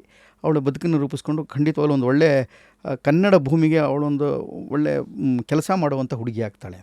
ಆಸ್ತಿ ಮಾಡ್ಕೊಡಿ, ಬಿಕಾಸ್ ನೀವು ಆ ಕ್ಯಾಮ್ರಾ ಮುಂಚೆ ಹೇಳ್ತಾ ಇದ್ರಿ ನನ್ನ ಶೋನ ನೋಡ್ತಾಳೆ. ಹೌದೌದು, ದಿಶಾ ತುಂಬ ಈ ಪ್ರೋಗ್ರಾಮ್ ಎಲ್ಲ ನೋಡ್ತಾಳೆ, ಆಸೆ ಪಡ್ತಾಳೆ. ಆಮೇಲೆ ಭಾಳ ಜವಾಬ್ದಾರಿಯುತವಾದಂಥ ಹುಡುಗಿಯಾಗಿ ತುಂಬ ಕೆಲಸ ಮಾಡ್ತಾಯಿದ್ದಾಳೆ ಅವಳು. ಹಂಗಾಗಿ ದಿಶನ್ ಬಗ್ಗೆ ನಂಗೆ ಭಾಳ ದೊಡ್ಡ ಸಂತೋಷ ಆಗಿದೆ. ನನ್ನ ಎಲ್ಲ ಕೆಲಸದ ಹಿಂದೆ ಸರೋಜ ಹೆಗಡೆ ಅಂತ ನನ್ನ ಹೆಂಡತಿ ಆಗಲಿ, ನಮ್ಮಪ್ಪ, ಇವತ್ತು ನಮ್ಮ ಅಪ್ಪ ಇಲ್ಲ, ಬಟ್ ನಮ್ಮ ಅಣ್ಣ, ನಮ್ಮ ಅಕ್ಕ ಎಲ್ಲರೂ ತುಂಬ ಯಾವಾಗಲೂ ನನ್ನಿಂದ ನನ್ನ ಕುಟುಂಬ ಇದೆ. ಅಂದರೆ ಭಾಳ ದೊಡ್ಡ ಆರ್ಥಿಕವಾಗೇನೋ ಮಾಡೋದು ಅಲ್ಲ, ನನ್ನ ಹಿಂದೆ ನಿಂತಿರ್ತಾರೆ. ನನಗೇನೋ ತೊಂದರೆ ಆದರೆ, ಆಕ್ಸಿಡೆಂಟ್ ಆದರೆ ಅವತ್ತು ರಾತ್ರಿ ನನ್ನ ಜೊತೆಲಿ 5 ಜನ ಯಾರೋ ಬರ್ತಾರೆ ಮನೆಯವರು. ಮಿಕ್ಕದವ್ರು ಹೇಳೋದಿಲ್ಲ ನಾನು, ಯಾಕೆಂದರೆ ನಾನು ಒಂದು ತಿಂಗಳಲ್ಲಿ ಮೊದಲ 1 ವಾರ ಅಷ್ಟು ದೊಡ್ಡ ಆಕ್ಸಿಡೆಂಟ್ ಆದರೆ ಯಾರಿಗೂ ಹೇಳಲೇ ಇಲ್ಲ. ಅದು ಶೂಟಿಂಗಲ್ಲಿ ಆಗಿದ್ದು. ಆದರೆ ಗೊತ್ತಾಗೋಗಿತ್ತು ಅವ್ರಿಗೆಲ್ಲರಿಗೂ, ಮನೆಯವ್ರಿಗೆ ಗೊತ್ತಾಗುತ್ತೆ. ಯಾಕೆ ನಾವು ಪ್ರತಿನಿತ್ಯ ಅವ್ರು ಏನಾಯಿತು, ಊಟ ಎಲ್ಲಿ ಮಾಡ್ದೆ, ಎಲ್ಲಿ ಕೂತ್ಕೊಂಡ, ಏನು ತಿಂದ ಅನ್ನೋದೆಲ್ಲ ಹೇಳಿ ಕಳಿಸ್ತಾರೆ. ಹಾಗಾಗಿ ಅದೊಂದು ವರ್ಗ. ಇನ್ನೊಂದು, ಸದಾ ನನ್ನನ್ನು ಪ್ರೀತಿ ಮಾಡುವ ನನ್ನ ನಟನದ ನನ್ನ ವಿದ್ಯಾರ್ಥಿಗಳು ಮತ್ತು ಸೀನಿಯರ್ ವಿದ್ಯಾರ್ಥಿಗಳು, ನನ್ನನ್ನು ಆಪ್ತವಾಗಿ ಅಪ್ಪಿಕೊಳ್ಳುವಂಥ ಒಂದು ಕುಟುಂಬ, ನಟನದ ಕುಟುಂಬ ಒಂದಿದೆ. ಯಾವಾಗಲೂ ಬಂದು ಅಲ್ಲಿಗೆ ಬರುವ ಮಕ್ಕಳ ಪೋಷಕರು ಮತ್ತು ಪ್ರೇಕ್ಷಕರು, ನಟನದ ಪ್ರೇಕ್ಷಕರಿದಾರಲ್ಲ, ಅವ್ರು ನನ್ನ ಕಾಪಾಡ್ತಾರಮ್ಮ. ನಂಗೆ ಧೈರ್ಯ ಇದೆ, ನಾನು ತುಂಬ ಪ್ರೀತಿ ಮಾಡ್ತಾರೆ. ಅವ್ರು ನನ್ನನ್ನು ಕಾಪಾಡ್ತಾ ಇಲ್ಲ, ಕಲೆಯನ್ನು ಪ್ರೀತಿ ಮಾಡುವ ಒಬ್ಬ ಮನುಷ್ಯನ ಕಾಪಾಡೋದ್ರ ಮೂಲಕ ಕಲೆಯನ್ನು ಕಾಪಾಡ್ಬೋದು ಅನ್ನೋ ಒಂದು ಬಲವಾದ ನಂಬಿಕೆ ಅವ್ರಿಗೆ. ಹಂಗಾಗಿ ಕಾಪಾಡ್ತಾ ಇರ್ತಾರೆ. ನನ್ನ ಮೇಲೆ ಏನು ಅಪಮಾನಗಳಾಗಿಲ್ಲ ಅಂತಲ್ಲ, ನನ್ನ ಮೇಲೆ ನಡೆದಷ್ಟು ಆಕ್ರಮಣಗಳು ಹೊಸ ತಲೆಮಾರಿನ ಯಾವ ರಂಗಕರ್ಮಿಗಳ ಮೇಲೂ ಆಗಿಲ್ಲ.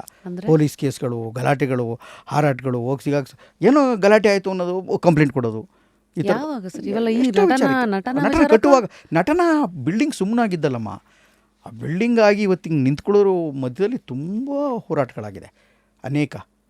ಅದೊಂದು ದೊಡ್ಡ ಕಾದಂಬರಿನೇ ಬರಿಬೋದು. ಆದರೆ ನನಗೆ ಅದು ಕಾದಂಬರಿ ಬರೆಯೋಕ್ಕೆ ಯಾಕೆ ಮನಸ್ಸಿಲ್ಲ ಅಂದರೆ ಅದು ನೆಗೆಟಿವ್ ಆಸ್ಪೆಕ್ಟ್ಸ್, ಅದನ್ನು ಪಕ್ಕಕ್ಕೆ ತಳ್ಳಿ ಪಾಸಿಟಿವ್ ಏನಾಗಿದೆ. ಈಗ ಅವರೇ ಬಂದು ಅವ್ರ ಮಕ್ಕಳನ್ನ ಸೇರಿಸಿ ಅಲ್ಲಿ ನಾಟಕ ನೋಡೋ ಸ್ಥಿತಿಗೆ ಬಂದಿದ್ದಾರೆ ಅಂದರೆ ಅವ್ರು ಆಕ್ಸೆಪ್ಟ್ ಮಾಡ್ಕೊಂಡಿದ್ದಾರೆ ಅಂತ. ಸ್ವತಂತ್ರ ಸಿಕ್ಕಿದ್ದ ದೊಡ್ಡಗಳಿಗೆ ಅದು ಸ್ವತಂತ್ರ ಭಾರತವನ್ನು ಹೇಗೆ ರೂಪಿಸ್ತೀವಿ ಮುಂದೆ ಅನ್ನೋದು ನಮ್ಮಗಳಿಗೆ ಅದಾಗಬೇಕಾಗಿದೆ ಅಂತ ನನಗೆ. ಅದು ಬಿಗರ್ ಪರ್ಪಸ್ ಇದ್ದಾಗ ಇದೆಲ್ಲ ಚಿಕ್ಕ ಚಿಕ್ಕದು ಅದಕ್ಕೆ ಬಿಡ್ತಾ ಮರ್ತು ಹೋಗ್ಬೇಕಾಗತ್ತೆ. ಬಿಡ್ತೀನಿ. ನನಗೆ ದೇವರು ಒಂದು ದೊಡ್ಡ ವರ ಕೊಟ್ಟಿದ್ದಾನೆ, ಮರ್ತು ಬಿಡ್ತೀನಿ. ಬೈದಿದ್ದು, ಕೋಪ ಮಾಡಿದ್ದು, ಜಗಳ ಮಾಡಿದ್ದೆಲ್ಲ ಭಾಳ ಬೇಗ ಮರ್ತೋಗುತ್ತೆ ನನಗೆ. ತುಂಬ ಒಳ್ಳೆಯ ವರ. ಐ ಥಿಂಕ್ ಇವತ್ತಿನ ಮನುಷ್ಯರಿಗೆ ಬೇಕಾಗಿರೋ ಇಂಪಾರ್ಟೆಂಟ್ ವರ ಅನಿಸುತ್ತೆ. ನೀವು ಹೇಗೆ ಮರೆಯೋದು ಒಂದು ಕಲೆ ಅಂದರು, ನಮ್ಮ ಜೀವನನ ನೋಡಿ ನಾವೇ ನಕ್ಕೊಳ್ಳೋದು ಒಂದು ಇದು. ಹೌದೌದಾ. ಯಾರು ನಮ್ಮನ್ನೇ ನೋಡಿ ನಗೋ ಒಂದು ಸಾಮರ್ಥ್ಯನ ಬೆಳೆಸ್ಕೊತಾರೆ, ಅವರನ್ನೇ ನೋಡಿ ಅವ್ರ ಲೈಫಲ್ಲಿ ಏನು ಬೇಕಾದ್ರೂ ಮಾಡ್ತಾರೆ ಅನ್ನೋದು ಒಂದು ಹಳೇ ಗ್ರೀಸ್ ಫಿಲಾಸಫರ್ದು ಒಂದು ಮಾತಿದೆ. ಈ ವಿಚಾರಗಳೆಲ್ಲ ನೋಡಿದಾಗ, ನಿಮ್ಮ ಲೈಫನ್ನು ಹಿಂದೆ ತಿರುಗಿ ನೋಡಿದಾಗ ಒಂದು ಪಕ್ಷಿ ನೋಟದಲ್ಲಿ ಯಾವ ಘಟನೆ ಜ್ಞಾಪಕ ಬಂತು?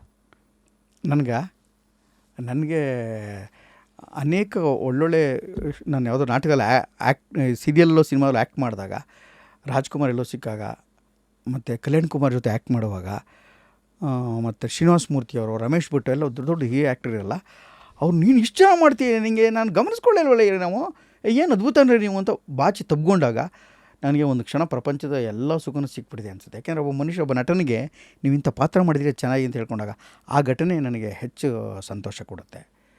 ಮತ್ತು ಆಕ್ಸಿಡೆಂಟಾಗಿ ನಾನು ಮತ್ತೆ ಬಿದ್ದಾಗ ಇಡೀ ಕರ್ನಾಟಕದಿಂದ ದುಡ್ಡು ಕಾಸಿಂದಲ್ಲ, ಆದರೆ ರಮೇಶ್ ಹಿಂಗೆ ಆಗ್ಬಿಟ್ಟಿದೆ ಅಂತ ಒಂದು ಲಾರಿಯಷ್ಟು ಒಂದು ತಿಂಗಳ ಕಾಲ ಹಣ್ಣು ಹಂಪಲು ಮನೆಗೆ ಏನೇನು ಬಂದು ನನಗೆ ಅಪ್ಪ ಅನ್ನಿಸ್ಬಿಡ್ತು. ಅಷ್ಟು ಪ್ರೀತಿ ಪ್ರೀತಿ ಪ್ರೀತಿ ತುಂಬ ಹರಿದು ಬಿಡ್ತಮ್ಮ.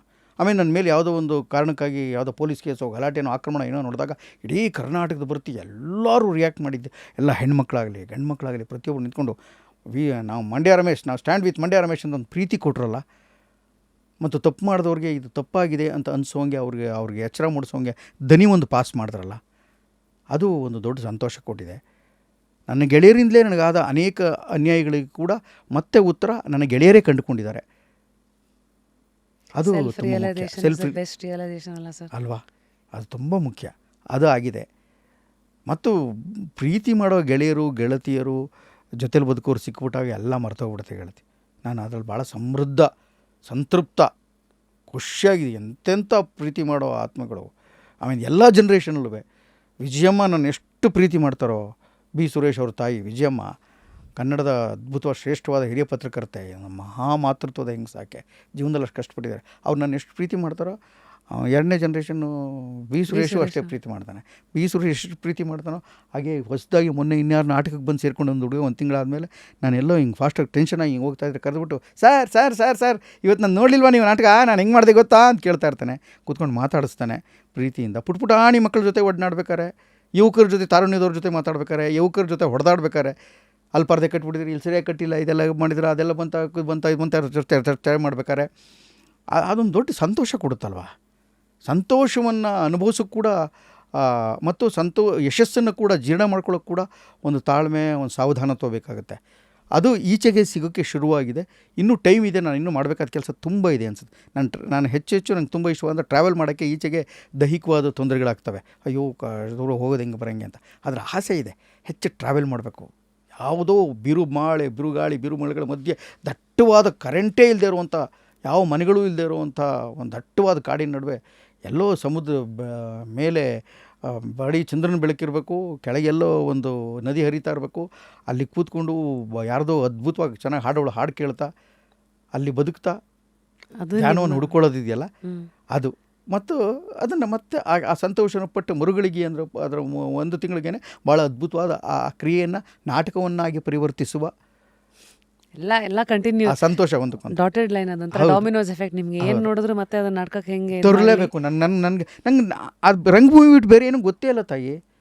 ನನ್ನ ಫ್ರೆಂಡ್ಸ್ ಎಲ್ಲ ಅದೆಲ್ಲ ದುಡ್ಡು ಅಲ್ಲ ಹಾಕೋದು, ತೆಗಿಯೋದು, ಹಿಂಗೆ ತೆಗಿಬೇಕು, ಹಿಂಗೆ ಮಾಡಬೇಕು ಅಂತೆಲ್ಲ ಹೇಳ್ತಾ ಇರ್ತಾರಲ್ಲ, ಅರ್ಥವೇ ಆಗಲ್ಲ. ನನಗೆ 8 ಸೈಟ್ಗಳೇನೂ ಇಲ್ಲ, 8 ಮನೆಗಳೇನೂ ಇಲ್ಲ, 8 ತೋಟಗಳೇನು ನನ್ನ ಫ್ರೆಂಡ್ಸ್ ನನ್ನ ಜೊತೆ ಬಂದವರೆಲ್ಲರೂ ಮಾಡಿದಾರಲ್ಲ ಆ ಥರದ್ದು ಏನೂ ಇಲ್ಲ. ನಾನಿರುವ ಮನೆ ಮತ್ತು ರಂಗಮಂದಿರ ಎರಡು ಸಂತೋಷ ಕೊಟ್ಟಿದೆ.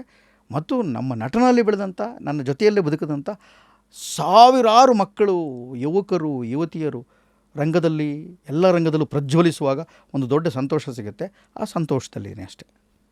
ಈ ಥಿಯೇಟರ್ ದಿನದಲ್ಲಿ ಒಂದಷ್ಟು ಕುತೂಹಲಗಳು, ಬಿಗ್ ನೇಮ್ಸ್, ಕನಸುಗಾರ ರವಿ ಸರ್ ಆ್ಯಸ್ ಅ ವ್ಯಕ್ತಿತ್ವದಲ್ಲಿ ನೀವು ನೋಡಿದ್ದೇನು? ಅವರ ವ್ಯಕ್ತಿತ್ವದಲ್ಲಿ ತುಂಬ ನಾನು ನೋಡಿದ್ದು ಎರಡು ಪ್ರಮಾಣವಾದ್ದು. ನಾನು ಇದ್ದಷ್ಟು ಹೊತ್ತು ನಾನು ನೋಡಿದ್ದೀನಿ ಅವ್ರನ್ನ. 24 ಅವರ್ಸು ಬರೆಯಲಿ ನಾನೊಂದು ಹಾಡು ಬರೆದೀನಿ ನೋಡು ಅಂತ ಹಾಡು ಕೊಡೋರು. ಅವರೇ ಬರೆಯೋರಲ್ಲೇ ಪಾಪ, ಯಾರೋ ಹಾಡು ಬರೀತಿಲ್ಲ ಅಂತ ಹೇಳೋದು ನಂಬೇಡಿ, ಅವ್ರು ಬರೀತಿದ್ದ ಅವರು. ನೋಡಿ ಇದು ಟ್ಯೂನಿಂಗ್ ನಾನೇ ಹಾಕಿದ್ದೀನಿ, ನಿಮ್ಗೆ ಇಷ್ಟ ಇರುತ್ತೋ ಬಿಡುತ್ತೋ ರವಿ ಸರ್ ಹೇಳೋ ಟ್ಯೂನಿಂಗು ಹಾಡು ಎಲ್ಲ ಪದೇ ಪದೇ ಕೇಳಿಸ್ಕೊತಾ ಇರಬೇಕು. ಅವ್ರಿಗೆ ಆಸೆ ಅದು ಅವ್ರ ಸುತ್ತ.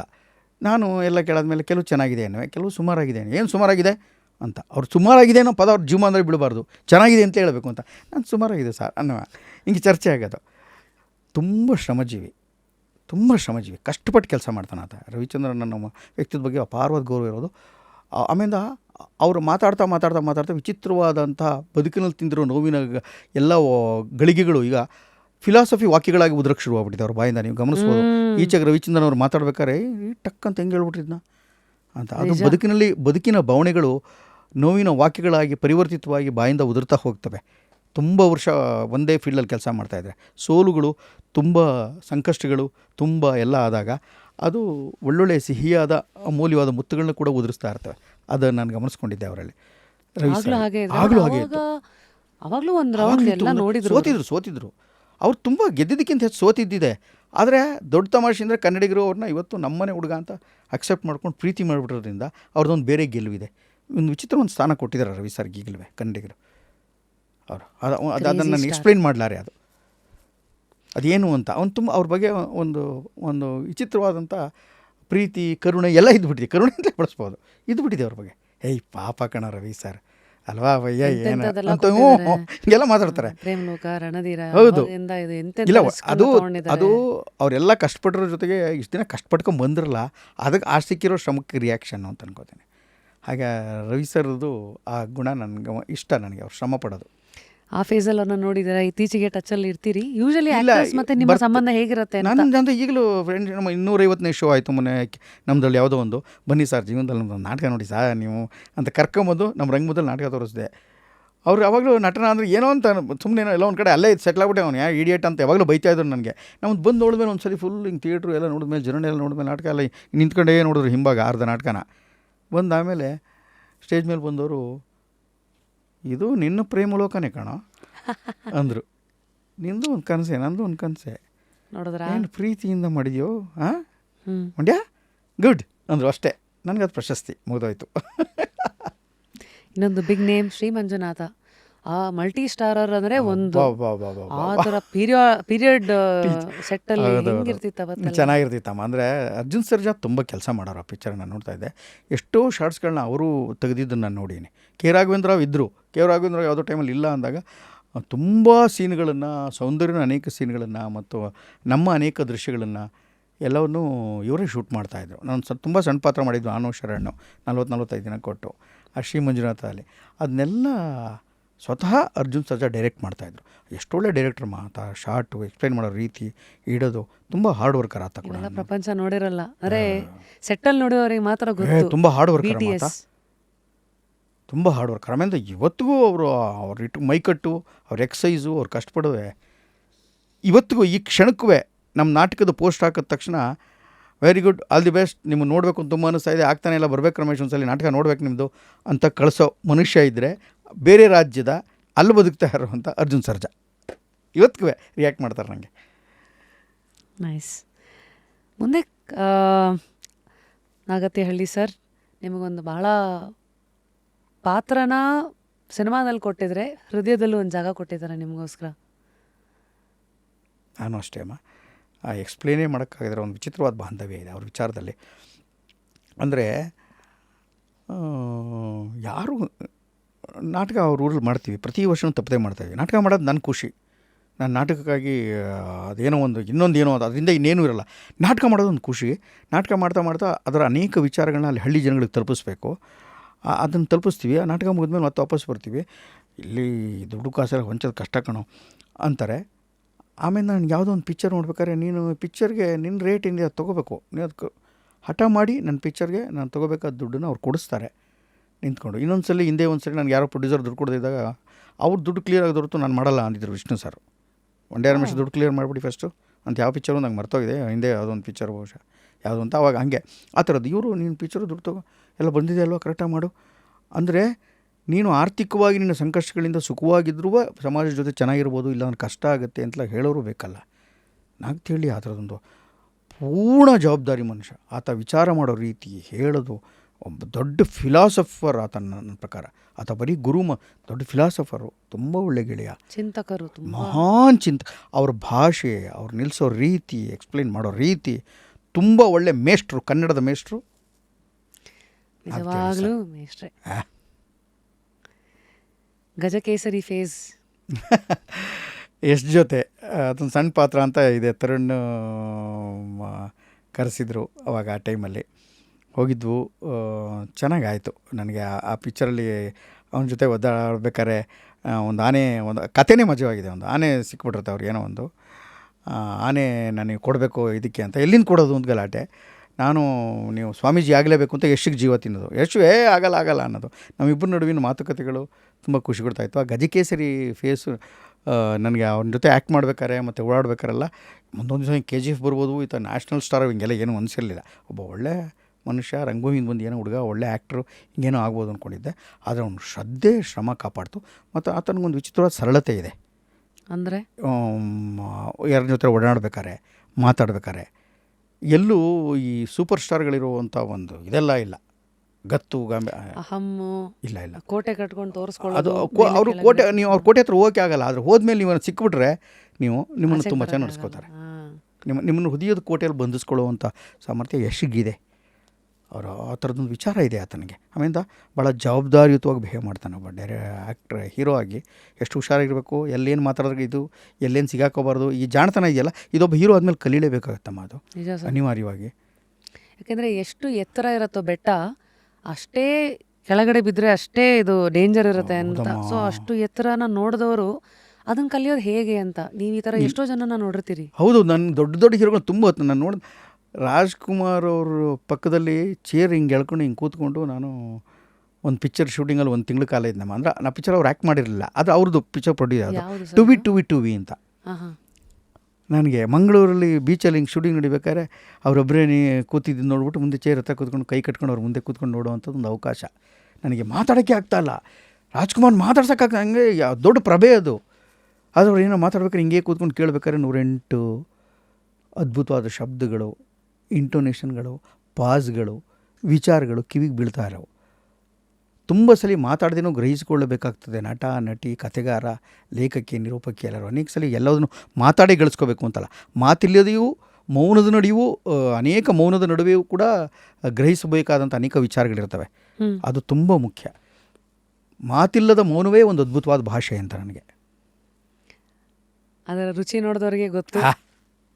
ನಾನು ಹೇಳ್ತಾ ಇದ್ದೆ ಈ ಶೋ ಶುರುವಾಗಿ ಮುಂಚೆ, ಆ ಮೌನದಲ್ಲಿ ತುಂಬ ಹೇಳ್ದೇ ಹೇಳ್ಬಿಡ್ತೀವಿ. ಅದೊಂದು ಭಾಳ silence is a very beautiful thing ನೋಡಿದ್ರೆ.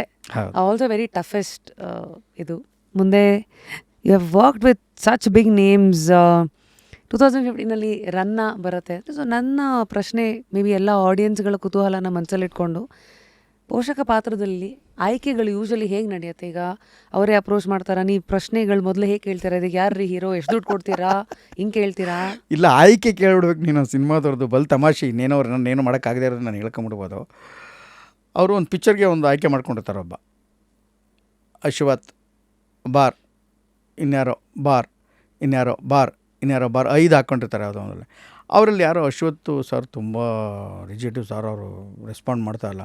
ಇನ್ಯಾರೋ ಸರ್ 2ನೇವರು ಸರ್, ಅವರು ಈಗ ಸಿಗ್ತಾಯಿಲ್ಲ ಸರ್, ಇವರು 3ನೇವರು. ಇವನು ಅದ್ಭುತವಾದ ಪಾತ್ರವೇ ತಯಾರಿ ಮಾಡ್ಕೊಂಡು ಡೈರೆಕ್ಟ್ ಹೇಳಿರ್ಬೋದು 1000. ಆದರೆ ಪ್ರೊಡಕ್ಷನ್ ಮ್ಯಾನೇಜರು, ಪ್ರೊಡ್ಯೂಸರು, ಅಸಿಸ್ಟೆಂಟ್ ಡೈರೆಕ್ಟ್ರು ಇವರೆಲ್ಲರ ಫೋನ್ ಕಾಂಟ್ಯಾಕ್ಟ್ಗಳಿಂದ ಒಂದು ಪಾತ್ರ ಅವ್ನಿಗೆ ದಕ್ಕತ್ತೆ, ಇಲ್ಲಾಂದ್ರೆ ದಕ್ಕದೇ ಇಲ್ಲ ಅನ್ನೋದು ನಮಗೆ ಗೊತ್ತಿರಲಿ. ತುಂಬ ಜನಕ್ಕೆ ಇದು ಗೊತ್ತಿಲ್ಲ ಪಾಪ. ಅವ್ರು ಅದನ್ನು ಮಾಡ್ಕೊಂಬಿಟ್ಟಿರ್ತಾರೆ ಅವರು. ನಂಗೆ ಅದೇ ನಗು. ಅದು ಹಾಕ್ಬಿಟ್ಟು 5ನೇದೋ 4ನೇದಲ್ಲೋ ಸ್ಥಾನದಲ್ಲಿ ಯಾವುದೋ ಇರುತ್ತಲ್ಲ ಕಡೆಗೆ ಅವನು ಬಂದು ಮಾಡ್ತಾನೆ. ಮೊದಲನೇವ್ನು ಕೊಡಬೇಕಾದ ಶಕ್ತಿಯೇ ಅವ್ನು ಕೊಡ್ತಾನೆ ನನಗೆ ಅನಿಸಲ್ಲ. ಆದರೂ ಆ ಹೊತ್ತಿಗೆ ಬೈ ಚಾನ್ಸ್ ಚೆನ್ನಾಗಿ ಆಗ್ಬಿಡ್ಬೋದು ಹೊರತು ನೀನು ಅಂದ್ಕೊಂಡಿದ್ದಂಗೆ 100% ಆಗುತ್ತೆ ಅಂತ ನನಗೆ ಯಾವ ಧೈರ್ಯವೂ ಇಲ್ಲ. ಆದರೆ ಚಿತ್ರರಂಗದಲ್ಲಿ ಪೋಷಕ ನಟರ ಬಹುತೇಕ ಪೋಷಕ ನಟರ ಆಯ್ಕೆ ಆಗೋದು ಹೀಗೆ, ಬಾರ್ ಮೇಲೆ ಲೀಸ್ಟ್ ಹಾಕ್ಕೊಂಡಿರೋ ಒಬ್ಬರದೇ ಹಾಕ್ಕೊಂಡಿರಲ್ಲ. ಬರೀ ಅವತ್ತು ಆಪ್ಷನ್ಸೇ. ಹೌದೌದು, ಆಪ್ಷನ್ಸ್. ಆಪ್ಷನ್ಸ್ ಮೇಲೆ Not a ನಿರ್ಧಾರ choice ಆಗುತ್ತೆ. ಯಾವತ್ತೂ. ಇಲ್ಲ ಅದಕ್ಕೆ ತುಂಬ ಜನ ಒಂದು ಪಿಕ್ಚರ್ ಮಾಡೋರು ಖಂಡಿತ 4 ಆಪ್ಷನ್ ಕೊಟ್ಟಿರ್ತಾರೆ, ಅವ್ರಲ್ಲಿ ಯಾರೋ ಒಬ್ಬನ ಹಾಕ್ಕೊಂಡು ಮಾಡ್ತಾರೆ. ಅದು ನೀವು ಆ ಚಾಯ್ಸ್ ಆಗಿರೋ ದಿನದಿಂದ ಚಿತ್ರರಂಗದಲ್ಲಿ ಉಳ್ಕೊಂಡಿದ್ದೀರ. ನಿಮಗೋಸ್ಕರನೇ ಪಾತ್ರ ಅಂತ ಬರೆದವರು ಇದ್ದಾರೆ, ನಿಮಗೋಸ್ಕರನೇ ಅಂತ ಕಾದೋರು ಇದ್ದಾರೆ. ನನಗೋಸ್ಕರ ಕಾದಿರೋದು ಭಾಳ ಕಮ್ಮಿ ಜನ ಇದ್ದಿರ್ಬೋದು, ಯಾಕೆಂದ್ರೆ ನಾನು ಅಂಥ ದೊಡ್ಡ ಸ್ಟಾರೂ ಆಗಿರಲಿಲ್ಲ ಮತ್ತು ಭಾಳ ದೊಡ್ಡ ನಟನೂ ಆಗಿರಲಿಲ್ಲ. ನಾನು ಇವತ್ತಿಗೂ ನಾನು ಪರಿಪೂರ್ಣವಾದ ನಟ ಅಂತ ನನಗೆ ಅನಿಸೇ ಇಲ್ಲ, ಭಾಳ ದೊಡ್ಡ ನಿರ್ದೇಶಕ ಅಂತ ನನಗೆ ಅನಿಸೇ ಇಲ್ಲ. ನಿನ್ನ ಶಕ್ತಿ ಯಾವುದು ಅಂದರೆ ನೀನು ಕಗ್ಗಲ್ ಕೊಟ್ಟರು ಅದನ್ನು ಸುಂದರವಾದ ನಟ ನಟಿಯಾಗಿ ಪ್ರತಿಭೆಯಲ್ಲಿ ರೂಪಿಸಿಕೊಂಡು ಹೋಗ್ಬೋದು ಅಂತ ರಂಗಭೂಮಿಯ ಶಿಕ್ಷಣವನ್ನು ಒಂದನ್ನು ನಾನು ಕಲ್ತ್ಕೊಂಡಿದ್ದೀನಿ. ಅದನ್ನು ನಮ್ರತೆಯಿಂದ ಮಾಡ್ತಾಯಿದ್ದೀನಿ. ಅದು ಬಿಟ್ಟರೆ ಮಿಕ್ದವ್ರು ಎಷ್ಟೋ ಜನನೆಲ್ಲ ನೋಡಿದಾಗ ಇವತ್ತು ಬರ್ತಾರೆ ಹೊಸ ಹುಡುಗ, ಆದರೆ ಜನ ಭಾಳ ಪ್ರೀತಿಯಿಂದ ನಾನು ಮಾಡಿದ ಅನೇಕ ಅದರ ಅನ್ನ ರೋಲ್ ಆಗಲಿ, ಅದು ಮುಸ್ಸಂಜೆಯ ಮಾತು ಪಾತ್ರ ಆಗಲಿ, ಅಥವಾ ಮಠದಲ್ಲಿ ಮಾಡಿದ ಪಾತ್ರ ಆಗಲಿ, ಜನ್ಮದ ಜೋಡಿದೆ ಆಗಲಿ, ನಾಗಮಂಡಲ ನೆನಪಿಟ್ಕೊಂಡು ಎಲ್ಲೋದ್ರು ಅದನ್ನು ಹೇಳ್ತಾರೆ. ಇತ್ತೀಚೆಗೆ ಮಾಡಿದ ಒಂದು ಸೀರಿಯಲ್ಗೆ ಒಂದು ದೊಡ್ಡ ಒಂದು ಸಿನಿಮಾಗೆ ಸಿಕ್ಕಷ್ಟೇ ಯಶಸ್ಸು ಸಿಕ್ಕಿದೆ ನನಗೆ. ಅದನ್ನು ಜನ ಭಾಳ ಪ್ರೀತಿ ಮಾಡ್ತಾರೆ. ಆಸೆ ಅಂತ ರಮೇಶ್ ಅರವಿಂದ್ ಅವ್ರು ಪ್ರೊಡ್ಯೂಸ್ ಮಾಡ್ತಾರೆ, ಒಂದು ಸೀರಿಯಲ್ ಮಾಡ್ತಾಯಿದ್ದೀನಿ. ಅಂತ ಎಲ್ಲ ಸಿಕ್ಕರೂ ಗುಲ್ಬರ್ಗಾದಿಂದ ಒಂದು ಹೆಣ್ಮಗಳು ಫೋನ್ ಮಾಡ್ತಾರೆ, ಸರ್ ನಿಮ್ಮ ಥರ ಗಂಡ ನಂಗೆ ಸಿಗಬೇಕು ಸರ್, ಇನ್ಯಾವ ನಿಮ್ಮ ಥರ ಅಪ್ಪ ನಂಗೆ ಸಿಗಬೇಕು ಸರ್, ನಾನು ಬರೀ ಬೈತೆ, ಈ ಥರದ್ದೆಲ್ಲ ಪ್ರೀತಿಯಿಂದ ಫೋನ್ ಮಾಡ್ತಾರೆ. ನನಗೆ ಏನು ಹೇಳಬೇಕು ಅಂತ ಗೊತ್ತಲ್ಲ, ಮತ್ತು ಪಾತ್ರ ಅಷ್ಟೇಮ್ಮ ಹಾಗೆ ಇಲ್ಲ ಆಗಲಿ ಅಪ್ಪ ಎಷ್ಟು ಚೆನ್ನಾಗಿದೆ ಅಂತ ಸಂತೋಷ ಪಡ್ತಾರೆ. ಅವ್ರ ಸಂತೋಷ ಮನಸ್ಸಿಗೆ ಸಂತೋಷ ಕೊಡದೆ ಇದ್ರೆ ನಾನೊಬ್ಬ ಮನುಷ್ಯನೇ ಅಲ್ಲ, ನಂಗೆ ಸಂತೋಷ ಪಡಲೇಬೇಕಲ್ಲ, ಫೀಲ್ ಮಾಡಬೇಕಲ್ಲ ಸರ್. ಮತ್ತು ಹಾಗಾಗಿ ಇಷ್ಟು ವರ್ಷ ಬೇರೆ ಬೇರೆ ಆಯಾಮದಲ್ಲಿ ಬೇರೆ ಬೇರೆ ಟೈಮ್ ಲೈನ್ಸಲ್ಲಿ ನಡ್ಕೊಂಡು ಹೋಯ್ತಮ್ಮ. ಇದು ನಡ್ಕೊಂಡು ಇದು ನಾನೇನಾದ್ರು ಮಾಡಿದ್ದೀನಿ ಅಥವಾ ನಾನು ಗಡಿಸಿ ಏನಾಗಿದೆ ಅಂದರೆ ಇದು ಗಡಿಸಿದ್ದಷ್ಟೇ ಹೊರತು ನಾನು ಮಾಡಿದ್ದಲ್ಲ. ಇದು ಯಾವುದು ನಾನು ಮಾಡಿದ್ದಲ್ಲ, ಇದು ಘಟಿಸ್ತು, ಸುಮ್ಮನೆ ಹೋಗ್ತಾ ಇದೆ. ತುಂಬ ಪ್ಲ್ಯಾನ್ ಎಲ್ಲ ಏನು ಮಾಡಿಲ್ಲ, ತುಂಬ ಪ್ಲ್ಯಾನ್ ಮಾಡಲ್ಲ. ಘಟಿಸ್ತು ಅಂದಾಗ ಲಕ್ಕನ್ನು ನಂಬ್ತೀರಾ, ದೇವ್ರಿಗೆ ಕ್ರೆಡಿಟ್ ಕೊಡ್ತೀರಾ, ಅಥವಾ ನಿಮ್ಮ ಪ್ರಯತ್ನ? ಇಲ್ಲ, ಪ್ರಯತ್ನ ಮಾಡ್ತಾ ಇದ್ದೆ, ಕೆಲಸ ನಡೀತಾನೆ ಇತ್ತು, ಇವತ್ತಿಗೂ ಪ್ರಯತ್ನ ಮಾಡ್ತಾನೆ ಇರ್ತೀನಿ. ಘಟಿಸ್ತು ಅಷ್ಟೇ, ಇದ್ರ ಮಧ್ಯೆ ಘಟಿಸ್ತಾ ಹೋಯಿತು, ಅದು ಒಳ್ಳೇದು ಮಾಡಿದೆ ಹೊರತು ಪೂರ್ಣ ಪ್ರಮಾಣದ 80% ಶ್ರಮನಮ್ಮ. ನೀನೇನಾರು ಮಂಡ್ಯ ರಮೇಶ್ ಒಂಚೂರು ಸಾಧಿಸ್ಕೊಂಡಿದ್ದಾನೆ ಅಂತ ಜನ ಹೇಳೋ ಹಂಗೆ ಪ್ರೀತಿ ಮಾಡಿದ್ರೆ, ನೀನು ಇಲ್ಲಿ ಕರೆದು ಕೂರಿಸ್ಕೊಂಡು ವಿಶ್ವಾಸದಿಂದ ನಾನು ಹೇಳ್ತೀನಿ ಅಂತಂದರೆ ಅದಕ್ಕೆ 80% ಶ್ರಮ, 10% ಬೇರೆ ಬೇರೆಯವರು ಎಲ್ಲೆಲ್ಲೆಲ್ಲೋ ನನಗೆ ಸಿಕ್ಕಿದವರು ನಿಂಗೆ ಒಳ್ಳೇದಾಗಲಿ ಅಂತ ಹಾರೈಸಿರೋ ಒಳ್ಳೆಯ ಮನಸ್ಸುಗಳ ಹಾರೈಕೆ. ಇನ್ನು 10% ಲಕ್. ನೀವು ಹೇಗಾಯ್ತಂದರೆ ನಿಮ್ಮನ್ನು ನೀವು ಯಾವತ್ತು ನಂಬ್ತಿರೋ ಅವತ್ತು ಬದುಕೋದನ್ನು ಕಲಿತೀರಾ ಅಂತ. So thank you. ಆ್ಯಂಡ್ ನಿಮ್ಮ ಇಡೀ ಲೈಫನ್ನು ನೋಡಿರೋ ಒಂದಷ್ಟು ವಿಚಾರಗಳನ್ನು ನಮ್ಮ ಮುಂದೆ ಇಟ್ರಿ. ಸದ್ಯ ಯಾವ್ಯಾವ ಪುಸ್ತಕಗಳನ್ನು ಓದ್ತಾ ಇದ್ದೀರಿ? ಯಾಕೆಂದರೆ ಇದು ನಾಗತಿಹಳ್ಳಿಯವ್ರದ್ದು ಜಗಲಿಯಿಂದ ಜಗತ್ತು ಅಂತ ಒಂದು ಪ್ರವಾಸ ಕಥನ ಇದೆ ಅಮ್ಮ, ತುಂಬ ಚೆನ್ನಾಗಿದೆ. ಅದನ್ನು ಓದಿ ಮುಗಿಸ್ದೆ ಈಗ. ಮತ್ತು ಇನ್ನೊಂದು ವಸುಧೇಂದ್ರ ಅವ್ರದ್ದು ಹೊಸದೊಂದು ಪುಸ್ತಕ ಬಂದಿದೆ, ಅದನ್ನು ತೊಗೊಂಡಿದ್ದೀನಿ, ಈಗ ಶುರು ಮಾಡಬೇಕು. ಯಾವ ಥರ ಪುಸ್ತಕಗಳ ಆಯ್ಕೆ? ಯಾಕೆಂದರೆ ಇಷ್ಟು ಲೈಫ್ ನೋಡಿದ್ದೀರಾ, ಯಾವ ವಿಚಾರದ ಬಗ್ಗೆ ಹಸಿವಿದೆ ಸರ್? ಇಲ್ಲ, ಪುಸ್ತಕಗಳು ಅಂತ ಬಂದರೆ ನನಗೆ ಜೋಗಿಯವರ ಲೇಖನಗಳು ಇಷ್ಟ ಆಗ್ತವೆ ತುಂಬ. ಜೋಗಿಯವರ ಲೇಖನಗಳು ತುಂಬ ಇಷ್ಟ. ವಸುಧೇಂದ್ರ ಅವರು ಮತ್ತು ಆರ್ ಮಣಿಕಾಂತ್ ಅವರು ಬರೆಯುವ ಸ್ಫೂರ್ತಿದಾಯಕ ಲೇಖನಗಳು ಕೂಡ ತುಂಬ ಇಷ್ಟ ಆಗ್ತವೆ. ಅವ್ರದ್ದು ಅನೇಕ ಲೇಖನಗಳೆಲ್ಲ ಭಾಳ ಇಷ್ಟ ಆಗುತ್ತೆ. ತುಂಬ ವಿಚಾರಗಳೆಲ್ಲ ಈ ಕನ್ನಡದಲ್ಲಿ ಈಚೆಗೆ ಬಂದಂಥ ಅನೇಕ ಒಳ್ಳೊಳ್ಳೆಯದು ಕುಸುಮ ಬಾಲೆ ಅವರ ಲೇಖನಗಳು ಇಷ್ಟ ಆಗ್ತವೆ. ಆಮೇಲಿಂದ ಮೊನ್ನೆ ಟ್ರಾಯ್ ಓದಿದೆ, ಗಾಯತ್ರಿ ರಾಜನ್ ಅವ್ರದ್ದು ಟ್ರಾಯ್ ಅಂತ ಒಂದು ಕಾದಂಬರಿ ಓದಿದೆ. ಆ ಒಂದು ಹುಡುಗಿ ಆಕೆ ಸನ್ನಿವೇಶಗಳನ್ನು, ಅದು ಪ್ರೇಮಮಯ ಸನ್ನಿವೇಶ ಆಗಲಿ ಯುದ್ಧ ಆಗಲಿ ವರ್ಣನೆ ಮಾಡೋ ರೀತಿ ಇದೆಯಲ್ಲ ಗಾಯತ್ರಿ ರಾಜ್ ಅವರು, ತುಂಬ ಚೆನ್ನಾಗಿದೆ ಭಾಳ. ಆಮೇಲೆ ನಾಗೇಂದ್ರ ಪ್ರಸಾದ್ ಹಾಡುಗಳು ಒಂದು ದೊಡ್ಡ ಕಾವ್ಯ ಇದ್ದಂಗೆ ಇರ್ತವೆ. ನಾನು ತುಂಬ ಸಂತೋಷ ಪಡ್ತೀನಿ. ಇವತ್ತಿಗೂ ಹಂಸಲೇಖ ನನಗೆ ಭಾಳ ಇಷ್ಟವಾದಂಥ ಕವಿ. ನನಗೆ ಜಯಂತ್ ಕಾಯ್ಕಿಣಿ ಆಗಲಿ ಹಂಸಲೇಖ ಆಗಲಿ ಎಲ್ಲರೂ ತುಂಬ ಸಂತೋಷ ಕೊಡುವಂಥ ಮನುಷ್ಯರು. ಅವರೆಲ್ಲರೂ ನಾನು ಇವತ್ತು ಒಂದು % ಏನಾರು ಆಗಿದ್ದೀನಿ ಅಂದರೆ ಅವರೆಲ್ಲರ ಪಾಲು ತುಂಬ ಇದೆ. ಅದು ಅವ್ರದ್ದು ಓದ್ತಾ ಹಂಗಾಗಿದ್ದು. ಹಂಸಲೇಖ ಸರ್ನ ಮೀಟ್ ಮಾಡಿದ್ದೀರಿ? ಮಾಡಿದ್ದೀನಿ ಅನೇಕ ಸಲ ಮೀಟ್ ಮಾಡಿದ್ದೀನಿ. ಈಚೆಗೆ ಮಾಡಿಲ್ಲಮ್ಮ. ಕೊನೆಯದಾಗಿ ಇಷ್ಟನ್ನ ಲೈಫನ್ನು ನೋಡಿರೋ ನಿಮಗೆ ಎಲ್ಲೋ ಒಂದು ಕಡೆ ಯಾವುದೋ ರಿಸರ್ಚ್ ಸ್ಟಡಿ ಎಲ್ಲ ಹೇಳಿರೋದು, ಆಫ್ಟರ್ 45 ವರ್ಷಗಳ ಕಾಲ ಒಂದು ವಿಚಾರನ ಸ್ಟಡಿ ಮಾಡಿ ಕೊನೆಗೆ ಉಳ್ಕೊಳ್ಳೋದು ಏನಂದರೆ, ನೀವು ಒಂದಷ್ಟು ಕೈಂಡ್ನೆಸ್ಸಿಂದ ಜನನ್ನ ಹೆಂಗೆ ನೋಡಿದ್ರಿ ಅನ್ನೋದು ಅಷ್ಟೇ. That is the only thing that matters ಅಂತ. ಇದಕ್ಕೆ ಜೀವಂತ ಉದಾಹರಣೆ ಅಂದರೆ ಇವತ್ತು ಅಪ್ಪು ಸರ್ ಇಲ್ಲದೇ ಇದ್ರೂ ಎಲ್ಲರೂ ಅವರು ಬದುಕಿದ ರೀತಿ, ಅವ್ರ ಪಾತ್ರಗಳ ಬಗ್ಗೆ ಎಷ್ಟು ಮಾತಾಡ್ತಾರೋ ಬಿಡ್ತಾರೋ, ಬಟ್ ಅವ್ರು ಹೇಗಿದ್ರು ಜನಗಳ ಮಧ್ಯ, ಏನು ಬಿಟ್ಟೋದ್ರು ಅದನ್ನು ಮಾತಾಡ್ತಾರೆ. ಸೊ ಇಷ್ಟು ಜೀವನನ ನೋಡಿರೋ ನೀವು ಇವತ್ತಿನ ಯುವ ಪೀಳಿಗೆಗೆ ಒಂದು 4-5 ಜೀವನನ ಹೇಗೆ ನೋಡಬೇಕಪ್ಪ ಅಂತ ವಿಚಾರಗಳನ್ನು ನಮಗೆ ತಲುಪಿಸೋದಾದರೆ, ನಮಗೆ ಹೇಳೋದಾದರೆ ಯಾವುದ್ರ ಕಡೆ ಗಮನ ಹರಿಸ್ಬೇಕು? ಶ್ರಮ ಪಡಲೇಬೇಕು, ಅದಕ್ಕೆ ಕಟ್ ರೂಟ್ ಇಲ್ಲ. ಶ್ರಮ ಪಡೋಕ್ಕೆ ಹಿಂದೆ ಮುಂದೆ ನೋಡ್ತಾರೆ, ಶಾರ್ಟ್ಕಟ್ ಇಲ್ವೆಲ್ಲ, ಶ್ರಮ ಪಡಲೇಬೇಕು. ಒಂದು ಚೂರು ಜಗತ್ತು ಎಲ್ಲರಿಗೂ ಸುಲಭ ಸಾಧ್ಯವಾದ ಅನೇಕ ಫೋನು, ಫ್ಯಾನು, ಮತ್ತೊಂದು ಎಲ್ಲ ಸುಖ ದೊರಕಿಸ್ಕೊಟ್ಬಿಟ್ರೋದ್ರಿಂದ ಒಂಚೂರು ಗೊತ್ತಿಲ್ಲದ ಹಾಗೆ ಮೈ ಮನಸ್ಸು ಎರಡೂ ಅಲ್ಲಲ್ಲಿ ಸುಖಕ್ಕೆ ಸೆಟ್ಲಾಗಿಬಿಟ್ಟಿರ್ತವೆ. ಅದನ್ನು ತಿರ್ಸ.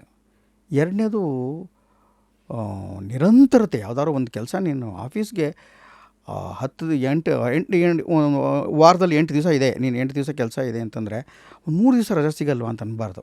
ಆರಂಭದಲ್ಲಿ ಸಿಕ್ಕಾಗ ಅವನು 3 ದಿವಸ ಮಾಡಲಿ, ಜಾಸ್ತಿ ಅಗತ್ಯಕ್ಕಿಂತ ಜಾಸ್ತಿ ಶ್ರಮ ಪಟ್ಬಿಟ್ರೆ ಒಂದು ಏಜಲ್ಲಿ ದುಡಿಬೇಕಾದ ಕೆಲಸ ಇದೆ. ಹಾಗಾಗಿ ನಿರಂತರತೆ, ಶ್ರಮದ ಜೊತೆಗೆ ಕಂಟಿನ್ಯೂಸ್ ಮಾಡ್ತೀನಿ. ನಾವು ಏನು ಮಾಡ್ತೀನಿ, ಇದು ಮಾಡ್ತೀನಿ, ನಾನು ಮಾಡ್ತೀನಿ. ಸಂಕಷ್ಟ ಆಗಲಿ, ಬೇಜಾರಾಗಲಿ, ದುಃಖ ಆಗಲಿ, ನನಗೆ ಕೆಲಸ, ದೇವ್ರು ನನಗೆ ಕೆಲಸ ಕೊಟ್ಟಿದ್ದಾನೆ, ನಾನು ಮಾಡ್ತೀನಿ ಅಂತ. ಹೇಗೆ ಒಬ್ಬ ತಂತ್ರಜ್ಞ ಯಾವಾಗಲೂ ಅವನು 24 ಅವರ್ಸು ಕ್ಯಾಮ್ರಾ ಮುಂದೆ ಕಾಯ್ಕೊಂಡು ಲೈಟ್ ಹಾಕ್ಬಿಟ್ಟು ಇಂಚೂರು ಹೆಚ್ಚು ಕಮ್ಮಿ ಆಗ್ಬಿಡ್ತು, ಲೈಟ್ ಹೋಗ್ಬಿಟ್ಟು ನಿರಂತರತೆ ಇದೆಯಲ್ಲ, ಕಂಟಿನ್ಯೂಸ್ ಆಗಿ ಆ ನಿರಂತರತೆ ಒಂದು ಕಾಯ್ಕೊ. ಆಮೇಲೆ ಇಚ್ಛಾಶಕ್ತಿಗಿಂತ ದೊಡ್ಡ ಪವರ್ ಈ ಭೂಮಿ ಮೇಲೆ ಏನೂ ಇಲ್ಲ. ಬಲವಾಗಿ ಅಂದ್ಕೊಂಡು ಸತತವಾಗಿ ಕೆಲಸ ಮಾಡ್ತಾನೆ ಇರಬೇಕು. ಗಟ್ಟಿಯಾಗಿ ಅಂದ್ಕೊಳ್ಳೋದೇ ಇಲ್ಲ. ನೀನು ಬೆಳಗ್ಗೆ 5 ಗಂಟೆಗೆ ಹಿಂಗೆ ಕೂತ್ಕೊಂಡು ಇವತ್ತು ಚಾಕ್ಲೇಟ್ ಬೇಕು, ಚಾಕ್ಲೇಟ್ ಬೇಕು ನನಗೆ, ಚಾಕ್ಲೇಟ್ ಬೇಕು, ಮಧ್ಯಾಹ್ನ ಬೇಕು, ಸಂಜೆನೂ ಬೇಕು, ರಾತ್ರಿ 9 ಗಂಟೆ ಅಷ್ಟೊತ್ತು ನಿನ್ನ ಕೈಗೆ ಹೆಂಗೋ ಚಾಕ್ಲೇಟ್ ಬಂದಿರುತ್ತೆ. ನೋಡಿ, ಇದನ್ನು ಇವತ್ತು ಮ್ಯಾನಿಫೆಸ್ಟೇಷನ್ ಅಂದ್ಬಿಟ್ಟು ಜನ ಓ ಅಂತಾರೆ. ಇಚ್ಛಾಶಕ್ತಿ ಚೆನ್ನಾಗಿತ್ತು ನೀವು ಹೇಳೋದು, ಸಿಂಪಲ್ ಅಲ್ಲ. ಏನು ಬೇಕು ನಮಗೆ ಗೊತ್ತಿಲ್ಲ ಅಂದರೆ ಎಲ್ಲಿಂದ ಏನು ಕೊಡಬೇಕಂತ ಬೇರೆ ಚಾಕ್ಲೇಟ್ ಬೇಕು ಅಂತ ಸುಮ್ಮನೆ ಕೂತ್ಕೊಂಡ್ಬಿಟ್ರಲ್ಲ, ಹಂಗೆ ಚಾಕ್ಲೇಟ್ ಬೇಕು ಅಂತ 10 ಸಲ ಅಂದ್ಕೊಂಡು ಆದ್ಮೇಲೆ 11 ಸಲ ದುಡ್ಡೆಲ್ಲಿ ಹಂಚಬೇಕು, ಅದು ಹಂಗೆ ಚಾಕ್ಲೇಟ್ ಹೆಂಗೆ ತಗೋಬೇಕು, ಏನು ಮಾಡಬೇಕು ಅನ್ನೋದೆಲ್ಲ ಶುರುವಾಗುತ್ತೆ. ಆದರೆ ಬೇಕು ಅನ್ನೋದೇ ಇಲ್ವಲ್ಲ. ಚಾಯ್ಸ್ ಬೇಕು ಅನ್ನೋದನ್ನ ನೀನು ಚಾಯ್ಸ್ ಮಾಡ್ಕೊಂಬಿಡಬಾರ್ದು. ಏನು ಬೇಕು ಅನ್ನೋ ಚಾಯ್ಸ್ ಆಗಬಹುದು. ಹೌದು, ಬೇಕು ಅನ್ನೋದೇ ಚಾಯ್ಸ್ ಹೆಂಗಾಗಿ. ಅಭಿನಯ ಕಲಿತೀನಿ ಯಾರೋ ಬರ್ತಾರಮ್ಮ ನನ್ನ ಹತ್ರ ಬರೋ ಎಲ್ಲ ವಿದ್ಯಾರ್ಥಿನಿಯರು. ಅಭಿನಯ ಕಲಿಯಕ್ಕೆ ಬಂದವ್ರಿಗೆ ಅಭಿನಯದ ಜೊತೆಲೇ ಮೇಕಪ್ ಕೂತ್ಕೊಳ್ಳಮ್ಮ, ನೀನು ಹೆಂಗೆ ಚೆನ್ನಾಗಿ ಕಾಣಬೇಕು ಅಂತ ತಿಳ್ಕೊಬೇಕು. ಲೈಟ್ ಎಲ್ಲಿ ಬೀಳ್ತದೆ ನೋಡ್ಕೊಳಮ್ಮ, ಕಣ್ಣು ಬಿಟ್ಟು ಮಾತಾಡಮ್ಮ, ಮುಖ ಚಲಿಸಿ ಮಾತಾಡಮ್ಮ, ಬಿಡಿಸಿ ಮಾತಾಡಮ್ಮ. ಇವೆಲ್ಲದ್ರ ಜೊತೆಗೆ ಹೇಗೆ ಕಾಸ್ಟ್ಯೂಮ್ಸ್ ಹಾಕ್ಕೋಬೇಕು ನಿಂತ್ಕೊಂಡು ನೋಡಿಕೊಂಡು ನಿನ್ನ ಹೆಂಗೆ. ಮತ್ತು ಪುಸ್ತಕ ಓದು, ನಿನ್ನ ಕಲ್ಪನೆ ಇನ್ನಷ್ಟು ಜಾಸ್ತಿ ಬೆಳೆಯುತ್ತೆ, ಸಹಾಯ ಮಾಡುತ್ತೆ. ಹಿಂಗೆಲ್ಲ ಈ ಅಭಿನಯ ಜೊತೆಗೆ ಇವೆಲ್ಲ ಕಲ್ತ್ಕೋಬೇಕು ಅಂತ ಇರಬೇಕು ಹೊರತು ನಾನು ಆ್ಯಕ್ಟರ್ ಆಗಬೇಕು, ಸುಮ್ಮನೆ ಆ್ಯಕ್ಟರ್ ಆಗಬೇಕು ಅಂತ ಕುರುಡಾಗಿ ಅಂದ್ಕೊಳ್ಳೋದಲ್ಲ. ಆ್ಯಕ್ಟರ್ ಆಗೋದಕ್ಕೆ ಏನು ಬೇಕು ಸಿದ್ಧತೆ ಅನ್ನೋದನ್ನು ಮಾಡ್ಕೋಬೇಕಲ್ಲ, ಅದು ಬೇಕು ಅಂತ ನಾನು ಹೇಳ್ತಾಯಿದ್ದೀನಿ. ಅದು ಶ್ರಮ, ಇಚ್ಛಾಶಕ್ತಿ ಮತ್ತು ನಿರಂತರತೆ ಒಳಗೆ ಸದಾ ಬರ್ತಾ ಇರುತ್ತೆ. ಇದು ಯುವಜನತೆಗೆ ತುಂಬ ಅನಿವಾರ್ಯ, ಇದು ಬೇಕೇ ಬೇಕು ಅಂತ ಈಗಲೂ ವಾದಿಸ್ತೀನಿ. ಮತ್ತು ನಾನು ಅವ್ರಿಗೆ ಹೇಳ್ತಾ ಅವರ ಗಣಿಕಾರನಾಗಿ, ಅವ್ರ ಸಹವರ್ತಿಯಾಗಿ ಇವತ್ತಿಗೂ ಇದರ ಬೆನ್ನು ಹತ್ತೇ ಇದ್ದೀನಿ ಅಂತ ನನ್ನ ವಾದ. ಸೋಲುಗಳನ್ನು ಎದುರಿಸೋದು ಹೇಗೆ? ಇವತ್ತಿನ ಜನ್ರೇಷನ್ಗೆ ಅಟೆನ್ಷನ್ ಸ್ಪ್ಯಾನು ಕಮ್ಮಿ, ಮತ್ತು ನೋಡ್ನೋ ಸೀರಿಯಸ್ನೆಸ್ ಅಂತ ಬಂದಾಗ ಜನ್ರೇಷನ್ ಆಲ್ಫಾ ಅವ್ರಿಗೂ ಏನು ಇವತ್ತು ಬಂದಿದೆ. ಪೀಪಲ್ಸೇ ಮೊದಲಿದ್ದಷ್ಟು ಕಷ್ಟ ನೋಡಿರಲ್ಲ, ಆ್ಯರೋಗೆನ್ಸು ಅಂತೆಲ್ಲ ಹೆಚ್ಚು ಅಂತ ಇದೆ. ನೀವು ಕೇಳಿದಿರ, ಅನುಭವಕ್ಕೂ ಬಂದಿದೆಯಾ? ನಾನು ಕಣ್ಣು ಮುಂದೆ ಪ್ರತಿನಿತ್ಯ ಅನುಭವಿಸ್ತಾ ಇರ್ತೀನಿ. Yes sir. ನನಗೊಂದು ದೊಡ್ಡ ಅಪಮಾನ ಆದಾಗ, ನೋವಾದಾಗ, ತುಂಬ ಸಂಘರ್ಷ ಸ್ಥಿತಿ ಬಂದ್ಬಿಡ್ತು, ಒಂದು ಸಲ ಆಗೋದೇ ಇಲ್ಲ ಅಂದಾಗ ನನಗೆ ದೊಡ್ಡದೊಂದು ಭಾಳ ದೊರಕಿಸ್ಕೊಟ್ಟಿದ್ದು ದೊಡ್ಡದೇನು ಅಂತಂದರೆ ಹರಿಶ್ಚಂದ್ರನೇ ಉದಾಹರಣೆ. ನನಗೆ ನೋಡು, ಹರಿಶ್ಚಂದ್ರನೇ ಬೀದಿ ಬದಿ ಸ್ಮಶಾನದಲ್ಲಿ ಹೋಗಿ ಕಾದ್ಬಿಟ್ಟ, ಹೆಂಡತಿ ತಾಳಿ ಮಾರ್ಕೊಂಡು. ರಾಮಚಂದ್ರನೇ ವನವಾಸಕ್ಕೆ ಹೋಗಿದ್ದ. ಬೇಡ ಬಿಡು, ನಮ್ಮ ಬಿ ವಿ ಕಾರಂತರು ನಮ್ಮ ಗುರುಗಳು ಅವರೇ ಜೈಲಲ್ಲಿ ಇದ್ರಪ್ಪ ಅಷ್ಟು ವರ್ಷ. ತೊಗೊಂಡಾಗ ಅವ್ರನ್ನ ಹಾಕ್ಬಿಟ್ಟಿದ್ರು, ಅಷ್ಟು ತಿಂಗಳ ಕಾಲ ಕಲ್ತ್ಬಿಟ್ರು ಪಾಪ ನಮ್ಮ ಗುರುಗಳು. ಎಷ್ಟು ಒದ್ದಾಡಿದಾರಾಗ. ಗಾಂಧಿಗೆ ಗುಂಡು ಹಾಕ್ಬಿಟ್ರಪ್ಪ ಈ ದೇಶದಲ್ಲಿ. ನಮ್ಮದೆಲ್ಲ ಏನೂ ಅಲ್ಲ, ನಾವು ಪಟ್ಟಿದ ಕಷ್ಟವೇ ಅಲ್ಲ, ಇನ್ನೂ ಪಡೋದು ಬೇಕಷ್ಟಿದೆ, ಅದು ಏನಾದ್ರು ಆಗಲಿ ಬರಲಿ ಎದುರಿಸ್ತೀನಿ ಅಂತ ಈ ಎಲ್ಲ ಉದಾಹರಣೆಗಳಿತ್ತಲ್ಲ, ಅವು ನನಗೆ ಗಟ್ಟಿ ಮಾಡ್ತವೆ. ಅದಕ್ಕಾಗಿ ನಿಮ್ಮ ಮುಂದೆ ಆಗುವ ಅನೇಕ ಉದಾಹರಣೆಗಳನ್ನು ಗೌರವಿಸಿ ಮತ್ತು ಅದನ್ನು ಗಮನಿಸಿ ಮತ್ತು ಅದನ್ನು ಗ್ರಹಿಸಿ ಅಂತ ನನ್ನ ವಾವ್. ಗಮನಿಸಿ, ಗ್ರಹಿಸಿ, ಗೌರವಿಸಿ. ಅಮೇಝಿಂಗ್. ಅದಕ್ಕೆ ಸರ್ ನಿಮ್ಮಂಥವ್ರ ಜೊತೆ ಮಾತು ಕೂತ್ಕೊಂಡಾಗ ಯಾವ ಯೂನಿವರ್ಸಿಟಿ ಬೇಡ, ಯಾವ ಸೆಲ್ಫ್ ಹೆಲ್ಪ್ ಪುಸ್ತಕಗಳು ಬೇಡ, ಎಷ್ಟು ಚೆನ್ನಾಗಿ ಅರ್ಥ ಆಗೋ ರೀತಿನಲ್ಲಿ ಪೋಣಿಸ್ತಿರಲ್ಲ. ನೀವು ಕೆಲವು ಸತಿ ಏನಪ್ಪ ಮುಂದೇನು ಅಂತ ಪ್ರಶ್ನೆ ಅಂತ ಹಾಕೊಂಡಾಗ ಕನ್ಫ್ಯೂಷನಲ್ಲಿದ್ದಾಗ ಈ ವಯಸ್ಸಲ್ಲೂ ಏನು ಮಾಡ್ತೀರಿ? ಇಂಥ ಟೈಮಲ್ಲಿ ಇದು ಏನೋ ಬಂದ ತಕ್ಷಣ ಮನಸ್ಸನ್ನು ಧಾವಂತ ಸ್ಥಿತಿಯಿಂದ ನಾನೇ ಸಾಂತ್ವನಕ್ಕೆ ತೆಗೆದುಕೊಂಡು ಯಾರೋ ನನಗೇನು ಅಂದುಬಿಟ್ರು ಅಂದಾಗಲೂ ಒಂದು ಸುಮ್ಮನೆ ಇರ್ತೀನಿ. ಮತ್ತೊಂದು ಏನೋ ಮಾಡಬೇಕು ಅಂತ ಹಿಂಗೆ ಒಟ್ಟಾಗಲೂ ಒಂಚೂರು ಕೂಲ್ ಮಾಡ್ಕೊಳ್ಳೋ ಅಂತ ನನ್ನ ಮಗಳು ಒಂಚೂರು ಅದಕ್ಕೆ ಸಹಾಯ ಮಾಡ್ತಾಳೆ. ಅವಳೇ ಮಹಾಕೋಪಿಷ್ಟೆ, ತುಂಬ ಕೋಪ ಅವಳಿಗೆ. ಆದರೆ ಅದು ನನ್ನಿಂದ ಬಂದಿದ್ದೆ ಅದುವೇ. ಆದರೆ ಈಗ ಅವಳು ಅಪ್ಪ ಕೂಲ್, ನಿಧಾನಕ್ಕೆ ನಡಿ, ಯಾಕೆ ಗಡಿಬಿಡಿ ಮಾಡ್ಕೋದು, ಯಾಕಪ್ಪ ರಿಲ್ಯಾಕ್ಸ್ ಆಗು, ರಿಲ್ಯಾಕ್ಸ್. ನಾನು ಹಾಗೆ ರಿಲ್ಯಾಕ್ಸ್ ಆಗಿದ್ದೀನಿ, ನನಗೇನು ಯಾರು ಹೇಳೋದು ಬೇಡ ಅಂತ ಹಿಂಗೆ ಹೇಳಿದ್ರು, ಹಂಗೆ ವಾದಿಸಿದ್ರು ಅವ್ಳು ಹೇಳ್ತಾರೆ ಕರೆಕ್ಟು. ಲೈ ಒಳಗಡೆ ಅಂತರಾತ್ಮ ಹೇಳ್ತಾ ಇರ್ತದೆ, ನನ್ನ ಅಂತರಾತ್ಮ.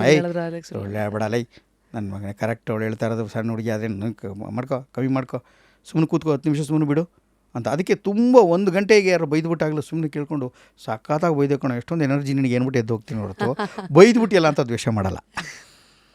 ಇರಲಿ ಸರ್, ನಿಮ್ಮ ಈ ಒಂದು ಪ್ರಜ್ಞೆ, ಸಮಯ ಪ್ರಜ್ಞೆ, ಹಾಸ್ಯ ಪ್ರಜ್ಞೆ, ಜೀವನ ಪ್ರಜ್ಞೆ, ಉತ್ಸಾಹ ಪ್ರಜ್ಞೆ, ಸುಮಾರು ಪ್ರಜ್ಞೆಗಳ ಮೂಲಕ ಇಲ್ಲಿವರೆಗೂ ಜೀವನ ನೋಡಿದ್ದೀರಾ. ಹೀಗೆ ಮುಂದೆ ಎಲ್ಲ ಒಳ್ಳೆ ದಾರಿಗಳು ನಿಮಗೆ ಸಿಗಲಿ. ನಿಮ್ಮ ಆಲೋಚನೆಗಳು ಸುಮಾರು ಜನಕ್ಕೆ ಇವತ್ತು ದಾರಿ ದೀಪವಾಗ್ತಾ ಇದೆ. ಸದಾ ಹೀಗೆ ಇರಿ. ಆ್ಯಂಡ್ ನಟನ ಜೊತೆಗೆ ರಮೇಶ್ ಸರ್ ವಿತ್ ಮಂಡ್ಯ ರಮೇಶ್ ಅನ್ಬೇಕಾ, ನಟನ ರಮೇಶ್ ಅನ್ಬೇಕೋ, ಕನ್ನಡಿಗರಿಗೆ ಕೊನೆವರೆಗೂ ನೀವೆರಡೂ ರಮೇಶೇ. ಅಫ್ಕೋರ್ಸ್ ಆ ಕಡೆ ವೀಕೆಂಡ್ ವಿತ್ ರಮೇಶ್ ಇದ್ದರೆ, ಈ ಕಡೆ ಕಟ್ಟಾದರೆ ನೀವೇ ಕಾಣೋದು. ಪ್ರಯಾಣ ಹೀಗೆ ಮುಂದುವರಿಲಿ sir. Thank you so much. ನಿಮಗಾಗಿ ಒಂದು ಪುಸ್ತಕ ನಾನು ಕೊಡಬೇಕು ಶೋನಲ್ಲಿ. ನನಗೆ ಅದೇನೋ ಈ ಟೈಟಲ್ ನಿಮಗೆ ಕೊಡಬೇಕು ಅದೇ the obstacle is the way ಅಂತ ಆ ಪುಸ್ತಕ. I hope you are okay if I can give that book. ಕೊಡಮ್ಮ. ಇದನ್ನು ಸೈನ್ ಮಾಡ್ತೀನಿ. ಅಲ್ಲಿವರೆಗೂ ಸರ್ 3 ವ್ಯಕ್ತಿತ್ವಗಳನ್ನು ನೀವು ನಾಮಿನೇಟ್ ಮಾಡಿ ನಾವು ಯಾರನ್ನ ಈ ಕುರ್ಚಿನಲ್ಲಿ ಕೂರಿಸ್ಬೇಕು. ಒಂದು ಎಳೆಯ ತಲೆಮಾರಿಗೆ ರಂಗಭೂಮಿಯನ್ನು ತುಂಬ ಚೆನ್ನಾಗಿ ಹೇಳಬಲ್ಲ ಮತ್ತು ಅದನ್ನು ಗ್ರಹಿಸೋದಕ್ಕೆ ಅವಕಾಶ ಇರೋದು ಮೇಘ ಸಮೀರನ ನೀನು ಕೊಡಿಸ್ಬೇಕಮ್ಮ ಒಂದ್ಸಲಿ. ನಿಮ್ಮ ಟೀಮಲ್ಲಿರೋ ನಮ್ಮ ಟೀಮಲ್ಲಿರೋಂಥ ನಾನು ಮೇಘ ಸಮೀರನ ಯಾಕೆ ಹೇಳ್ತೀನಿ ಅಂತಂದರೆ, ಅವನಿಗಿರುವಂಥ ರಂಗಭೂಮಿಯ ದೂರದರ್ಶಿತ್ವ ಇದೆಯಲ್ಲ, ಅದು ಎಳೆಯ ಯುವ ತಲೆಮಾರಿಗೆ ಮಾದರಿ. ಅದು ಮನುಷ್ಯ ಪಂಥಕ್ಕೆ ಅಂಟ್ಕೊಂಡು ಕೆಲಸ ಮಾಡ್ತಾ ಇರುವಂಥ ಹುಡುಗ. ಕೌಶಲ್ಯಗಳನ್ನು ಹೇಗೆ ಮುಂದಿನ ತಲೆಮಾರಿಗೆ ಕೊಡಬೇಕು ಅಂತ ಚೆನ್ನಾಗಿ ಗ್ರಹಿಸ್ಕೊಂಡು ಹುಡುಗ ಮೇಘ ಸಮೀರ್. ನಾನು ಈಚಿನ ತಲೆಮಾರಿನಲ್ಲಿ ರಂಗಭೂಮಿಯಲ್ಲಿ ನೋಡಿದವನು. ಮೇಘ ಸಮೀರ್ನ ಒಂದು ಹೆಸರು ಹೇಳ್ತೀನಿ. ಎರಡನೇದು, ನಾನು ತುಂಬ ಹಾಡುಗಳ ಮೂಲಕ ಪ್ರಭಾವಿತ ಕೇಳೋದಿಲ್ಲ, ಕೋಟಗಾನಹಳ್ಳಿ ರಾಮಯ್ಯ ಅಂತ ಭಾಳ ಅದ್ಭುತವಾದ ಮನುಷ್ಯ ಇದ್ದಾರೆ. ಕೋಟಗಾನಹಳ್ಳಿ ರಾಮಯ್ಯ, ನೀವು ಅವ್ರನ್ನ ಖಂಡಿತವಾಗಲೂ ಇದು ಮಾಡ್ಬೋದು. ಇನ್ನೊಂದು ಬಿ ಜಯಶ್ರೀ ಸಿಕ್ಕರೆ ತುಂಬ ಸಂತೋಷ. ಬಂದೋಗಿದ್ದಾರೆ ಬಿ ಜಯಶ್ರೀ ಅವರು. ನೀವು ಅವ್ರ ಅನುಭವಗಳನ್ನ, ಅವ್ರ ಹಾಡನ್ನು ಎಲ್ಲವನ್ನು ಸುಮ್ಮನೆ ಕೇಳ್ತಾ ಹೋಗೋದು ಒಂದು ಸಂತೋಷ ಇದೆ. ಒಂಚೂರು ಬಯಸ್ಕೊಳ್ಳೋಕ್ಕೂ ಸಿದ್ಧರಾಗಿರಬೇಕು ನೀವೇನೆ. ಆದರೆ ಅವರು ಮಾತಾಡದೆ ಹೆಂಗೆ, ಅವರು ಅಮ್ಮ ಅಲ್ವಾ, 70 ದಾಟಿರೋ ಅಮ್ಮ ಹೆಂಗಿರ್ಬೋದು ಅಂತ ಗ್ರಹಿಸ್ಕೊಳ್ಳಿ ನೀವು. ಖಂಡಿತ. Sir thank you so much ಹೇಳ್ತೀವಿ. Thank you so much. ಇಂಡಿ ವರ್ಣ ಕಡೆಯಿಂದ ಒಂದು ಹ್ಯಾಂಪರ್ ಇದೆ sir. Thank you so much. ನಮ್ಮ ಮೈಸೂರು ಸ್ಯಾಂಡಲ್ ಅವರ ಕಡೆಯಿಂದ, ಮೈಸೂರಿನವರೇ ಆದ ನಿಮಗೆ ಮ್ಯೂಸಿಕ್ ಪಿಲ್ಲೋ ಫ್ರಮ್ ರೀಪೋಸ್. ಫೋನನ್ನು ಕನೆಕ್ಟ್ ಮಾಡ್ಬೋದು. ಹಾಂ, ಹಾಗೆ ನಿದ್ದೆ ಮಾಡ್ಬೋದು. Thank you sir. Thanks again. ತುಂಬ ಸಂತೋಷ ಆಯಿತು. ಧನ್ಯವಾದಗಳು ರಶ್ಮಿ. ಹೀಗೆ ಇನ್ಸ್ಪೈರ್ ಮಾಡ್ತಾ ಇರಿ. ನಿಮ್ಮ ಮಾತುಗಳು ಎಷ್ಟು ಸಾಧ್ಯವಾಗುತ್ತೋ ಅಷ್ಟು ಯಾವಾಗಲೂ ಜೊತೆಗಿಟ್ಟು ನಾವು ಅದ್ರ ಮೂಲಕ ಜೀವನನ ನೋಡೋಕ್ಕೆ ಪ್ರಯತ್ನಿಸ್ತೀವಿ. Thank you. ಹೇಗಿತ್ತು? ಎಷ್ಟು ಚೆನ್ನಾಗಿತ್ತಲ್ಲ ಜೀವನನ ನೋಡಿರೋ ರೀತಿ. ಅದರಲ್ಲಿ ಹೇಳದೇ ಹೇಳಿದ ಎಷ್ಟೋ ಮಾತುಗಳು. ನಮ್ಮ ಈ ಸಂಭಾಷಣೆಯ ಯಾವ ಭಾಗ ನಿಮಗೆ ಬಹಳ ಇಷ್ಟ ಆಯಿತು ಕಮೆಂಟ್ ಸೆಕ್ಷನಲ್ಲಿ ತಿಳಿಸಿ. ಅಂಟಿಲ್ ನೆಕ್ಸ್ಟ್ ಟೈಮ್, ಹಳೆ ಎಪಿಸೋಡ್ಸ್ಗಳನ್ನು ನೋಡಿ, ಲೈಕ್ ಮಾಡಿ, ಶೇರ್ ಮಾಡಿ, ಕಮೆಂಟ್ ಮಾಡಿ. ನಮ್ಮ ಜಸ್ಟ್ ಕ್ಯೂರಿಯಸ್ ಒಂಥರ ಸ್ಲೋ ಬರ್ನರ್. ಇದೊಂಥರ ಮಸಾಲೆ ಪುರಿ, ಪಾನಿಪುರಿ ಅಲ್ಲ, ಒಂಥರ ಫುಲ್ ಮೀಲ್ಸ್ ಇದು. ಎಲ್ಲ ಆಯಾಮದಲ್ಲೂ ಜೀವನನ ವ್ಯಕ್ತಿಗಳು, ಗೆಸ್ಟ್ಗಳು ಹೇಗೆ ನೋಡ್ತಾ ಇದ್ದಾರೆ ಅದನ್ನು ನಾವು ನೋಡ್ತೀವಿ. ನೋಡೋದಷ್ಟೇ ಅಲ್ಲ, ನಮ್ಮ ಜೀವನಕ್ಕೂ ನಾವೇನು ತೊಗೋತೀವಿ ಅಂತ. ಒಂದು ಮಾತಿದೆ, ಅತಿ ಬುದ್ಧಿವಂತರು ಯಾರಂದರೆ ತಮ್ಮ ಅನುಭವದಲ್ಲದೆ ಬೇರೆಯವರ ಅನುಭವದಿಂದ ಯಾರು ಕಲಿತಾರೋ ಅವರು ಅಂತ. ಹಾಗಾಗಿ ನೋಡಿ, ಫ್ರೀ ಟೀಚರ್ಸು ಪ್ರತಿ ಎಪಿಸೋಡಲ್ಲೂ ಬಂದು ಕೂರ್ತಾರೆ. ಐ ಹೋಪ್ ಅವರ life will keep inspiring you all. Until next time, ನಾನು ನಿಮ್ಮ rapid Rashmi, signing out of Just Curious with the last sentence, continue to stay curious in life. And of course comment ಸೆಕ್ಷನಲ್ಲಿ ನಿಮ್ಮ next guest recommendation ಯಾರನ್ನು ನೋಡೋಕ್ಕೆ ಇಷ್ಟಪಡ್ತೀರಾ ತಿಳಿಸಿ. Thank you sir.